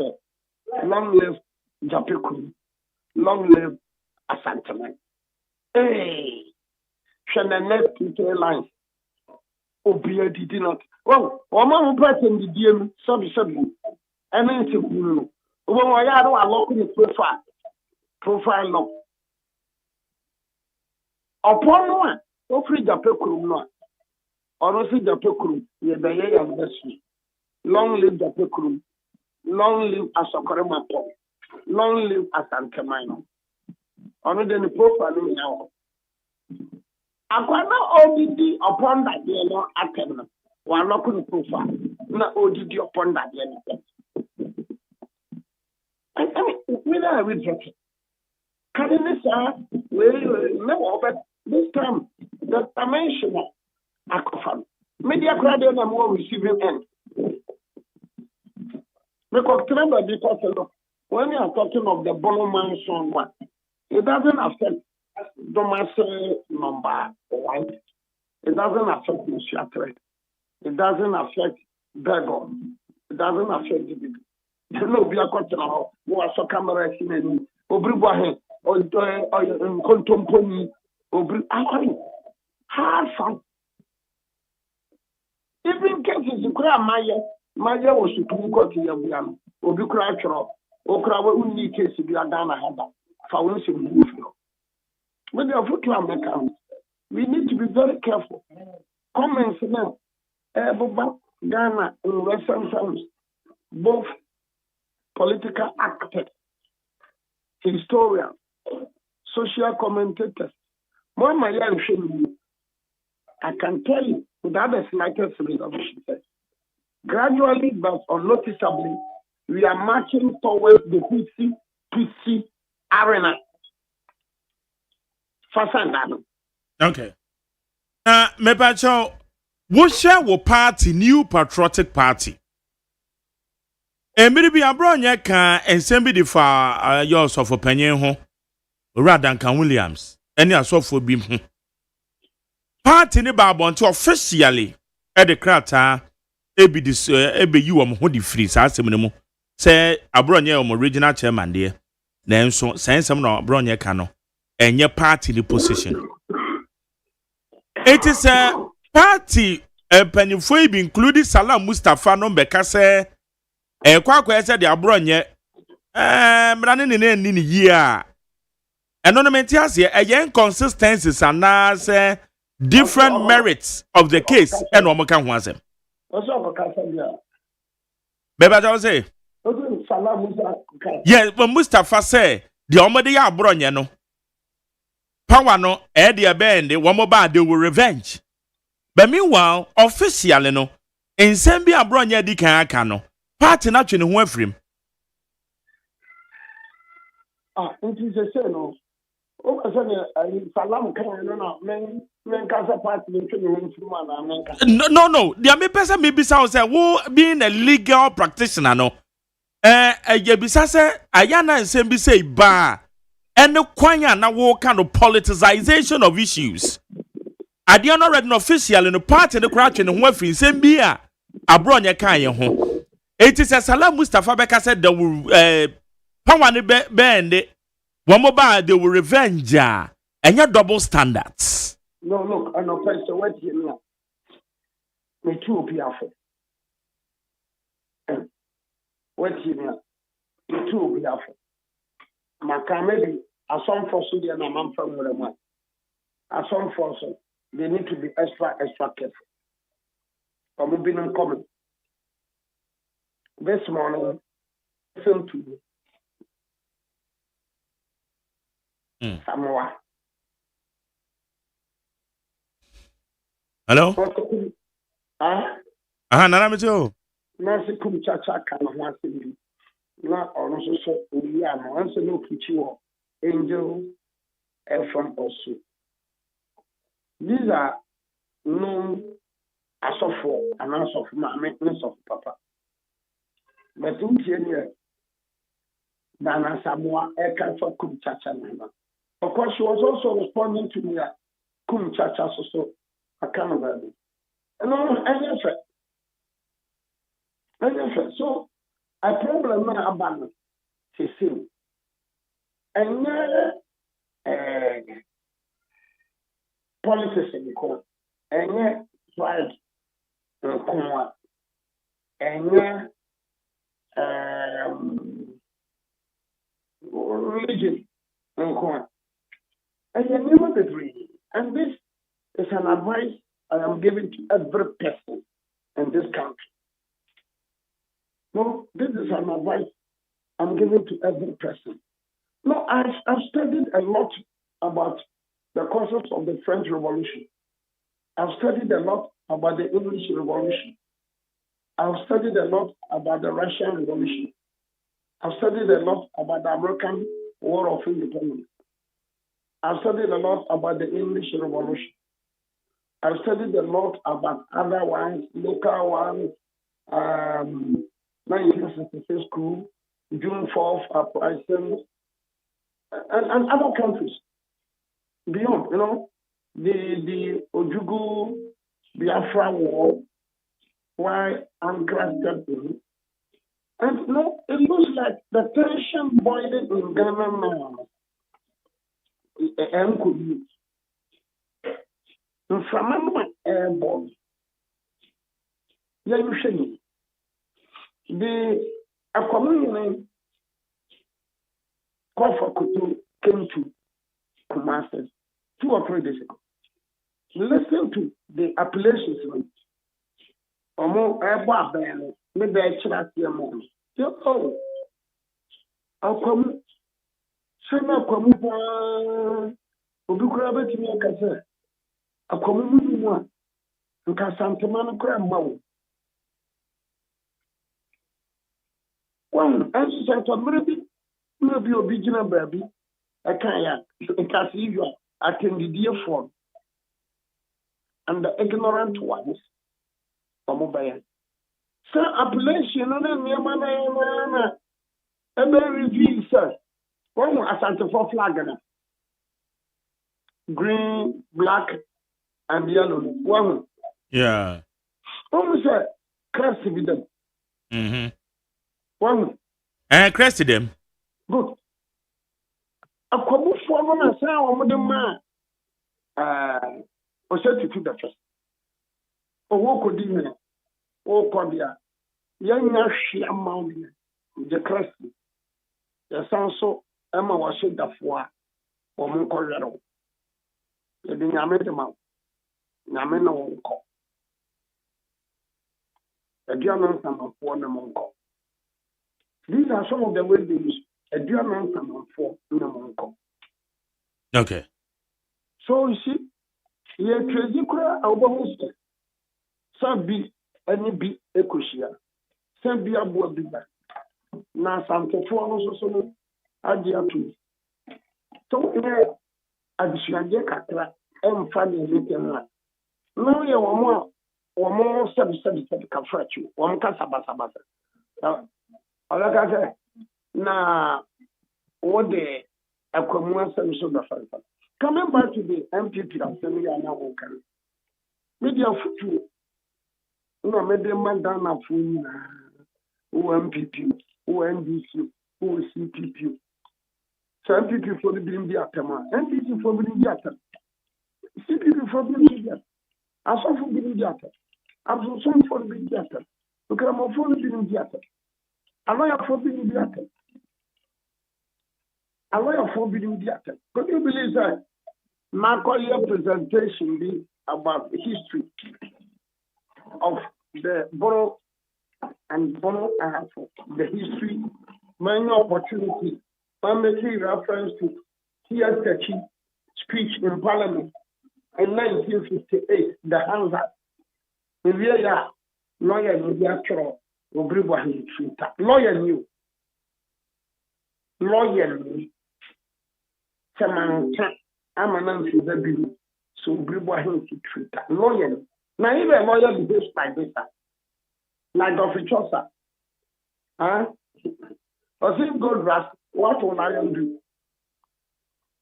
So look, okay, for the food to send your castle to Palam, I a double standard. I a double standard. Maybe a food to them. Okay. Make a salam, and a double standard.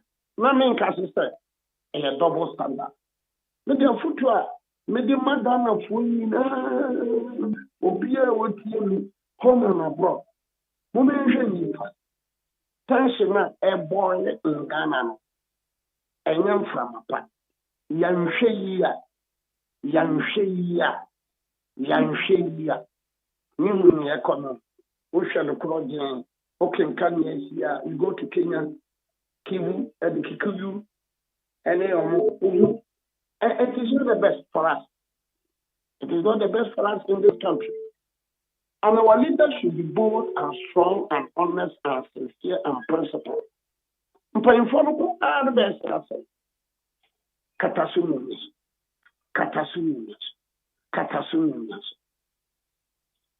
All right. Tomorrow, when you saw car, we bet big yellow. Okay, we the partner, we into on canoe. Okay. Share. Brufo and Gonja for. And I am fancy. I dear see, Brufo Gonja for. If you are young, come on, can say cheap. If you know, I can't Brufo, I can't Gonja. I don't think, sir. Yeah, I think, come on, a number 1996 in one refugees, yes, sir. Okay, you move with that. Can you move with that? It's a great number of Ghanaians called Cote d'Ivoire. Woman, or the boat to call woman. Woman, here, I wouldn't have to move. And then Ghanaians are now thinking of not dollar economy, not dollar economy, not dollar. Ah, Umia, going to Berfunia, Lobinia, the Pram, and the Wapa. And the president may want to be 5,000 5,000 policemen. 5,000 policemen, two kinds of body are called Bokwa. 1,000 policemen, what they are called Biria, Brefone Gonda. The Ghanaian politician, the Ghanaian intellectual is interested in politics. Now, I'm city, now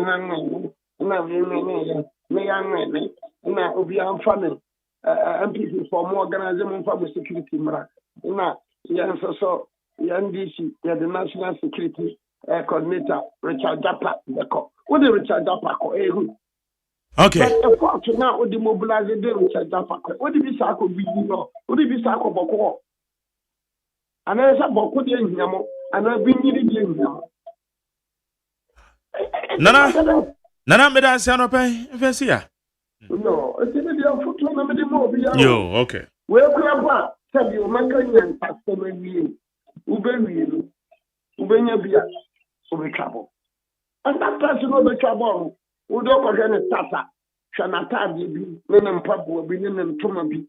Now, now we shall a level of education. Now we shall not to be doing trouble, be enfin. Nana ya dance no pay. Me so me dance, abi sa me ho ya de. Mate, ya we should speed recovery why? Kavra. Na no biri bo ahe aye private legal practitioner on ne ye no edi enkomo ni nyina ne fine samakodo ekoso ne titiriu eye abronye ani wakodi amra ne nsem se wakoka nsem bi a ente se okam.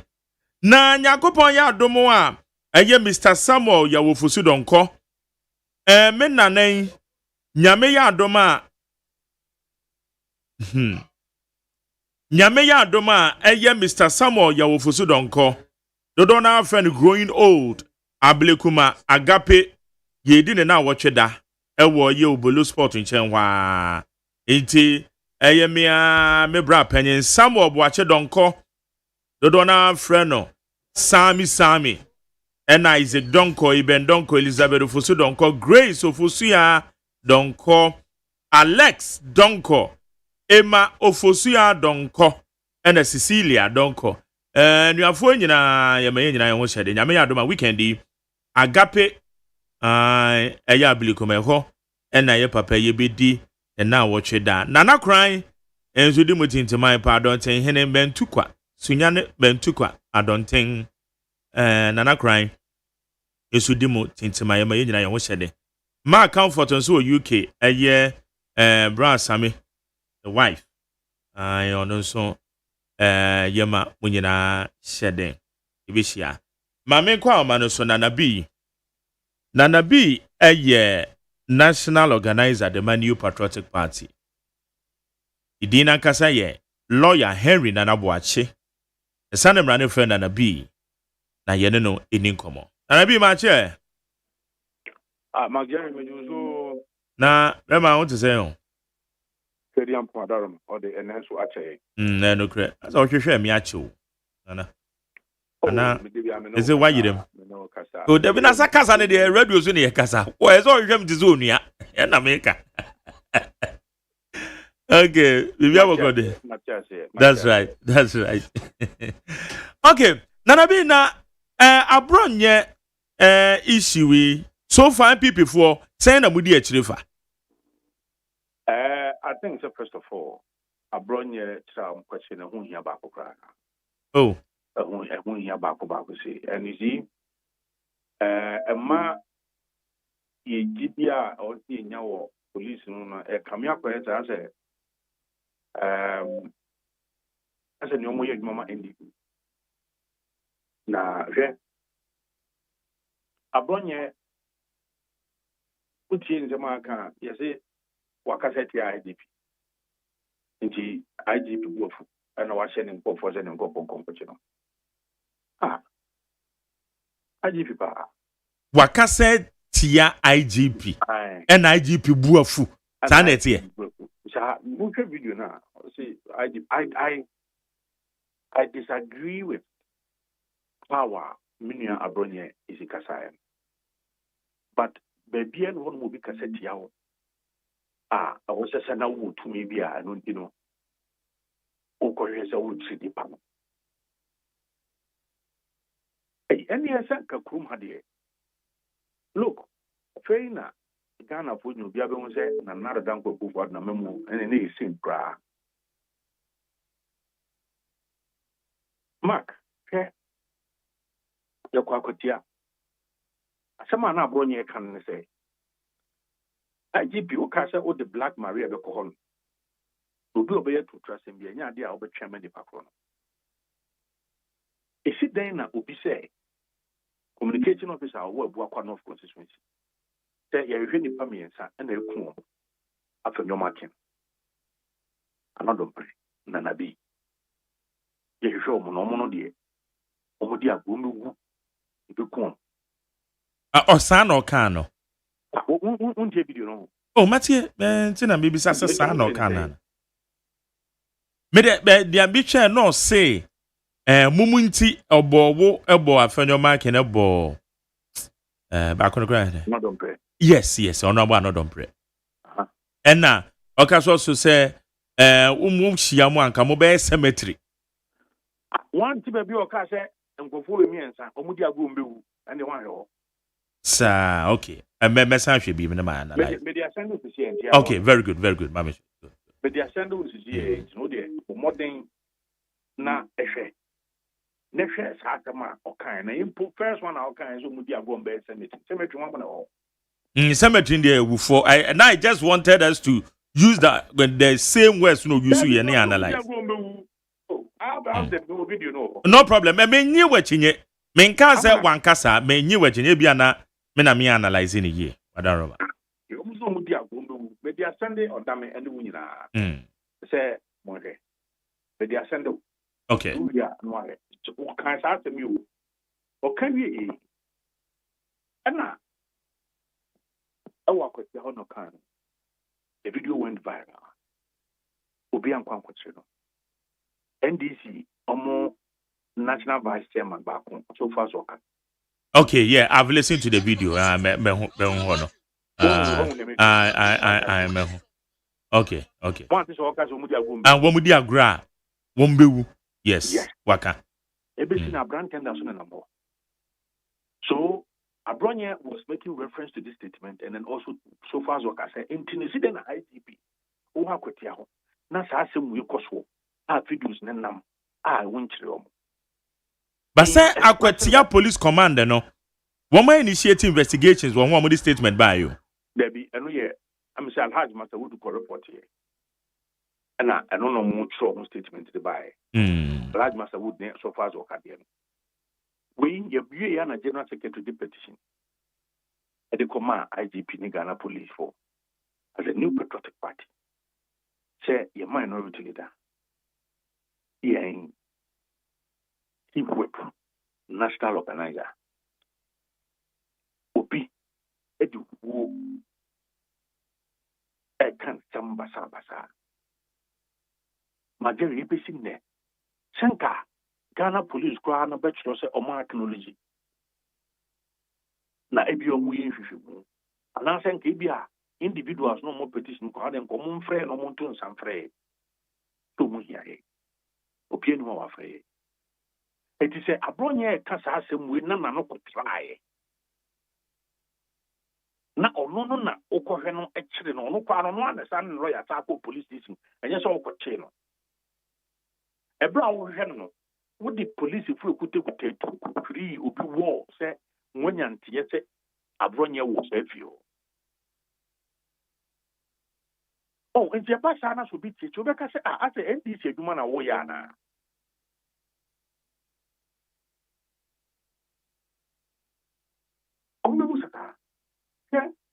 That man to Mkoye and Yamran Samuel Blukumanov. Opia or no, you are a bit me and you won't quite a friend in 7.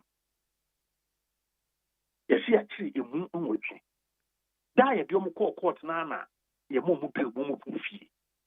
If you had a Omobaji almost sentence, and yes, will be in just 6,000 Ghana cities. 6,000 Ghana cities. Now, NDC for Komobuma 6,000 times 8 near their mom, in the video, she sent no mercy to us to Biswa or move pretty papa. Now, Cassidy Pan never got to just 6,000. No, crown man, the bill man go fee. Now, I brought your air draw attention to a criminality akoso. Who's to say, Bia, Nikasa Yumuno, a could try. Was watching.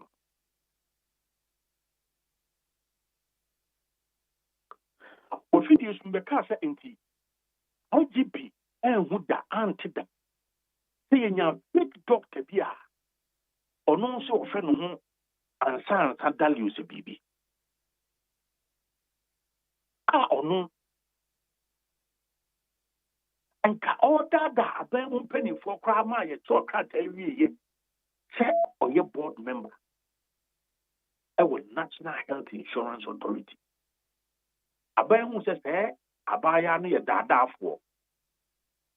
And I buy a yin being free. Maybe seen the police in team. This is a serious matter. So, Obi Fiki or your medical doctor. May also on your medical doctor. Ghana police, you can't go there, Bosumi and you. So, Bosumi, Ghana police is in if I buy Montie, is ye. Say, Ralph was the one why I didn't Yamaran some of Koya or Rich Hospital. At midday, Omo Quaco Pre Ayaresa. At the movie videos, at the nipper to the say. In fact, you need to have health for an big go grandpa for Montie and almost after a branch and was woman. Every Sydney. Auntie and I'm woman. It cannot get you Bura Hospital to be on any of it. Obonyo so a wo wura ho na wo kuta camera na wo de to nkofo so omo be ayaresa no wo de camera to to ebisi ne Ghana police and pemwa ma nya ho hwe nka ho so omo ho wa pra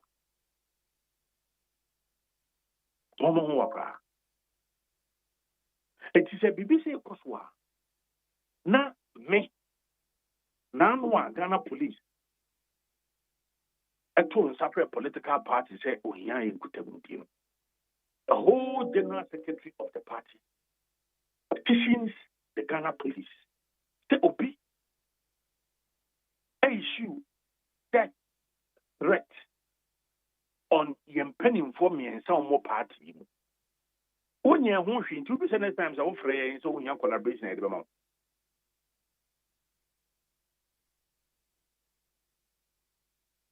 It is unfair how the Ghana police and the IGP or more apply law. It is biased. It is unfair. And it is more or less like a political persecution. Nanabi, Wawu you were involved. Nipa Igbo within. Officially, Mology complained that they are Ghana police. Yes, we have. The party has officially, because we say you made a good deal. A political party event, a primaries. Yes. I didn't go to Akotia on my own. I went there because I was officially stamped by the party. Because of MPP. And I go in an MPP team to say, if the general secretary a petitioner, the best the police could have done by now, no question, come back to South Africa, you deal with petition, okay. With investigation. Okay. But to be able in fact, same process and Ghana police going issue statement.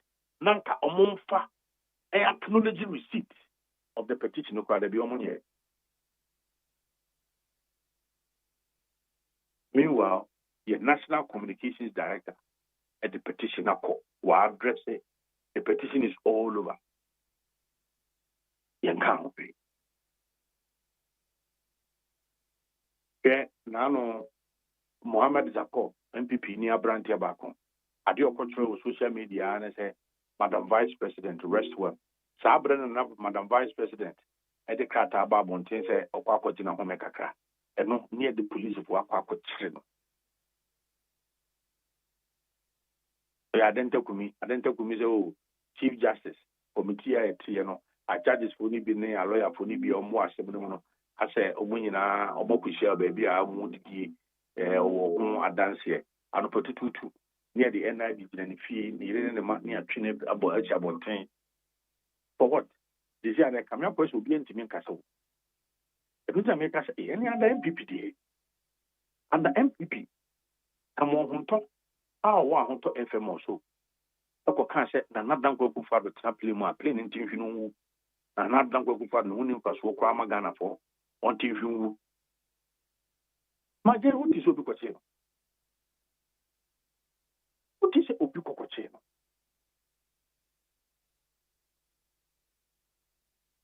credit dia tempa na abre na ebinum twema si o manim enam social media Ghana will be atom. Did you ever hear say Ghana by say you really natural?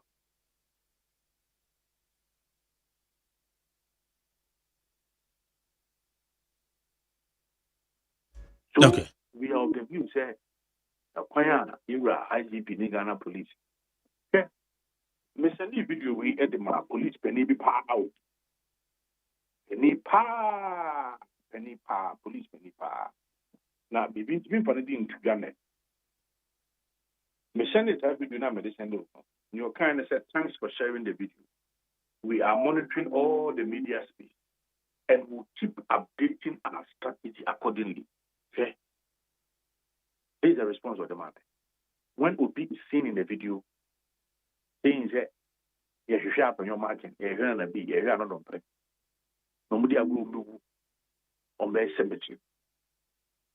But they send it, In Moyo de Mamini, thanks for sharing. We are monitoring all the media space and we'll keep updating our strategy accordingly. And the response in here? Response, you wouldn't doubt the man. The Senate have to receive man 2nd September 2025. That year to a banana medicine day. And then they did away. And then you 10. Yeah. Exactly. And no cancer at the movie chairman. Or me send video, media sending we are and medicine is happening. I don't know why from 2nd ABC. But Nanabi, their working, yes, where raise concerns, legitimate concerns, said will be better. No, say police and no many be your it is a one more when you call, and you say a faha, now you say a faha nice. But having said that too, no, and also warranty says, so person what dress will matters constructively. And no maybe it is a wee frame. Said ka asem no ponankasa ebetimi reach impanyin for sa na bro nya koye ya wa wo kasa mu no wo ka say na no try itina na ka na no antra ontimi nka na asem no substantively ne yehwe try no hu hia so se kochi no hu hia ba kokra na no try wo police na say police ahine na so bi so no nya ene fa no kokote. And as I said, when the police are in, they know what you see there. The power of the state. Go and arrest the person. The partner crime is about police station. When them charges are the born one, almost publication of false news, the false information, and I think of offensive conduct. And I say panic, causing panic or something. Yeah, they will be panic. Panic Ben agents will be minority leader our parliament. Panic Ben agents will be minority chief and then as an organizer of opposition party. But why a lawyer ni what charges na and warranty say one de be court na court na determine a political persecution hu hia ba ko say na ya kwatira bronye ni de na si Black Maria mu ni de na kwani ezi a remand no.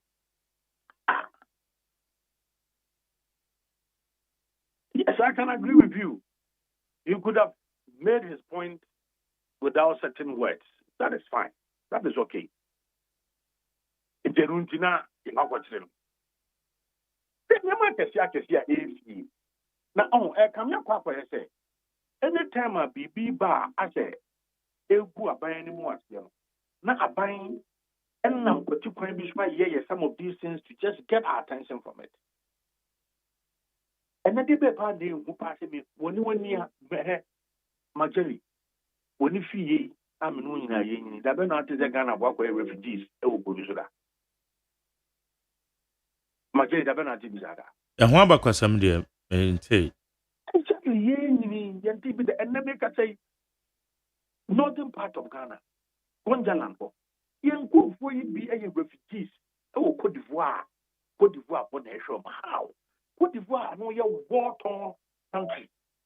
Cote d'Ivoire, no, I come to Carson, Koi, Yang Yamada, my Abacosem. Civil war behind Simusa. Yenya coup d'etat, Monia, but that civil war. And then your papa young, what? It will be my so. It's a great idea, and the weapon to me, and my police are doing court war. No, we the police are in a war dream. Please. And the police are in a dream. Boko conflict, I have say you come on. You die, you na. Are you human? We any idea Ghana police are dream.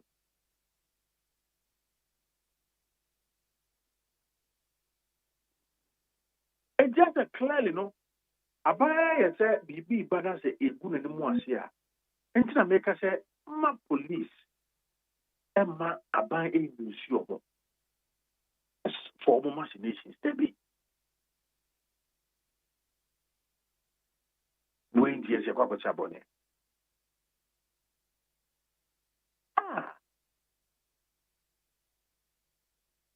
Look, the selective justice going on in this country is becoming embarrassing. It's becoming embarrassing. In the New Patriotic Party, with immediate effect, we are going to act in transit.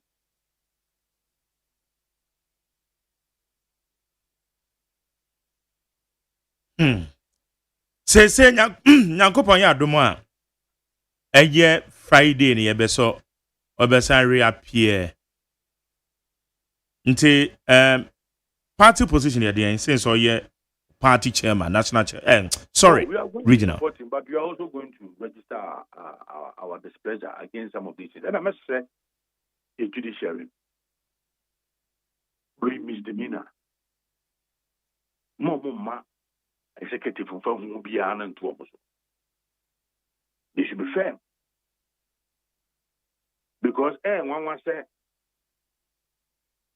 the charge be a bit me aka say obi ono no koye to trust manka o pra obi anke bit me agi obi nkwan free ne nsem no ono no de yama ne bin nkofi na ne ono no draw IGP attention obi na no kwa try etia IGP no esi ono no de onko trip o se twa so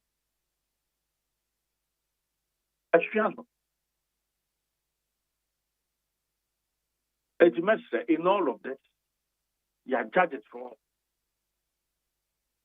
Your best from said they must be fair. They must be fair.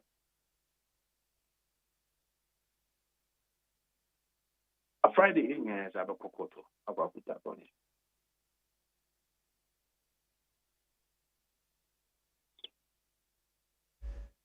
Okay. Nana, yatenti ya de anybody achire. Let me show, Margaret. Dia ebe free ma baby anu so ye no obedi ho enkomo. Henry Nana Boache or your national organizer de ma MPP. Onu ye ne din komo. Aye need 100 points na. Ghana Montie. Ghana Montie. Ghana Montie. Ghana Montie. Ghana Montie. Ghana Montie. Na mansanya so. Adawro Kofiaman homene so ejiji tonton sansan ewo NEAT 100.9 FM. Ghana Montie so ne ewo NEAT 100.9 nti ye be hwe na ye de eye message sinebe na ye de atwa so. Baby ado adwen kire 5020116276 020116276 na mame enkenkan we were high. Richard Daddy Frama Sama, I said this proverb is from my hometown. To the MP of Trouble Gloria Wusu and your Honorable Gloria Wusu TA. Mrs. Stanono. Or say a proud heart and a humble heart cannot ride the same donkey. Gloria Wusu says she is giving the IGP 48 hours to arrest Chief Sofo Azoka. Else, this is not how Honorable Moses and him led the good people of Trouble. The same Gloria, I'll say the same Gloria Ekufu. Are you referring now to Gloria Ekufu, Richard? Blocked the marshals of parliament when the speaker ordered an MP out of the chamber into Gloria Wusu, not Ekufu. She mercilessly insulted Honorable Kudioto and Sam Jata in your highly respected studio. Please tell Honorable Gloria Wusu this is not how Honorable Hanabisiu made a gargantuan name for herself. Where Richard or if you ama Sama or the Abba. Richard, that's it. And I know so obey. Na that's it. So actually I met Kasante. Kajenso on Zumi here. Wait, Jerry, good morning. Do the utility providers really the service?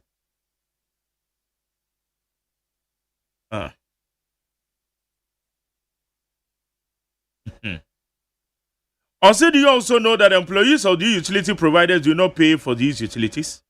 They are giving huge allowances to cater for that. So they don't feel what the ordinary Ghanaian goes through. And these utility providers just propose anything that comes to their mind. I dare the PURC to accept any proposal from them, and Ghanaians will tell them that Elentuya, Anafraneku, and Odiaba. Lamteken Rashid, Gulf City. Osebak Jerry, since when did insult become a crime under the Constitution of Ghana and the leadership of President John Mahama? Sir. Lamteken. Majority, even though I don't subscribe to insult and name calling, this morning I am taking Rashid totally disagree with you on your editorial comment you made this morning. And do you remember Felix Kwachiofosu said Akufo-Addo suffered from heart failure, terminal prostate cancer, and total blindness? Peter Bomo took on for years maliciously accused Akufo-Addo of killing his first wife by squeezing her neck. But they gave Kevin Taylor a safe passage to Ghana, protected him, and gave him kangaroo acquittal. If indeed insulting the president is a crime, then Nana Akufo-Addo must be duly canonized. Asamai Kese, I said there is no culture of silence under His Excellency John Dramani Mahama governance. If you say something about the government that you proved it with your evidence, Ghanaians are enjoying a good governance. It's just the opposition MPP who are making unnecessary noise in the country. Enoch Odifri, a year Asamai Kese. Mesha Kasanti Edifri Masaman. In fact, I was so much excited yesterday when I heard a court denied Abronya bail. It is time we need to sanitize the airwaves. People must be both responsible for whatever comes out from their mouth, whether good or bad. How on earth can a party like MPP make somebody like Abronya regional chairman? No wonder their party is on the verge of collapse. I asked the same question yesterday and I'm repeating it today. I want MPP and those who think like them to mention only one officer in the NDC who have been verbally insulting like the way Abronya is doing. The only person they will shamelessly mention is Kevin Taylor. When did Kevin Taylor become an officer for NDC or staunch member of NDC who pays his dues? What is different between Kelvin Taylor and Okatechi Afrifa? They are both doing the same thing on social media, but MPP sees Okatechi as their hero, Meshach Asante and Odiabe. Waste McJarry, it doesn't matter how long it takes MPP to come to power. Mahama and his cronies will pay dearly for their actions. You are saying the good people of Ghana are not happy with such comments. What did the NDC not say in opposition? Yet they voted massively for them. And they will pay. That is what Ghanaians want. Opoku from Malam. Oh. Yamakana Ozimuntia. Ebenezer de Frikwabenya. I say Ghana. What are we hearing about the babies' names found on the NSS list? What at all are we doing to this nation? How can the nation develop if some politicians will be corrupting themselves this way? Very sad. Greetings to MC Agbo of Ghana East. Where you Ebenezer or the Frikwabenya? Where is McJerry? Good morning to you. I don't understand the whole issue. Who is the complainant of Abronya's case? Our constitution, president cannot be sued, and he also can't sue. So who is the complainant? IGP can sue Abronya for his personal, if he find it necessary. If Abronya stand in his ground and say he has an evidence, will the president and IGP appears in court and defend themselves? Or the state? Please let me understand who is the complainant. Ufiana Edifi Madina. Na Zainab Al-Hassan, Deputy Media Relations Edema, Deputy Media Relations Officer, Gold Board. Yadi didn't come on. Zainab Edison. If you are a Gold Board or Yeden Yanko Pass. Nenra na wo boss Sami Jemfe lawyer Sami Jemfe no din 72 Jaffa Gold Board. any oil gold refinery said you can say or my mono free. I think next month echo. Yeah, but you say very refining your gold. And one is saying I didn't tell the money in your swab or the casa. You mean about when it comes to the issue of refinery, once the in gold now we take it out for refinery, and we don't also have enough in the country. Me as support the certificate. So at GoFo, we are planning building a huge refinery or partnering with the Gold Coast refinery. But they gold now before we take it outside the country. With this, a PT Ejuma, you get it. It creates skills and then industrial locally. Yeah, Zana Pashan was baby no page on and so kakrama project kakrama. Okay, the American the young society and go over her. As I said, they are partnering together with Bank of Ghana. Any local research Gold Coast Ghana refinery. I hope you've heard about Coast Refinery. And in collaboration with these two institutions, which is the Bank of Ghana and Gold Coast Refinery, the young society refine our raw gold extract for country before we export.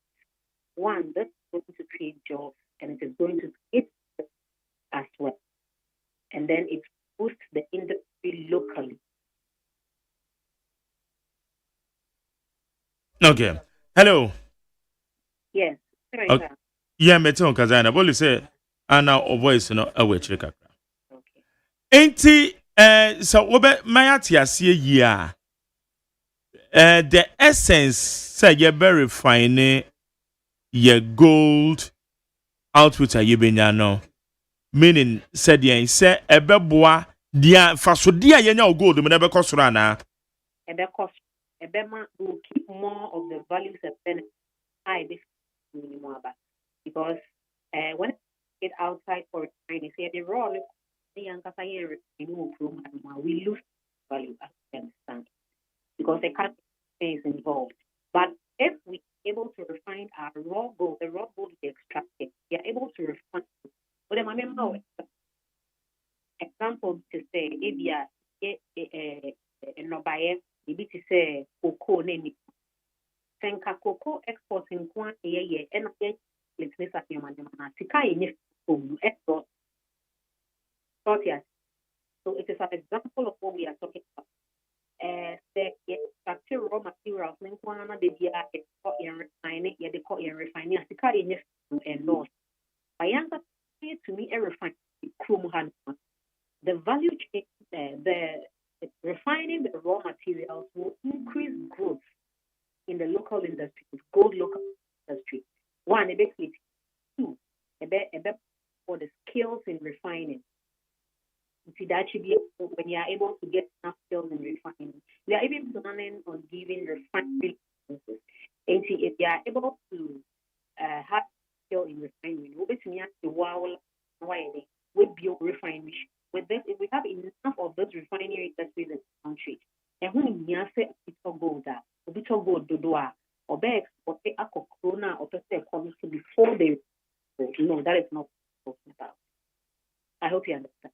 Yes. I'm getting it. Na way any Dr. Mahmoud Baumia dear be our commission here no difference between the room. Oil for gold na sem na wo kanana. Bebacho say. Oil for gold na sem na. Bebacho Debbie. Dr. Baumia commissioned a gold refinery here in Ghana. Intena na bibisa say no na moba betwa so anei akwa say by next month ye chance here ana say edian chiremu be na wo ho. Gold board is an year. We have a lot of regulations that we are coming up. In fact, we are copied with the old regulations we have already. So, and yet, about that, white gold to come up with something like this. The plan already exists fine. You may have commissioned a refinery, But what we're saying is we don't have enough refineries here. We don't have enough refineries. In Tiyanka, enough refineries. A bit to increase the rate in gold trading, the growth in gold trading. So, and farmers say that they need commission. Fine, they are still in the refining industry as far as gold is concerned. Once setting up a gold refinery in yet just one day, and that is why I asked you, say, ebi abandadane die no eno mo ye baby dru konti na mo ba ye no gold board nso abehye mo kena and ye dru stage by next month you be refine gold na na. Of course. Like I said, it doesn't really say about Yeah. It's still in line. Yeah. In fact, that is me can't say about the crowd, but that is what I just want to be established because I know normally we are yet say I said you preparations ben ya na Sami Jemfi lawyer Sami Jemfi was emphatic say by next month you be refine gold. Intina I wanted me name 4% yenye sure. Yeah. Okay. Now so far Osha small scale miners say no can say gold and I say about to me say abuapa medisika abreye. Is it because of Kwanya gold board efa sudini juma na me na me dan si first the put started your gold book to medie the policies regulations that or the aba gold export no emu actually I funded because one the regulations be brady a bit to say your license applications here it's online you able to apply and we were able to establish a passport the gold trading industry is well regulated and well carried out because the smuggling of gold and gold trading is concerned. Initially, the gold smuggling and other issues popping up were just demoralizing the gold trade, and it was increasing the value of gold most in the country. But since the trend of gold, the two regulations see a by February, make it out the illegal gold trading is banned from us. And then the gold license, we are making sure that we are gold trader, gold license. Now, follow the right channel in your gold trade. It is how your market now has come from there, and it has increased our gold volume, the accumulation. 18 and yet to me at least 66.7 tons, which is approximately $6 billion US. With the help of Gold Board and the Bank of Ghana, from January, ABC in Kwan, we've been able to export 66.7 tons of gold, which is $6 billion United States value. Oh, okay. It's in HSN, no sweat me abuama. They say your reserves in improve because of a month for the faculty coins. No, exactly. No, okay. Now, so far, one more total gold no license. It is a gold board that share operationalize the moment. And once you say, I could you say? Okay, I want to say the training and in a cobble. We teach the gold board and call your instruction of them have followed. Majority have applied. In my case, there are some people who have already had their licenses approved. Or when you're more share it and say, okay, this year. The longer better. If you want a license, make sure that you have all your documents accurately recorded. Say or business or certificate of incorporation from registry. Just make sure that documents are verified. It is accurate. What do you have on every line is big. wobɛtumi ayɛ nti sɛ deɛ meka no so document statement biara every year will approve your license for you. That's what. And there are a lot of people who are working with road license as I talk to you. The license here at the Mubok Assembly. Okay. Zainab Al Hassan, Deputy Media Relations Officer, Gold Board. Yeah, that's another person here, Kasa. Yeah, that's it. Right. Yene Zainab Al Hassan, Deputy Media Relations Officer, Gold Board, and Kasaye. Send so quickly, Waha. Abidjan so how Suleiman Mohammed Mustafa, or ye member of the NDC Communication Bureau, or I say, Awal Mohammed, a ye member of the MPP National Communication Team, on also Ewaha. Where is it, please? What is the state of the Representation of People's Amendment Act, Rupa? In Ghana now, because those of us outside Ghana want to vote 2028 elections.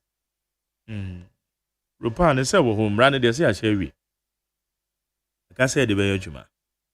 KK the Africa so American town. Also President Mahama should declare state of emergency on Galamsey now. Kudos to Honorable Mavis Alkumsen, incoming national women's organizer of the New Patriotic Party. Wense McJerry, my name is Okai from Bantama in the Senate West District. For MPP to succeed in 2028, we need a leader who can connect with the grassroots, has integrity, and can inspire voters, create jobs, go beyond emotional blackmail, and moving beyond the shadows of past administration that still linger in Ghana's mind. The perfect man is Honorable Kennedy Ohene Ejapong. Wense McJerry, the government have failed on Galamsey fight and Ghana water will increase bill by 150%. Talk is cheap. Where is Professor Jampu and Co? Uncle Ebodi Fritema. Well, it's a good morning to McJerry OSEI AGYEMAN. Please tell the IGP and his men to channel their strength to Boku and Gonjaland where the men needed most because they are also part of Ghana and stop chasing opposition members with Black Maria. Emmanuel Kwakuyamu and Ediapa. Sir Kobi Edifrika Soa. Ose Galamsey has destroyed all our water bodies. Mr. President should declare a state of emergency on Galamsey now. Where you say Kobi. Amwanifita said, good morning, McJerry. The great president and visionary leader John Mahama will meet the press today. And it will be one of the best. Regards to Honorable Kwame Yowin from Ponsaman Kese. So for my said, where is the leadership? Why are they sleeping while the NDC is trying to silence us? If we are as if we are under a dictatorship. A selective justice targeting MPP leaders while others who insult go unpunished. The arrest of Abronya DC is clear case of political vendetta. Wense McJerry, good morning to you. Politics has eroded respect for one another in our society. Thank God Abronya is arrested. MPP is fully behind this, just to divert our attention from the bad deeds of the past government, including the Nuforata appearance in court.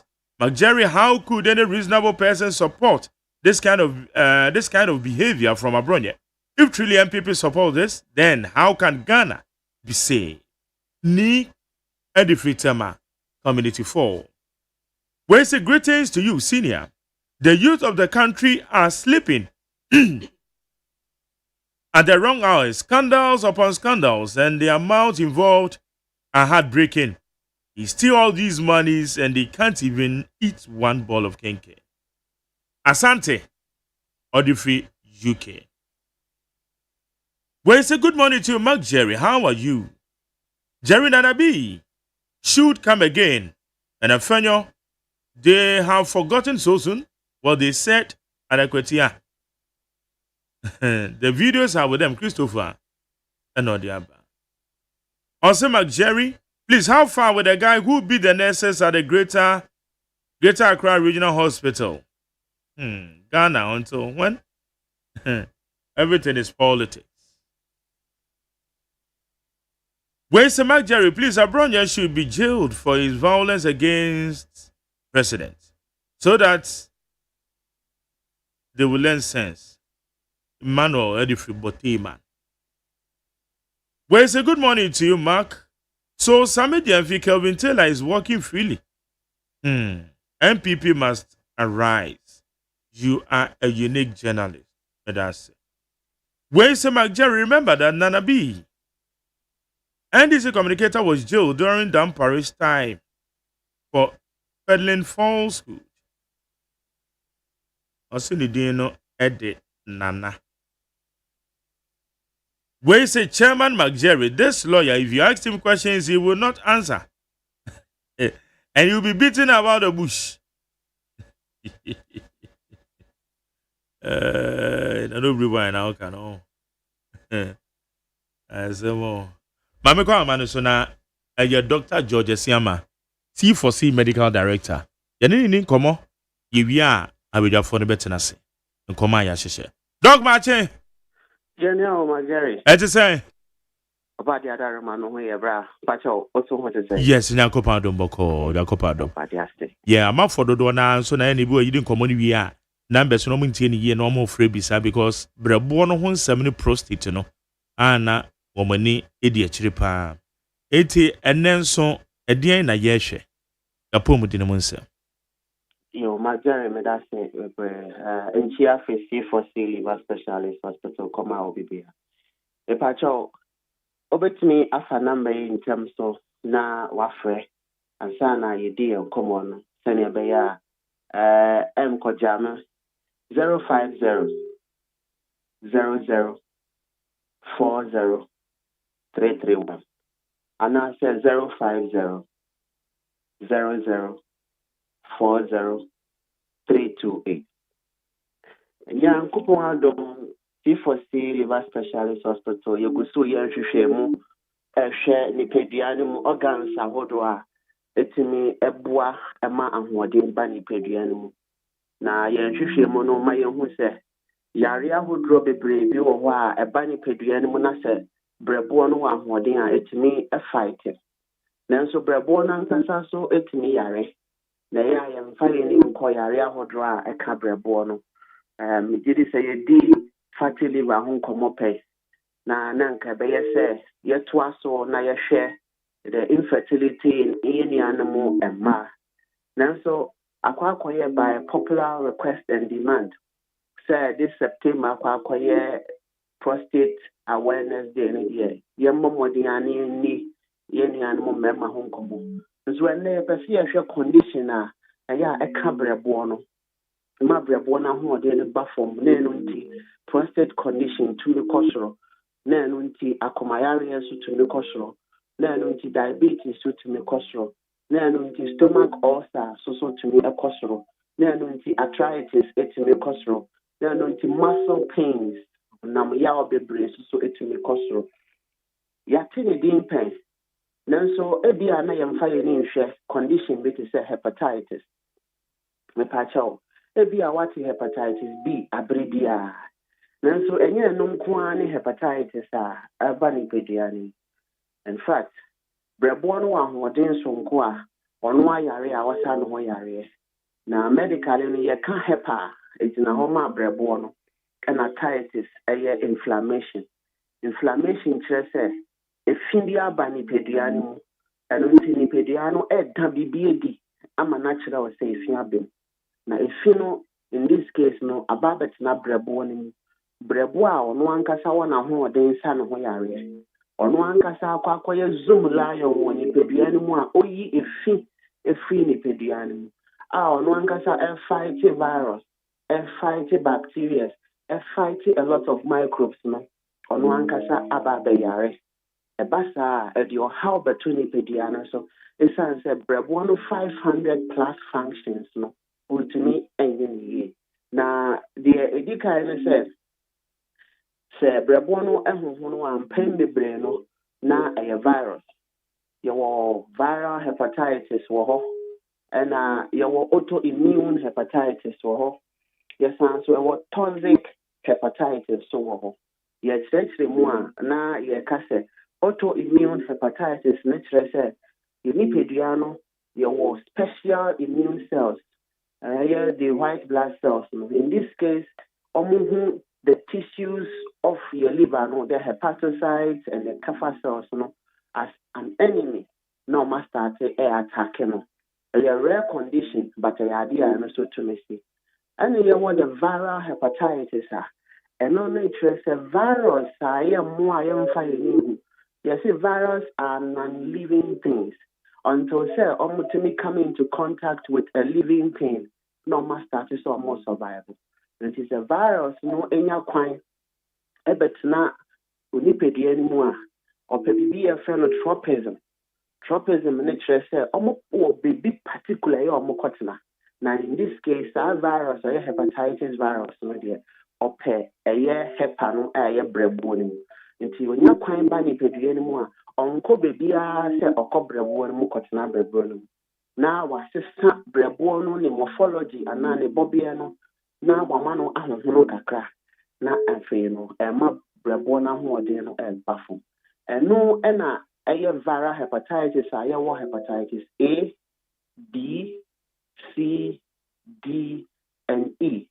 Then so hepatitis A and E, and pembebreno, true food poisoning. Not just a dianibia essay and I contaminated and already na virus no more, it's a neighbor. And no acute, not just a check, or body no one who are day, not breadbone who are day, it's me fight, Emma, within 3 months and mostly about 6 months near free nipedian. Then so hepatitis B and C, and a hard genie pa, title B, a hard genie pa, and to maybe or how better nipedian so. Hepatitis B in body, how about Quo Hona said, so when you hepatitis B, no, it's me when you hepatitis D.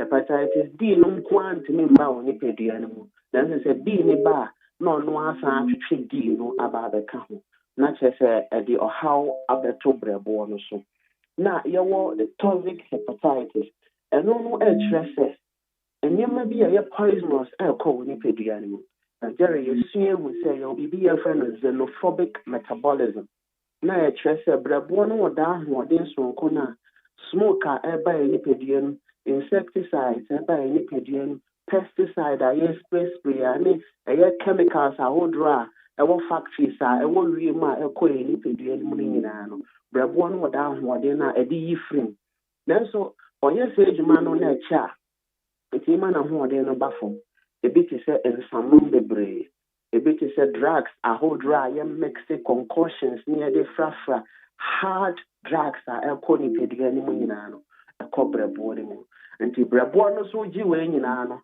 and no be wa etima brebo na ho de no eba fom e ma brebo no ehunhunu na when are the friend toxic hepatitis ensa ni pedua no mu a hepatocytes are tissues parenchymal cells of brebo no e na ye mu adwuma then so ono so ye adwuma no bebre na onya bibia no so ebe kenyan no ama ne energy olusu no ahoɔden no abasra na chese eno so ontumi nya na adwuma yi na edi ohaw bebre aba ne pedua no so brebo no na ahoɔden no wɔsoro a ɛboa isan say yesua mu say brebo no ɛwɔ the detoxification function say eyi efi ne pedua no mu ebi ti say viral hepatitis for instance say udi ho agora ebetumi asɛ brebo no kra ema dan ne detoxification function onya obi wo ha obi sa say na kwan ben na mefa so a menya sa hepatitis way. In fact, apart from say no munsa bebre be ma toxic hepatitis no viral hepatitis no pen bebre no every your sexual relation say when you be a hepatitis no engage sexually fluid exchange etimi ema yenyebi kissing play another role because of saliva no so emuano etimi sweat Jerry we dey some here mama pa to the bia me ye free kakra on weekends me kobobo kakra na sometimes be ko no bo say big ba ya obi hye no o free mu a na wawro no the amani ni ano na ni ano so ade ahye ebu kra to me sister socks ni nyina no etimi increase your chances esan say emuano to me na your sweat mu. It is sweat no you're vaccinated and now more free virus no ultimately at the pneumonia directly from sweat. And also say another major thing. your the different vertical and horizontal transfusion. Now you say our force so to me the ma. Ebi wɔ hɔ a maame no wɔ hepatitis ɔkɔwo na nhwehwɛmu ne nkɔmmɔ ankɔ yie a easily no wɔbɛtumi de ama ne ba no so. These are some of the major ways yɛnya hepatitis apart from nsanom bebree. Na ɛba saa brɛboɔ no detoxification function no ɛba fam. Brɛboɔ no proteins ahodoɔ a ɔproduce a ɛboa ɛma nipadua no nsuo ngyina mu no ɛba fam. Brɛboɔ no bile a ɔproduce a bile yi boa ma efi ahodoɔ te sɛ uric acid, te sɛ urea, te sɛ ammonia, ne nyinaa no efiri nipadua no mu ntumi ɛnyɛ. Brɛboɔ no breaking down of proteins yɛfrɛ no deamination a ɛboa ma yɛn lose proteins no so ntumi ɛnyɛ ne yie. A lot of vitamins a brɛboɔ no store ma yɛn. Ebi te sɛ vitamin A a ɛboa yɛn ni, vitamin D a ɛboa your blood no circulation adrenaline mu ɛsan so ɛboa your bones no vitamin E a ɛboa with the clotting factor of your moja, vitamin E a ɛboa your knee ɛne your skin ɛne your brain function. B12 a ɛno nso so boa your blood circulation ɛne pain ne nyinaa no ɛba fam. Nti ɛba saa nsunsuanso bi bɛda nipadua no so ɛma wobɔ mmɔden ato anamɔ. Ebi te sɛ wolusu weight a combatting adult who did the battle suwe. If you are cross or a common then cry, if you must see a nauseating, much as a little phone, if you are not cry fan or so cry, no per se of it. If you must mean a severe diarrhea, teacher say hepatitis A, and I say, yeah, I am too a severe part me the doubt, so my ultimate cry everything. If you see general body pains, the one I'm in not me a yapa. Ebi so tumi nya fatigue na kyerɛ sɛ ɛnna bɛyɛ den nanso ɛnna ne ɛyɛ den ne nti n'adwene ne ntumi concentrate yie nti biribiara na wabrɛ na ne ho ɛdodɔ no. In severe cases no koraa no wotumi nya pains ɛwɔ baabi a brɛboɔ no yɛ located, which is your right upper quadrant yɛ nifa so ɛkɔ yɛ mfe hɔ saa no wotumi nya severe pains so wɔ hɔ. Ebi mo koraa nso wotumi nya deɛ yɛfrɛ no ascites. Na kyerɛ your phone no bɛyɛ kɛseɛ ɛma mframa bɛgyina mu ɛma nsuo koraa ba bɛtaa ho ma ɛkɔ affect spleen ne gallbladder organs ahodoɔ a ɛwɔ hɔ no. Ebi koraa nso tumi nya mframa a ɛgyina yɛ phone no mu a sɛbi oyi mframa no a nkyɛ na foforɔ asan aba na ɛma ne bo ɛhyehyɛ no abere biara. These are some of the major signs and symptoms I'll bring. Ebi koraa wo deɛ no brɛboɔ no ahoɔden aba fam no nti wo treat infections a wobɛhu sɛ ɛyɛ den sɛ infection no ɛbɛkɔ. Wei nyinaa no ɛyɛ recurrence of infections a ɛno so bɛtumi ba. Severe cases koraa no wotumi nya deɛ yɛfrɛ no hyperbilirubinemia anaasɛ jaundice.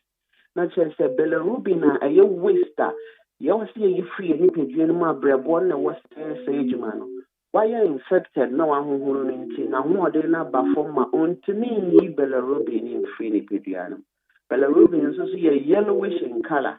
Nti wobɛhu sɛ ɛsettle wɔ ani kosua no so. Na first no w'ani no nka ɛfɛ paa nanso wobɛhu sɛ color no ɛsesa na ɛyɛ yellowish kakra na ɛyɛ dark kakra. Ebi mu koraa wɔ hɔ a ɔbɛda bɛsɔre na n'ani akyi nyinaa ahohoro amama so na ne nsa na ne nan ho baabi so amama so. Wei nyinaa no ɛyɛ signs. Obi koraa deɛ sɛbi ɔkɔ baabi so a ne stool no ɛyɛ pale because bilirubin na nka bɛma gold yellow color ne ne hɔ. Ebi koraa tumi nya occult bleeding na kyerɛ sɛ mogya kakra tumi ba ne stool ne mu nanso adeɛ bi a ɛyɛ occult kyerɛ sɛ wontumi mfa w'ani ɛnhu until sɛ doctors bɛfa na yɛayɛ nhwehwɛmu kakra ne yɛhu sɛ mogya kakra wɔ. Ebi koraa Johnson no ɛtumi ɛyɛ cloudy. Johnson ankasa koraa color no tumi yɛ cooler, very dark. Na kyerɛ sɛ bilirubin no instead of sɛ ɛbɛkɔ wo stool no mu no sisi a no kidney na ɛtry sɛ ɛbɛyi afiri nipadua no. Na kyerɛ sɛ woampɛ ntɛm ntu anammɔn a brɛboɔ no ba fam no na kyerɛ sɛ akoma no tumi bɛnya problem. Liver ɛnya problem no na wo kidney so tumi ba bɛnya problem. Na adwene ba bɛnya problem. Na ntin no so ba bɛnya problem. Most of the time ɛyɛ a yɛbu yɛn gu hepatitis so. Na nso mesrɛ sɛ according to World Health Organization globally almost about 400 million people and they have hepatitis. Now, almost about 300 million people all over the world and they have hepatitis B virus. Not just that, apart from vaccination, still, it is still growing. And today, now,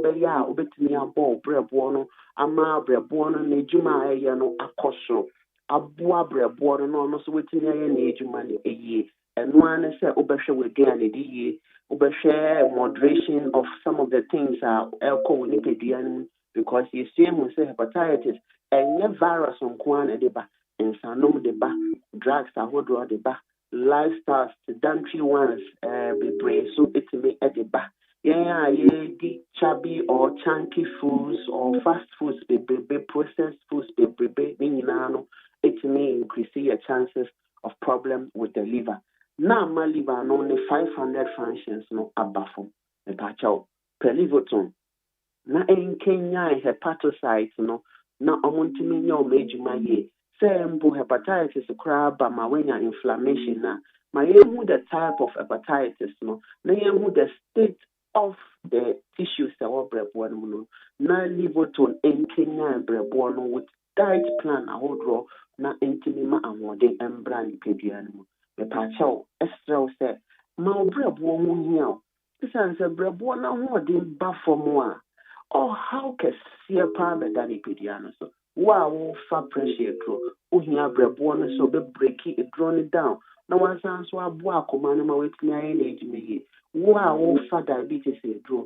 Uhia brebono say ono pancreas baby nsa so aye juma ye etini asto efiti ni bia ma na efiti dodo dodo wo moje mono abafom. Wow, arthritis waposo etutu akwakoda ne myopathy ana neuropathy unya nerve pain onsaye otitriti ohunam ye oya bebre no unya livoton no a ebeboa na regulate uric acid ni amount na the immune function to fight away septic arthritis so why any amount who are a erection problem pacho de bia make say erection no ejina akoma no enye dura obe fa be master di dem na sorry amodi abem keke moja e was say free akoma no the core organ ni mu moja be ko hoso e was say blood vessels ni mu bie ye nitric oxide a special precursor or special dilator breadborn may produce na ma blood vessels no be na moje etimi akọ organ no na hoden aba we your balance we be our think of form one permeable no na moje antimi circulate ye enko those special areas no blood vessels no be ya unya women's is a problem mouth and then ba ochina emma ebi wo kra ba scanty e ba kakra bi ebi kra ba unya dysmenorrhea severe abdominal pain no liver no ahoden a boa with regulation of hormone functions no ma estrogen level na testosterone level na your balance and anti ahoden eba those special reproductive organs no ebi ana wo de no mental stress the pacho your cortisol hormone stress hormone a dose when ipediano ma bra ya bra ya ejuma koso bebre so brebo no wa ahoden a ono na regulate special cortisol hormone no naturally say wa dose nti onfree ni pediano thyroid hormone ni nyina no etimi eboa se na be ya onda entimi nkoye ni nyina no improve pacho woni mi say ammonia ekotena settle wa adwene mu breach your blood brain barrier na etimi ma onda sesa ammonia so your waste your brain boy ya converting into urea no they are my kidneys na your kidney they are contain a form of urine. And this hepatitis ba woni pedian mu a etimi ma brebo na ho ode no eba fom ama saa ne ma we nyina brebo ne ntimi nye ne na oha ba beto ne pedian so see for say liver tonic aba eba be Kenya brebo no and ntimi ya see a promo no da so ye ejuma 50 callers on the frame na no yes this year the free delivery ebe ma ofre a wo so free need that's a mobile material dey that special promo no obe qualify na ya send ya ma myself but more than a friend number na friend ya sending komoni amfa diet plan so enka homa I don't want to see for see all over Ghana and to some extent some part of Europe Cape Coast you are green in opposite Addison Square Garden agona out of a branch kesiye pa so ewo ho takra the opposite Feja May Sport a kwan ho penya yira kwan kra kuma say Ashanti Radio where Jesu Kwamu Jachi Junction. Accra Hayawa Denta SDA Junction. Ejima from Monday to Saturday, 7 a.m. to 5 p.m. on the dot near for a patch of friend number na in Como na teleconsulting any free delivery no so qualify for it.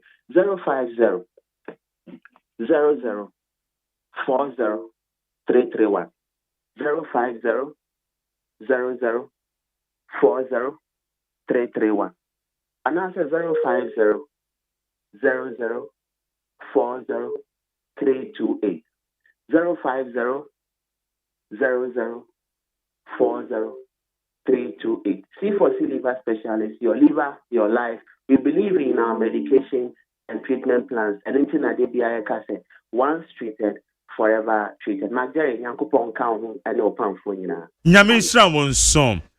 Yene aye Dr. George Siama, C4C medical director, and Yene didn't come in. Yene discussions in the barber issues. Until Brabone, dear, Mr. Brabuano, for number now on an Encasa. Nanu Ukraine Pediano. Ghana Montie. Ghana Montie. Ghana Montie. Ghana Montie. Ghana Montie Sunia will need 100.9. Suleiman Mohammed Mustafa, member of the NDC National Communication Bureau. Mustafa Ben, microphone. Match to say. Yeah, job penny kasiye. We are going. Oh, I don't know payable. Dia chisa na moja dia frusania na. Yeah. Ebaka chobo dia sa Allahu Akbar. Yes. Divine selection. That's right. Mustafa, we northern ufri fan here. Pacho mi free ebiami no. Okay. Me mama free Upper East Navrongo. Okay. Lampa free Golu. Upper West. Gonu. Okay. Golu. Dr. Hilali man Ukrumo. Golu or Upper West. Upper West. Upper West. Yes. Golu. I'm the Mako me husa krono. I'm say and I'm to time me cover elections no. Okay. And I'm one of me who Golu. GORLU. GWOLLU. Yeah, W. Okay. Golu. Okay. Kaizen Ohanka.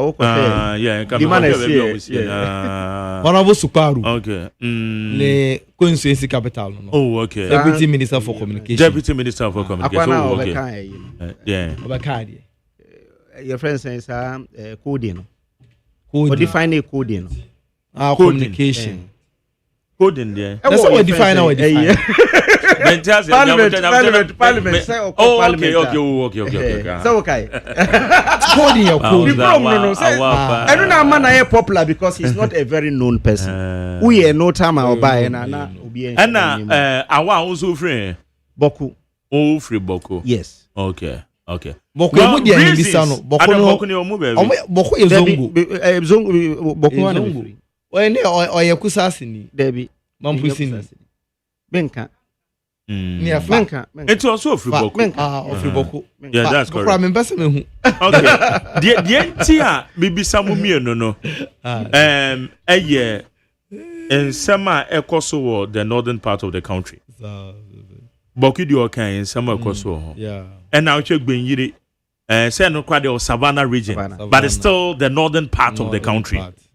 Enti wa ha be pese yemfa sa issues in this chance here because e ba ne sa na say ya de dimbone abremo so ho enti me pese yen discuss sa issues in the first and how o ma emu no ye hwe se ye betimi address those matters boku de and they said am penfo 2 among benyiri de 7-member committee inaugurated by Interior Minister say woman share amount for no more to a free nkromu ho kire say woman akọ tena krofu fro so ye se obedu krobi mu kra no enipa kra ndi ho so on say the city and no e ba ne sa na eye warren say yetumi hwe kwan pa e be fa so me ni me kra no minimoti region de because oti region entokwa ne ade ne ba me akasa me ko ho me ni team ekokwohwe se de tie na ehona me hu kro ayese kro abo ekro paa kro na bo na ka mponche ne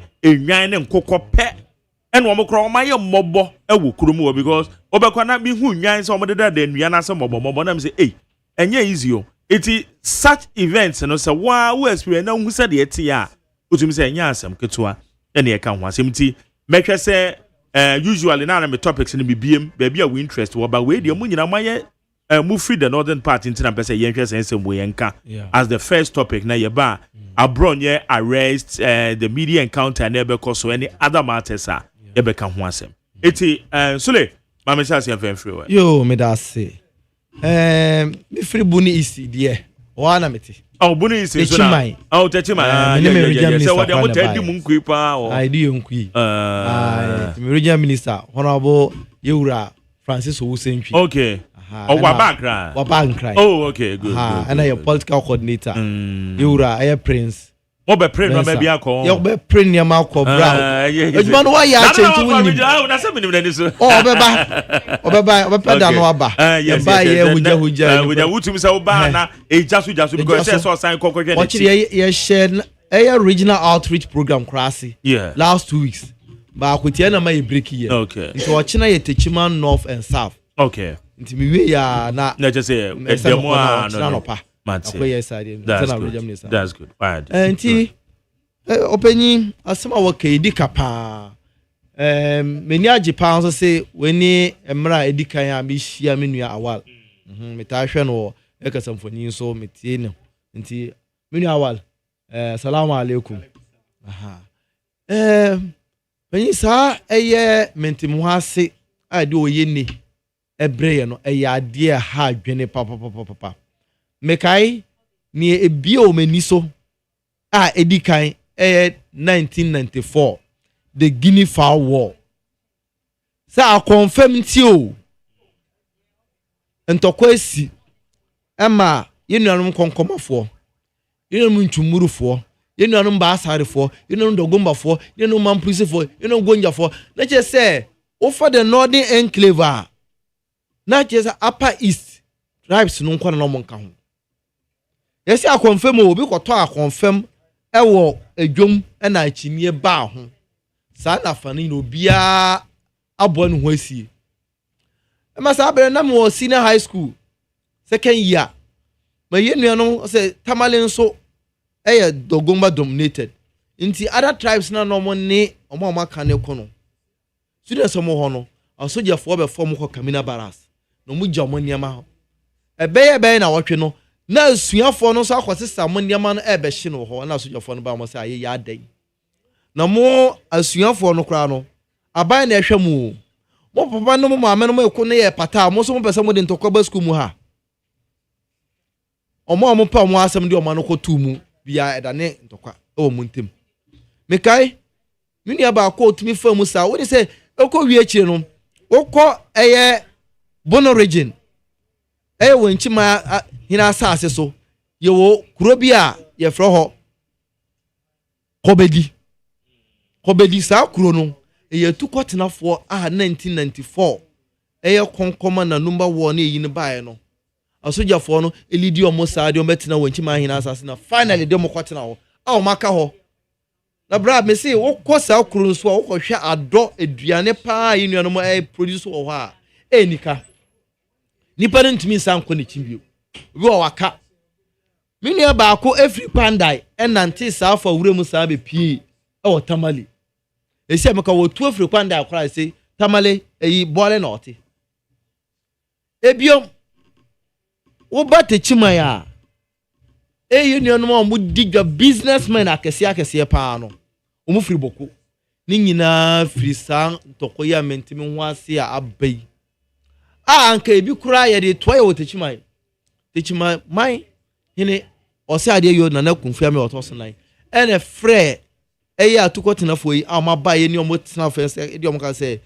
insem se na matie se mo pese mo de ntokwa no toye wo ha na da meti se pia anasa sokura esu asase so no munyina mmesa akọ bebi ofa ene techimai nya ya asundwe ya tena ho asenuanom a obia ekọ eba ayenti se asemboni bi esi na dia ewo mu niye se oye ne bibisa ba bese mpanyimfo aban a oti akonwa so ya de akwahye ne se aban ne tawe echi on tawe echi otachi me kai pa abram ye student 1994 sa to kwana ne koso no na by then his excellency air flight lieutenant JJ Rawlings na ti akonwa so ene ko fore no yes ota afane bi echi ma afane bi enti no kra election constituencies bi na ewo party bi no omu lose election because of sa instability enti de meka ne se ayeye ye be sre enuanom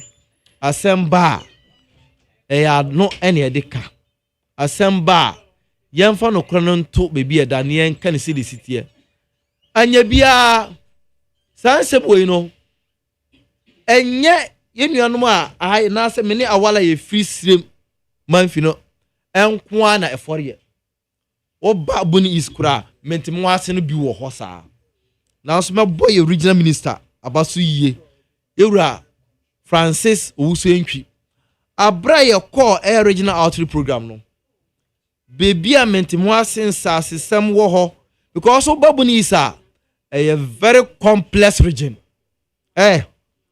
yogbo nwura asase ekabuni is ho okwa constituency bi nso a your traditional authority bi a na asase asa kopie another constituency a traditional authority bi nso asase wom memfa no oba kintampo enclave ho a mo hina asase wom nkransa man hina asase wom na nafa nyina ma a wangarafo nyina erega nsomo leader no na asase owo so square kilometers bi okunkumta okrum ono so ote so wofa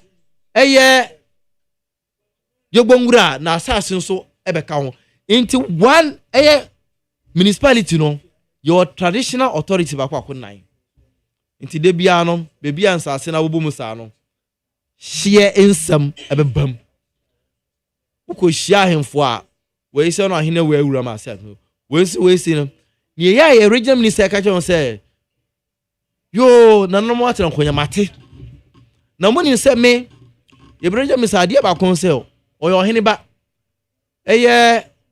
atebu hene awa wonya ne baby ko na nantwi ne ba no nti yebranja minister atena ahemfie 41 good years ne o ka chen se moni se me yamba na so ba no ahensam a yen amayofo yen ka ahensam nti ohene bia onim se na asase ho ni nua ohene bia wure mu no mesram wa nipa no onfa nko asendibia na edi asase ho asem na media de meye ne se memma oyene emma bunu isa memma ohene bi emfa ni mabunu enkoto nhye ohene bi so asojafo aposifo ahobabofo se memi ye Rextech boss Regional Security Council boss dear asundue friend asundue mehwe ama asundue mapa abam region nti enam saade nti no buni isi enye ya asundue asemba jojo enye wo asemba ye court ni akotenase say regional traditional regional house of chiefs no entuma kan asem na wi the next level ene ya asendibia na so ebetena se ahwa ma obi ede praye kura ko sobri obi ani no ye ntena ho hwe masade no nsi nti tumese nya sasa nwi no obuni is oba buni is a very complex your manfra most especially the far east constituency ofa pro easter tumburu for doso ho ho kura traditional council emienu ye traditional council mu ye tumburu fo ansana wo konkoma traditional council omo ya ahonafo ansana wo ba sini easter sini so traditional authorities no ho yo basa traditional council ho ansana yo nkomi so ho na ye kwame dan so wo ba ho na ye rada kajeji wo ba Sene West so a traditional council mienu Sene West na wana kwame dan so right wana kwame dan so minimum also mienu dwan traditional council dwan krom ansa na wiase omoso wiase etitem bia one balance this the appointment of MMDCs MPR ubenya problem okay and MP na akodi one traditional council MMDC akodi answer muda mo mpaya asem the same oba tebu amantia and also mienu Atebu traditional council ho and a maintain traditional council. So Oko Pru West and a Prime traditional council ho and a Abasi traditional council. Obrimpo Kurutechi. And I walk one swan no a band region so swan a Juana Alusino wal Jama. Tijani of Ono, or Hina or him leadership no our Sheikh Milkano, or Juana and Alusina for one so. Into one man balance this leadership or Sarigin way more and happy. Okay. Into what the Biri. Yes, na asase seb. Yeah. Say private developer. And I beto asase.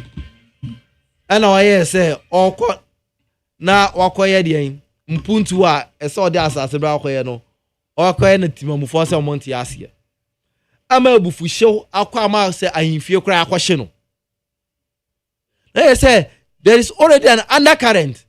Enye sa asase a ohene aton asase ama private developer and developer ko develop ya enitima bufu hyew etimi ba my cry tum ko hya hemfia na de yen be as government in power no yes be dey okay e be hwa mansundwe aba all right e say dey say no yitima hwe maboko asundwe aba enkenya sa na nka boko no wase be bia na etre ko e say dey na isi fom all right ne ma sa ne ma ni na etutwa ana mo gidie mapa oh his excellency John Romani mamamu and in the appointing Minister of Interior, Minister of Defense, Sir Sunjwe, I friend of Sunjwe dear, or Monfa Ghana Sunjwe and friendly.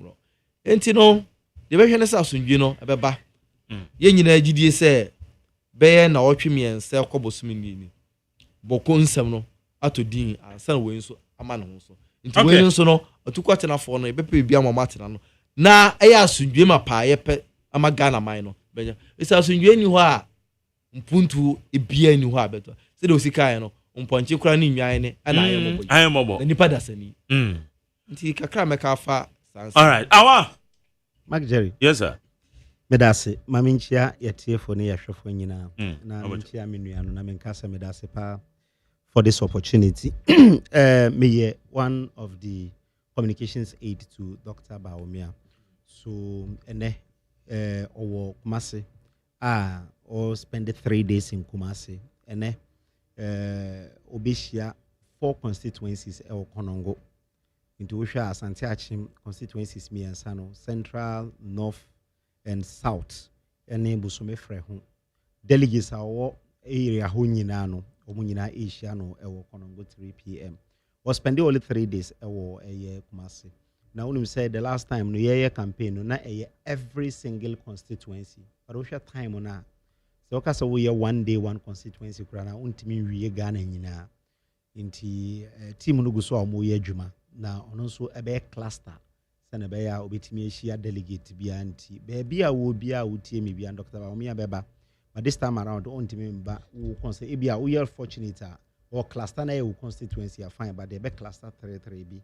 Na ya shia omusene be ya ombetimi aye sa acclamation because him say akwan bia so be almost an acclamation and not really an election sir yeah continue that say for the opportunity I think say obusa a very important question say yenyina no ye free a yes rim na adenti na ama sa entokano ya na entwada na keka ho I think that ye wo a lot of factors are ema entokano ECC ewo me nua starte e kan bibi about konkomba dagomba war na you can say ya confirming na ama bibi sa esi.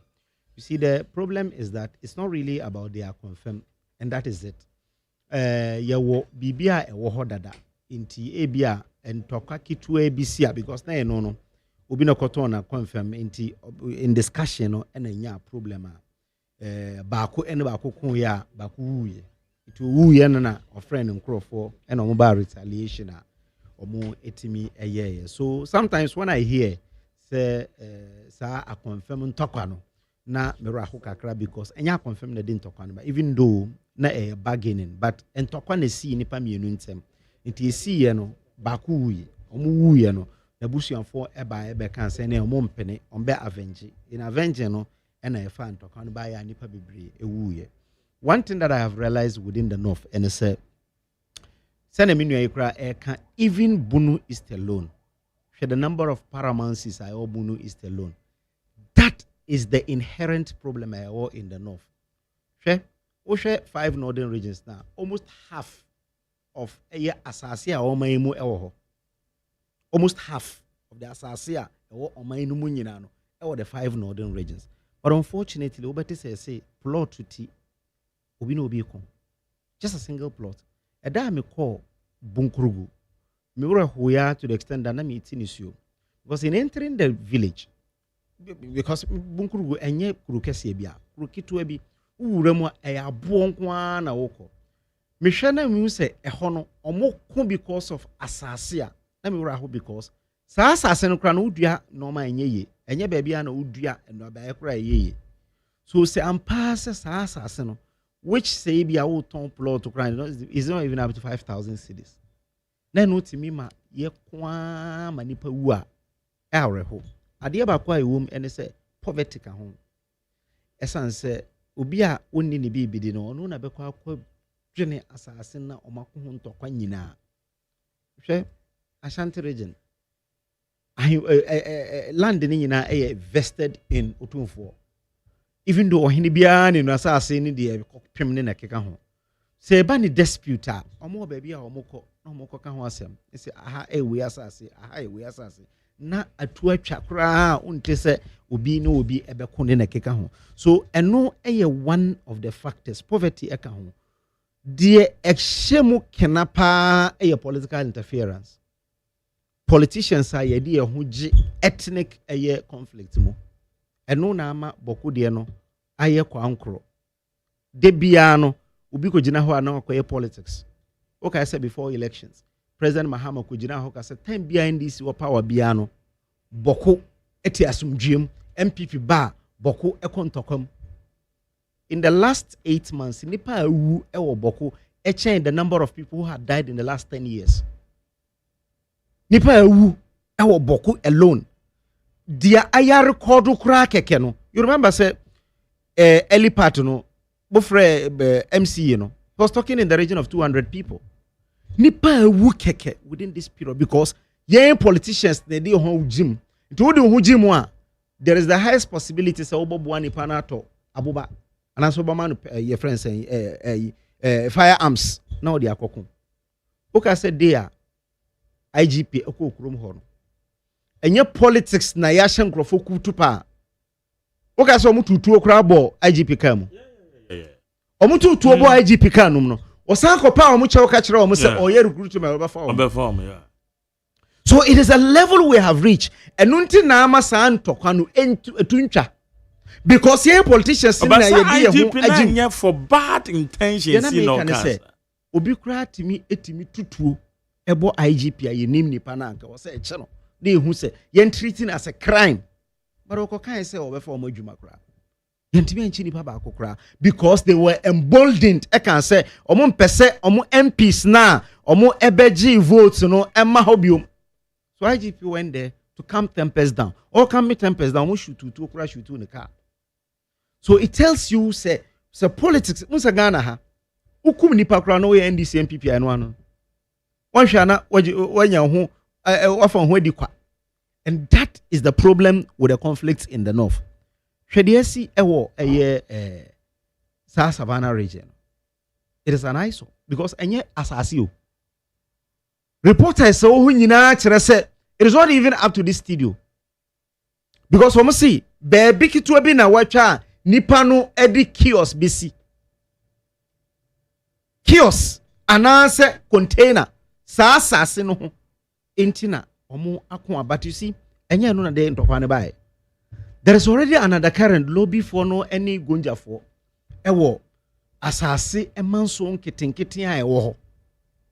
You see oko the northern part and so the same thing your friends saying mampusi for any your friends say gonja for ewo the same year tembia no omo ewo your friends saying sa small conflict ho we no ena ama bibi sa no etimi atija The ha me ne say yen security service no. Munim say ade we wo hodada. How is it possible say ade ni see first day yentimi and deploy security ema ade no ete nkense ema nipa maako 31 official figures. Journalists be our host nipa na ewu na buru 200. Because you see, Osha 31 people in woman nipa maako 13,000 ye enko as refugees. You see nipa over 50,000 and ya displaced or more money baby. For the first time in the history of this country, ye could buy elections within the same period. You see, every individual across police are ordinary. Nipa maako 5,500 police. Police in Ghana hang now me 30 something thousand. You for 5,500 echo go. Akwetia. Meanwhile, within the same period, na ehono, na ehurua, debiane ni pewu. We couldn't even deploy. And Interior Minister is yet to visit our people in Cote d'Ivoire. Foreign Minister Okujeto yet to Omayimuna sa Ukraine we no Russia by. When you plane ticket free hako Ukraine, so ko Ghana for e. Aha, Cote d'Ivoire, ye de kai kokra na do 5 hours. Ni V8 no, do 5 hours. We are yet to see government officials visiting them. Omunye nkrofo bia sao. President nkrofo, President Abusianfo, President of the Republic Abusianfo. NSC omugu ho. Mementi da Ghana bakosem se yakun tokwa ama nipa maako 100 ana 200 akogu baby a omuye refugees a o se eto aduane koma omo ene nipa maako 13,000 the person honorable Kujeto Ablakwa any interior minister honorable Muntakaye ne se omonko sa omombra Ghana yewo sa holding centers na eye your friends saying sa na doctor we Akufo-Addo asisi no sa COVID-19 holding centers na ewo beds ni bibia no yensisa omombra group ha na baby omutin de MY yenkosisa omo yemfa buses say ntimi police omu krom kura na omunya yensisa omo no nsambra because say ene investor bi ba Ghana ha now it is the first thing they say yapamo chief justice under bizarre circumstance say oman no atimi apamu ni chief justice because of allowance anya ono tua no hoka because of allowance atimi apamu chief justice na yasante say investor na asante say Ghana for eno omu yonko because of assassin Andrew plot tobacco ama president ni kurom for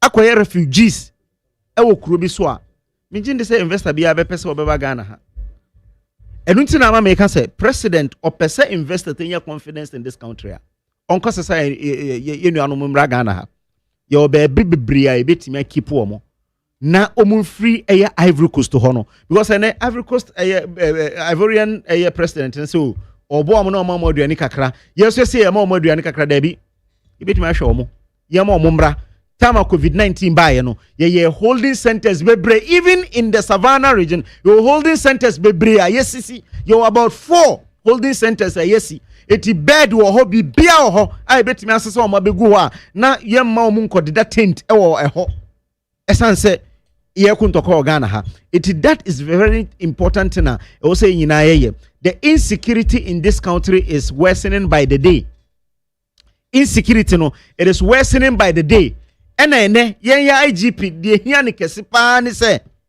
obi ti social media e kan bibia ne akoche no ana mo so obi ka bibi o kan nipa no ka bibi akeke obi didi obi atama ne akoche no udidi atama Ghana ha ye bra ne kire se udidi atama me say na IGP udidi atem o Ghana ha ya chill police for chill defamatory exactly this is what atama police want me make wild allegations there you have to go and prove it which wild allegation okay wild allegation be obi awu aeroplane akwati ade na so tena social media so ka say aeroplane akwati ade anka sumasi na owu ya sana okan enchaye but eno ye nchini pa no ye mfa police ko chini pa no ye be kan say enkoye me asem na omo kan ye no enkoye bibia ni ho me I have done publicly makani baby ase me nkasa asem no me nsuso so nanso obi didi obi atam Ghana ha yemfa police nche no ye de no court obi kura ya allegation a abaye hu se obi ka allegation kura na yemfa nya adwuma yesanse o NDC ni a oka say plus ko kan say attorney general false publication me say attorney general ka say we corrupt a plus say attorney general e corrupt na defamatory yanche no a defamatory ano na nya kire debut but say your friend say allegation a serious allegation say the attorney general na you say ombo Ghana ho man na on prosecuting crofo no you say or you corrupt anya na fifi kwete abe corroborate no anya na eno fifi kwete abe kan say omu twa deals even though minister obo ade but wabeka yes obo because mo na mo man pressure NDC for man pressure internally say mo say crofo ni akronfo for the last 8 months my press conference makumaku 8 muntimi fa nipa me yansa kura nkogina court debia press conference NSS debia omilisili di omuwie ye no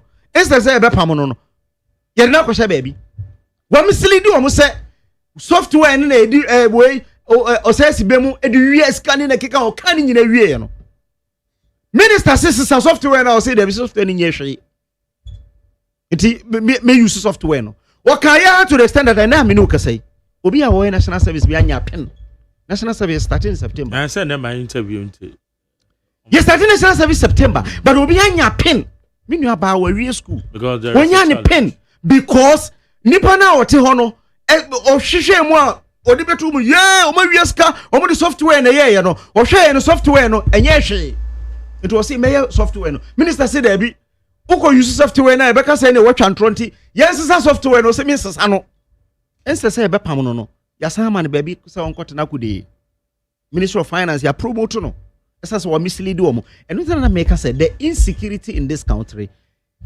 worsening by the day enu ntina ma elodu because ye be ye chi pre-con demonstration organa because minim de make on ha be ba be cheme it's possible say na adenta kumie de na kan o kan say judges akoye meeting so akwan fa so chi no e ma na erekura no ekopon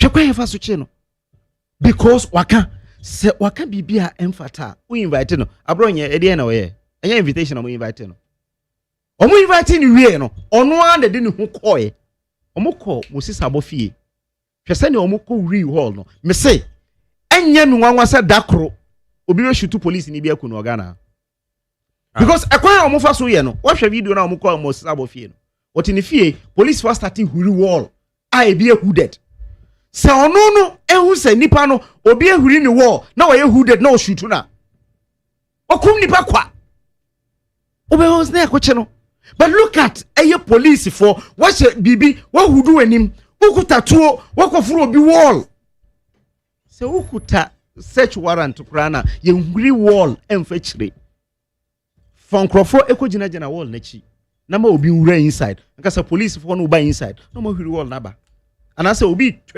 dwane a entime no but who huri wall and this is the style almost 30 in this government ye ba obi fie hwe say Obama omko ni fie ebubu dan no UK High Commissioner ti baby say Obama fie no enye papa is we your friend say mame no Zita okay kwe was it baby Obama dano no na no papa nyina baby odano so she expects him to live at Trazaco. She's the worst minister ever in the history of this country. Ministry be anyhow. Ministry, me say, obey minister. Ministry be anyhow spending more than 2 years. Okay, information minister. Confirmation, yeah. 1 year, Pepe Pamono because now Krano to your interview. Offering interview, Krano to me your interview. If you record tourism and ye, and then control check into what is social media. Sabi. Me pesa be. What I say? So you see, the omo here no. Okay. Woman share ya a bedroom baby no. No go first start shoot police for. All right. And also enya no ena opo oman mu. Eti ye be demonstration. Chie preko. Na ya catch IGP say obi edifemu a ye court for civil case. Ye nkasa ye kwache no. Ave Maria your friend say your friend Black Maria. Mo eno ye hardened criminals esan say suro say dipa ne bedwane. Akwana wokum your friend say immigration officer kra no. Na busuafo de bia omuba pesa omubu no kra no. Yemfa sa ka ne mfa ne mba. Na obi a ono ade ne ho kwekere. Waka say the okan we didi atem nti na wo che no. Obi didi atem so a na ye che na ye deny ni bail. It has reset bibia to the standard court ni nyina ya reset you. Are you sure? Ya reset court omu ko ye no msi we didi atem we didi IGP atem it na che no bai. You say I mo fa charges no bra mo di charges no bai misdemeanor and say okay ye money bail. Mo say dabi ye fa ntum na ye hwehwemu ade a wo say e video na ohu no TV so no. Social media wo hu video no. Wo evidence no. Abronye kodam 3 days na odi akopa evidence free hin esan say de omunim say omuntimi nche wonfa wontum say Obama de no fanti comedy your friend say Zaku Adenta Kumi omunim say omuntimi emfa nipa no omude no kokotro kra na e bia e be fine no itienu ane say yemfa 3 days ana say 4 days ntwena so hwe Obama de no court class certify say ya wie eyinu nyina wo sureties no nanso yesi nipa na police ni na obehwe na or verify sureties no akwa yie it was my into police ni bia ni ho bitimi aye to the extent that Obama had to sleep for 3 days because na Friday so eno na say police epese omo kire yen say ye chiwu kwa dia na de wakɔhye mbe 3 days 4 days na ya house na ye the next agenda date akɔhye 2 months. So 2 months later, Brakot because woman say, and now I can't Okasabuasha uyam, send a bear, Ubavetna Hakasa no usuro say, Ubaka be before because Uda Sujina court. Be any hobby to me a cow. Okay, thank you. I want to say, how you need 100.9. So, Mustafa, 5 minutes for the remaining story said that the opposite will find winter, especially with the Abronia arrest. That's it. 5 minutes no e no krepa say his excellency John Dramani Mahama ka say NDC ye wa konwa so boko enya asundwie ana inshama allow won mfie na ye da his excellency John Dramani Mahama ebedu no na boko incident no ye wure fi kura ase na boko e kuro bia na ntoko so because NDC as a party his excellency John Dramani Mahama as a leader only interest bia wo boko mo apart from say ye benya sunwe oboko enti na okasa asem no enti obi okwohye kire bia obeso ye ne babia no nipa no he say una operation akọ so be na otwe miensa na otwe na mu ye diamanfo echi room to room farm to farm 3 to 3 akodie bia amanfo die sie bia na yajeje enti boko asunwe be ba inshallah Allah going forward no aman yosem ani a hinie e ben so ba no say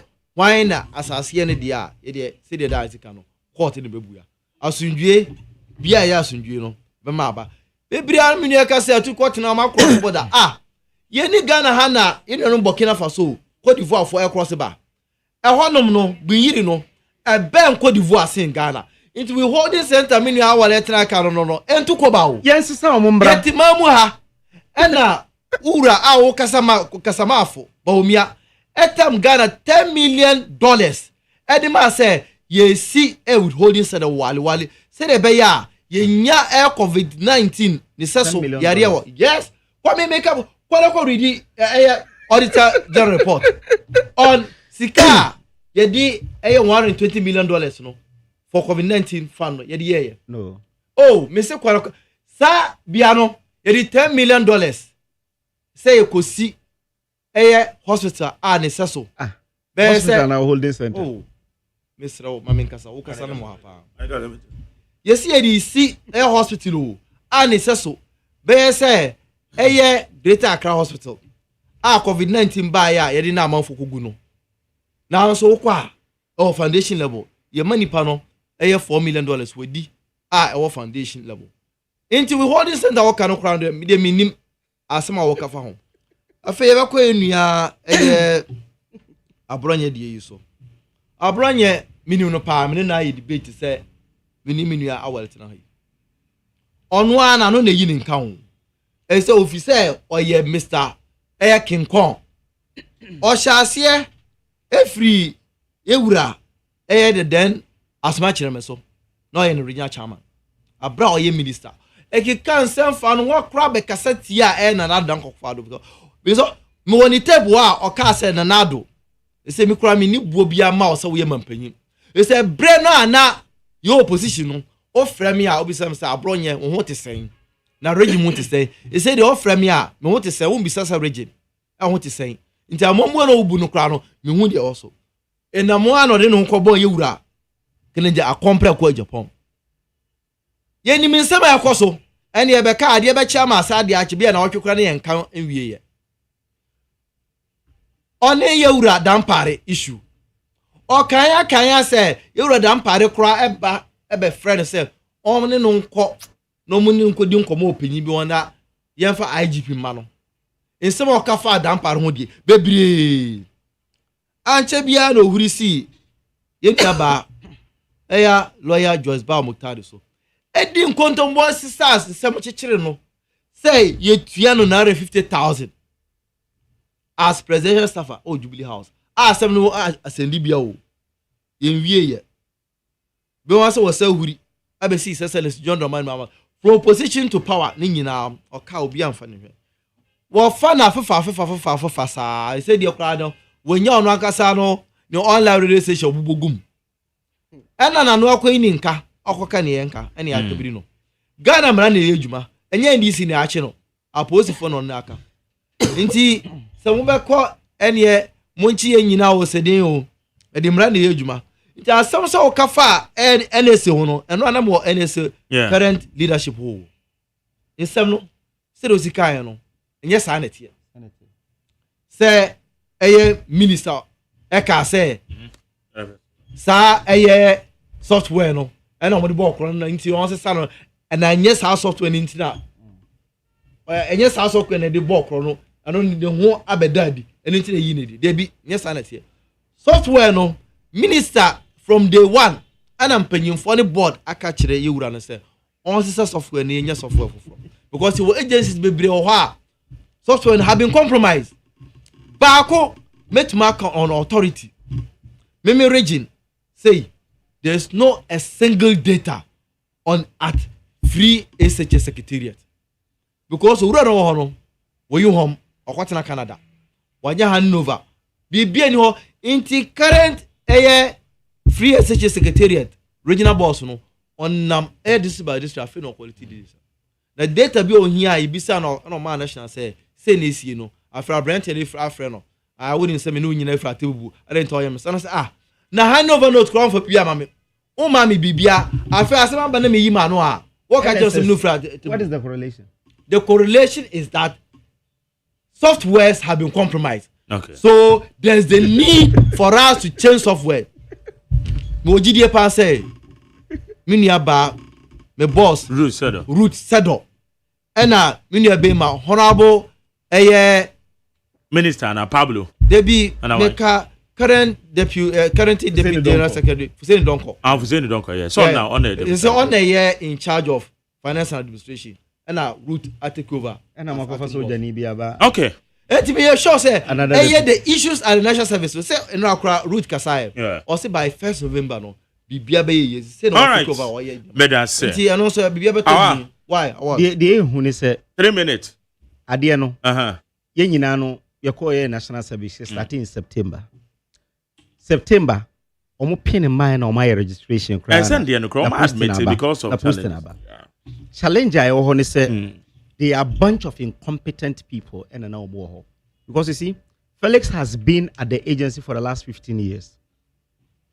He has been there for the last 15 years. Before say yeah no as sa CEO no na oye director for Land Quantanan.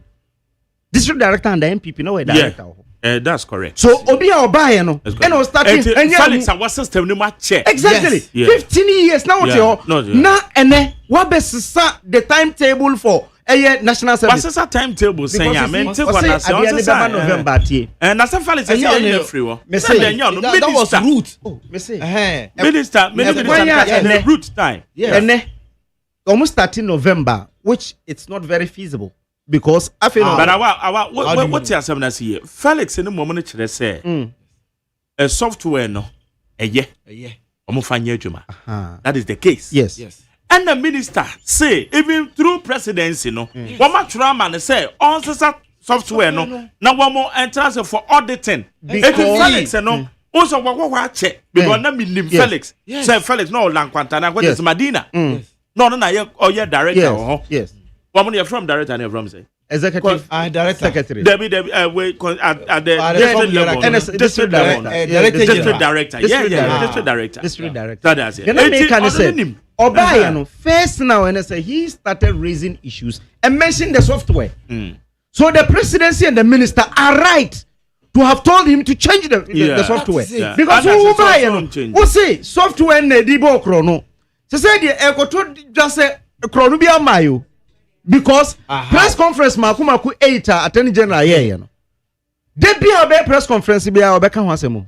Obeka NSS na so for obi anko gina court. Up to now, offer any papa kukran ko gina court on NSS. Me say edubu ahin kran no.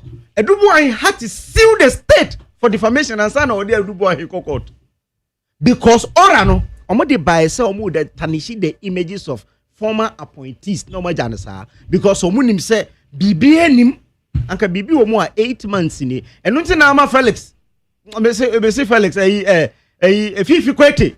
Akogina baby a nani ho hancho say we unkrofobi ekati deal. When ekati deal? On ka so mo kati o say bi mpeso mo kati. Oh, anya dey no kan. On ka say o say mo kati deal. Me say oboa, omo kati deal bia. Ebi mo pese. Oboa. Mo pressure no 1 year 8 months. Aka 3 years 2 months. Na mako nipa ba kokora ni ho amutimi di kogina court a ya start cross examination aduru ba bia. Enu ti na ma say pressure no party num. It they want a scapegoat to say lawyer for no kati deal. Okay. And this lawyer Bena Yamano say Onya Attorney General. Omi mienu pe. Sa wo pese wo bodin a bonipa mienu ni din. Sa Justice Rem sai any Attorney General and Justice ayini no NDC member. No onya NDC member. NDC member. Yamano scholarship enu tina bia opese wo. Tama MPP up abaimo no. Onya scholarship needy but brilliant. Onya ono nko a Dr. Gachi your friend say Omodinaba Bank of Ghana. Omunyina ka ho. That time no na your friend scholarship secretary na very transparent. NDC ni kura na itimi de. We are sure. Oh, say unim why home story. Yeah, no decentralized to the extent that na scholarship na at the district level. Even today, Asafaje is doing district interviews because we started that first in the scholarship secretary na ntisa. So enu na ye di me recruit class ni ba ya Justice Srim sai enya needy but brilliant student okoye ni PhD buy no NDC ni omumienu ena wa attorney general wa yama omo opportunity to do prosecution eti ose omodi no omumienu ana woka A+ abe Canada say attorney general we oye corrupt ose o me de ne beba ni press conference aye me bote kura ne say ose sa NSS trial no me de A+ beba as prosecution witness na wanjia ntumu a me prosecute no. So bibi obe prosecutor, you don't need to make him prosecution into this again. Prosecutor no, essence no chere say odi for baby. But osuro no because we say oni no. But sana sem do ka so oni ye chire no say. Osuro no because we can say oni no call baby. E ma no ko ji sika we east legon. Ana want. Attention na kan. We say oni A+ ko ji sika bi we east legon nti enu nti na ama A+ we corrupt dia and they want here because onu ye politician ko ji sika bi free Dr. Slejo. Dr. Sledge no why? Sano kan. Osi peni bi East Legon omukoje iska efri no. Enu nti na make say. Deals na ye kan de. Obi ankati deal bia obo. Omutimi chi obi angum. Haye ni 100.9. Ejebo mo bra na yanko. 03022 57902 03022 43540. Our Billy Baggin. Debbie. Okay. Debbie, who's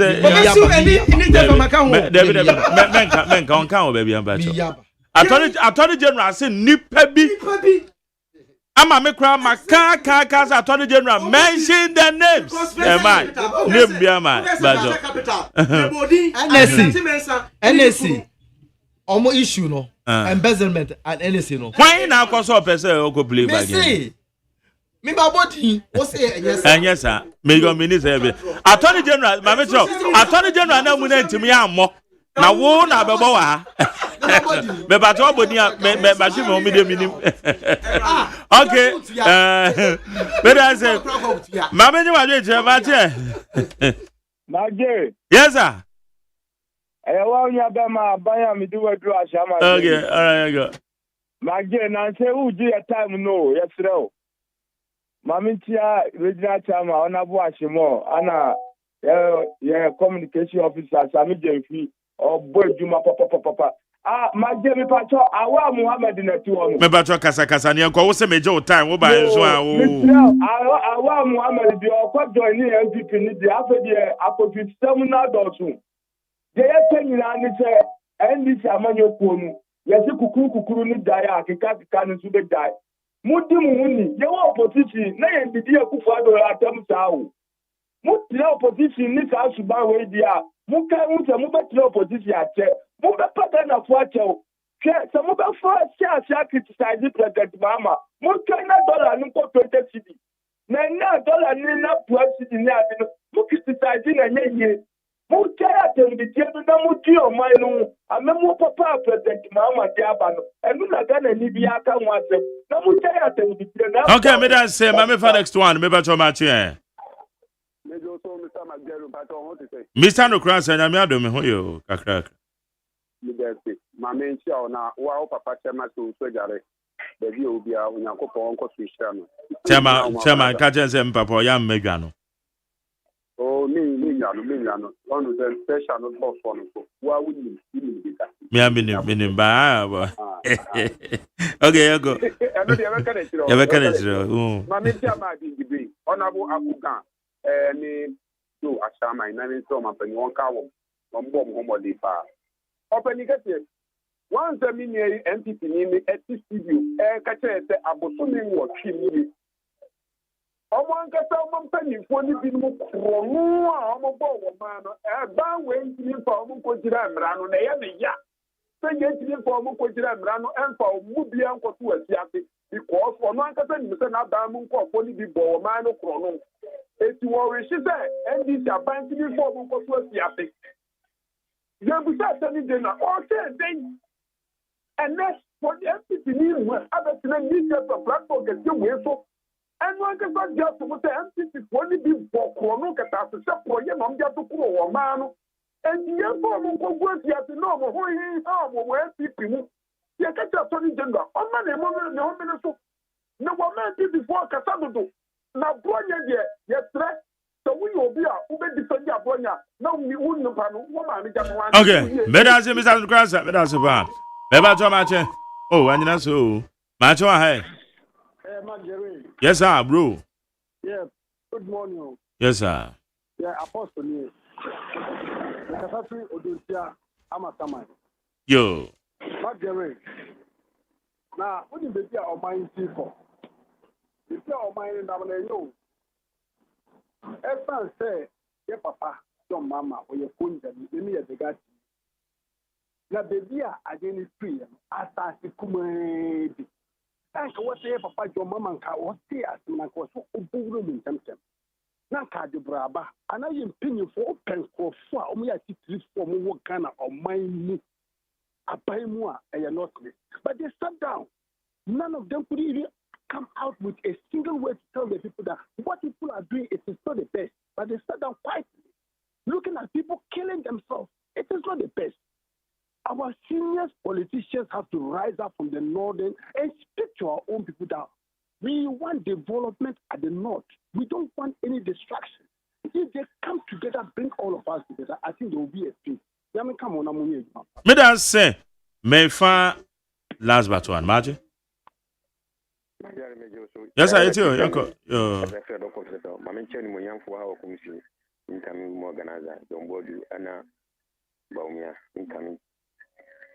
Ayi magari ni dia ye kan se ni de mi kai e ya de papa sɛ mpanyinfoɔ kasa ɔmo tu saa na ma wei a magye ganye kasa bebree because ahemfo no koraa no yɛfrɛfrɛ mu nyinaa hyia na ɔmo yɛ a magye ayi yɛtu kɔ akɔkɔ diva yɛ abere panyin o nti yɛka yɛ ne yɛ nua no mu kɔmu yɛbɛsrɛ na Ghana fo mpanyinfo mu ntɔn no magye koraa no di ayɛ de yɛ yɛnya yɛbrɛ ataman ayɛfrɛ ne aboro nyɛ ne ayɛ awerɛho na mu nkyerɛ sɛ obi ayɛ bi a yɛyɛ bi mmara no na metie anɔpɛ yi radio station mpanyinfo mu amu station ya ne yɛbisa sɛ mmara wei na ɛwɔ hɔ dada anaa ɛna nnipa no kootu sɛ ɛwɔ hɔ ɛna ɔkasa ne deɛ MPP foɔ yɛayɛ adeɛ ankasa deɛ yɛka kyerɛ president Nana Akufo-Addo nyinaa no yɛntoma nkɔkyie obi nti ne yɛka nyinaa ne sɛ ɛne yi so yɛserɛ mo Ghana for the two na show monsha galamsey ya bo obi batu aya assembly mine galamsey enne nsuo yenye nsuo num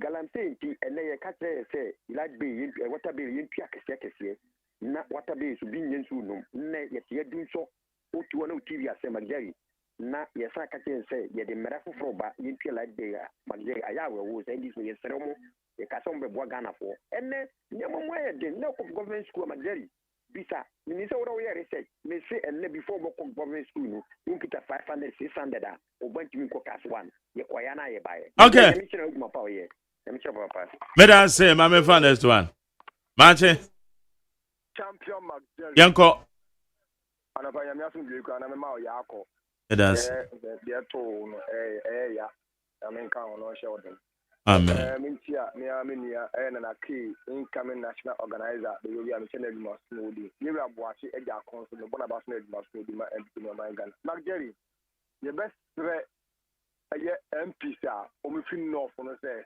o mo kan mo no mo ne o mo manfo no enkasa e wo no fo because the motive no fo na de bia ntokwasi a ebe de na adwuma ba na mo nya bia ye because be ntokwa de obi am so de skaba ko bibi wo ndi ebe no mo say woma adwobrɛw embra nɔfoɔ ni no de mama so enkeka ne ho na ne de ekoso nɔfo a ama ɔno ani kumfoɔ ɛyɛ atukɔtena ɛwɔ Africa over nipa over 13,000 a ɔmo kontɔkwa wɔ hɔ no egu ɔman anim ase ɛtwe ɔman impunto ɛka atire de bi ayɛ yɛ fo bɛkɔ ɛyɛ fo bɛkɔ akɔbɔ ɔmo ho ban ne ɛyɛ sɛm ne ɛsɛ no ɛbɛde development akɔso ɛwɔ nɔfoɔ yɛbɛsɛ ɔmo ayɛ yie omu yaji ono kwa ama mhododo mi hwade ko dit potia omu jo no fo nti a adeke tuwa bi na ayento kwa adeke tuwa bi na ayento kwa na aye he e wo gana hare yeso adum na so mu twa so because omama esia wom da bena ntokwa ye bi twa magari ya yo house so ema man gana e ba sa enkoye ne ma se yo joma ma se ene do akofam di a ene le tisi be ene water be a omu sa do tumu no yesra wom ye anima enkoye emagana fo kwade mabo odin papa the best sales dem is a dollar ko from dia the best sales e tizi be no so omo hwe no nya mu tu omo to no ko etimamufo ene e oni befo bre esumu da eye ya the best sales omo hwe na mamo we die magari amamo we die ye emu nwom amamo otobeku no otobeku mapa we pa na iwe joma so be ma magana fo pa dia gana fa ya mistake papa ye ka kire o na mantie okay so ana ye hu no ya men kan ho benazem ha and yedi jumedi yedi si aye neat 100.9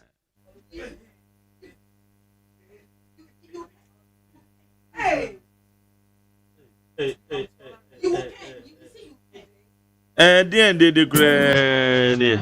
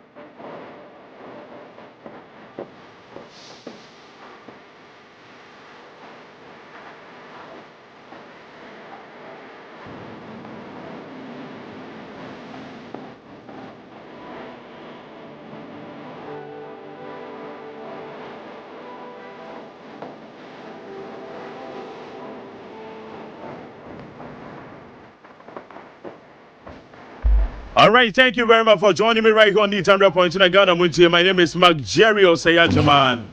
On behalf of the production team, I say a very big thank you to my able listener. Media Sere Makojo Damiado, my producer. Abena Frema Bank running and I also for. In charge of the social media handles. Media Sere Bema, my boss, your friend, Kwesi Abuaje, the darling boy. Media Sere Bema, a year Ogboro. Your friend of Dr. Father Dixon, my managing director, I don't know. Media Sere, I'm a year lawyer. And Eddie Santos say, I don't know boy, yeah, Dr. Father Dixon, Chido, my general manager. Remember, I told me, what would you remember that said? I may have done what you never said, she out. Abena Mowe. Entertainment GH, yo.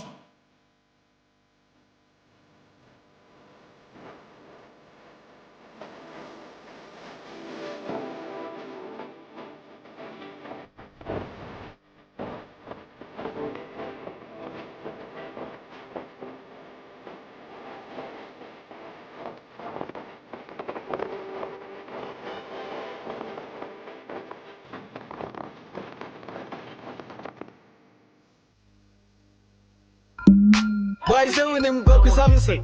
Why not the Papa London? The performance. I don't go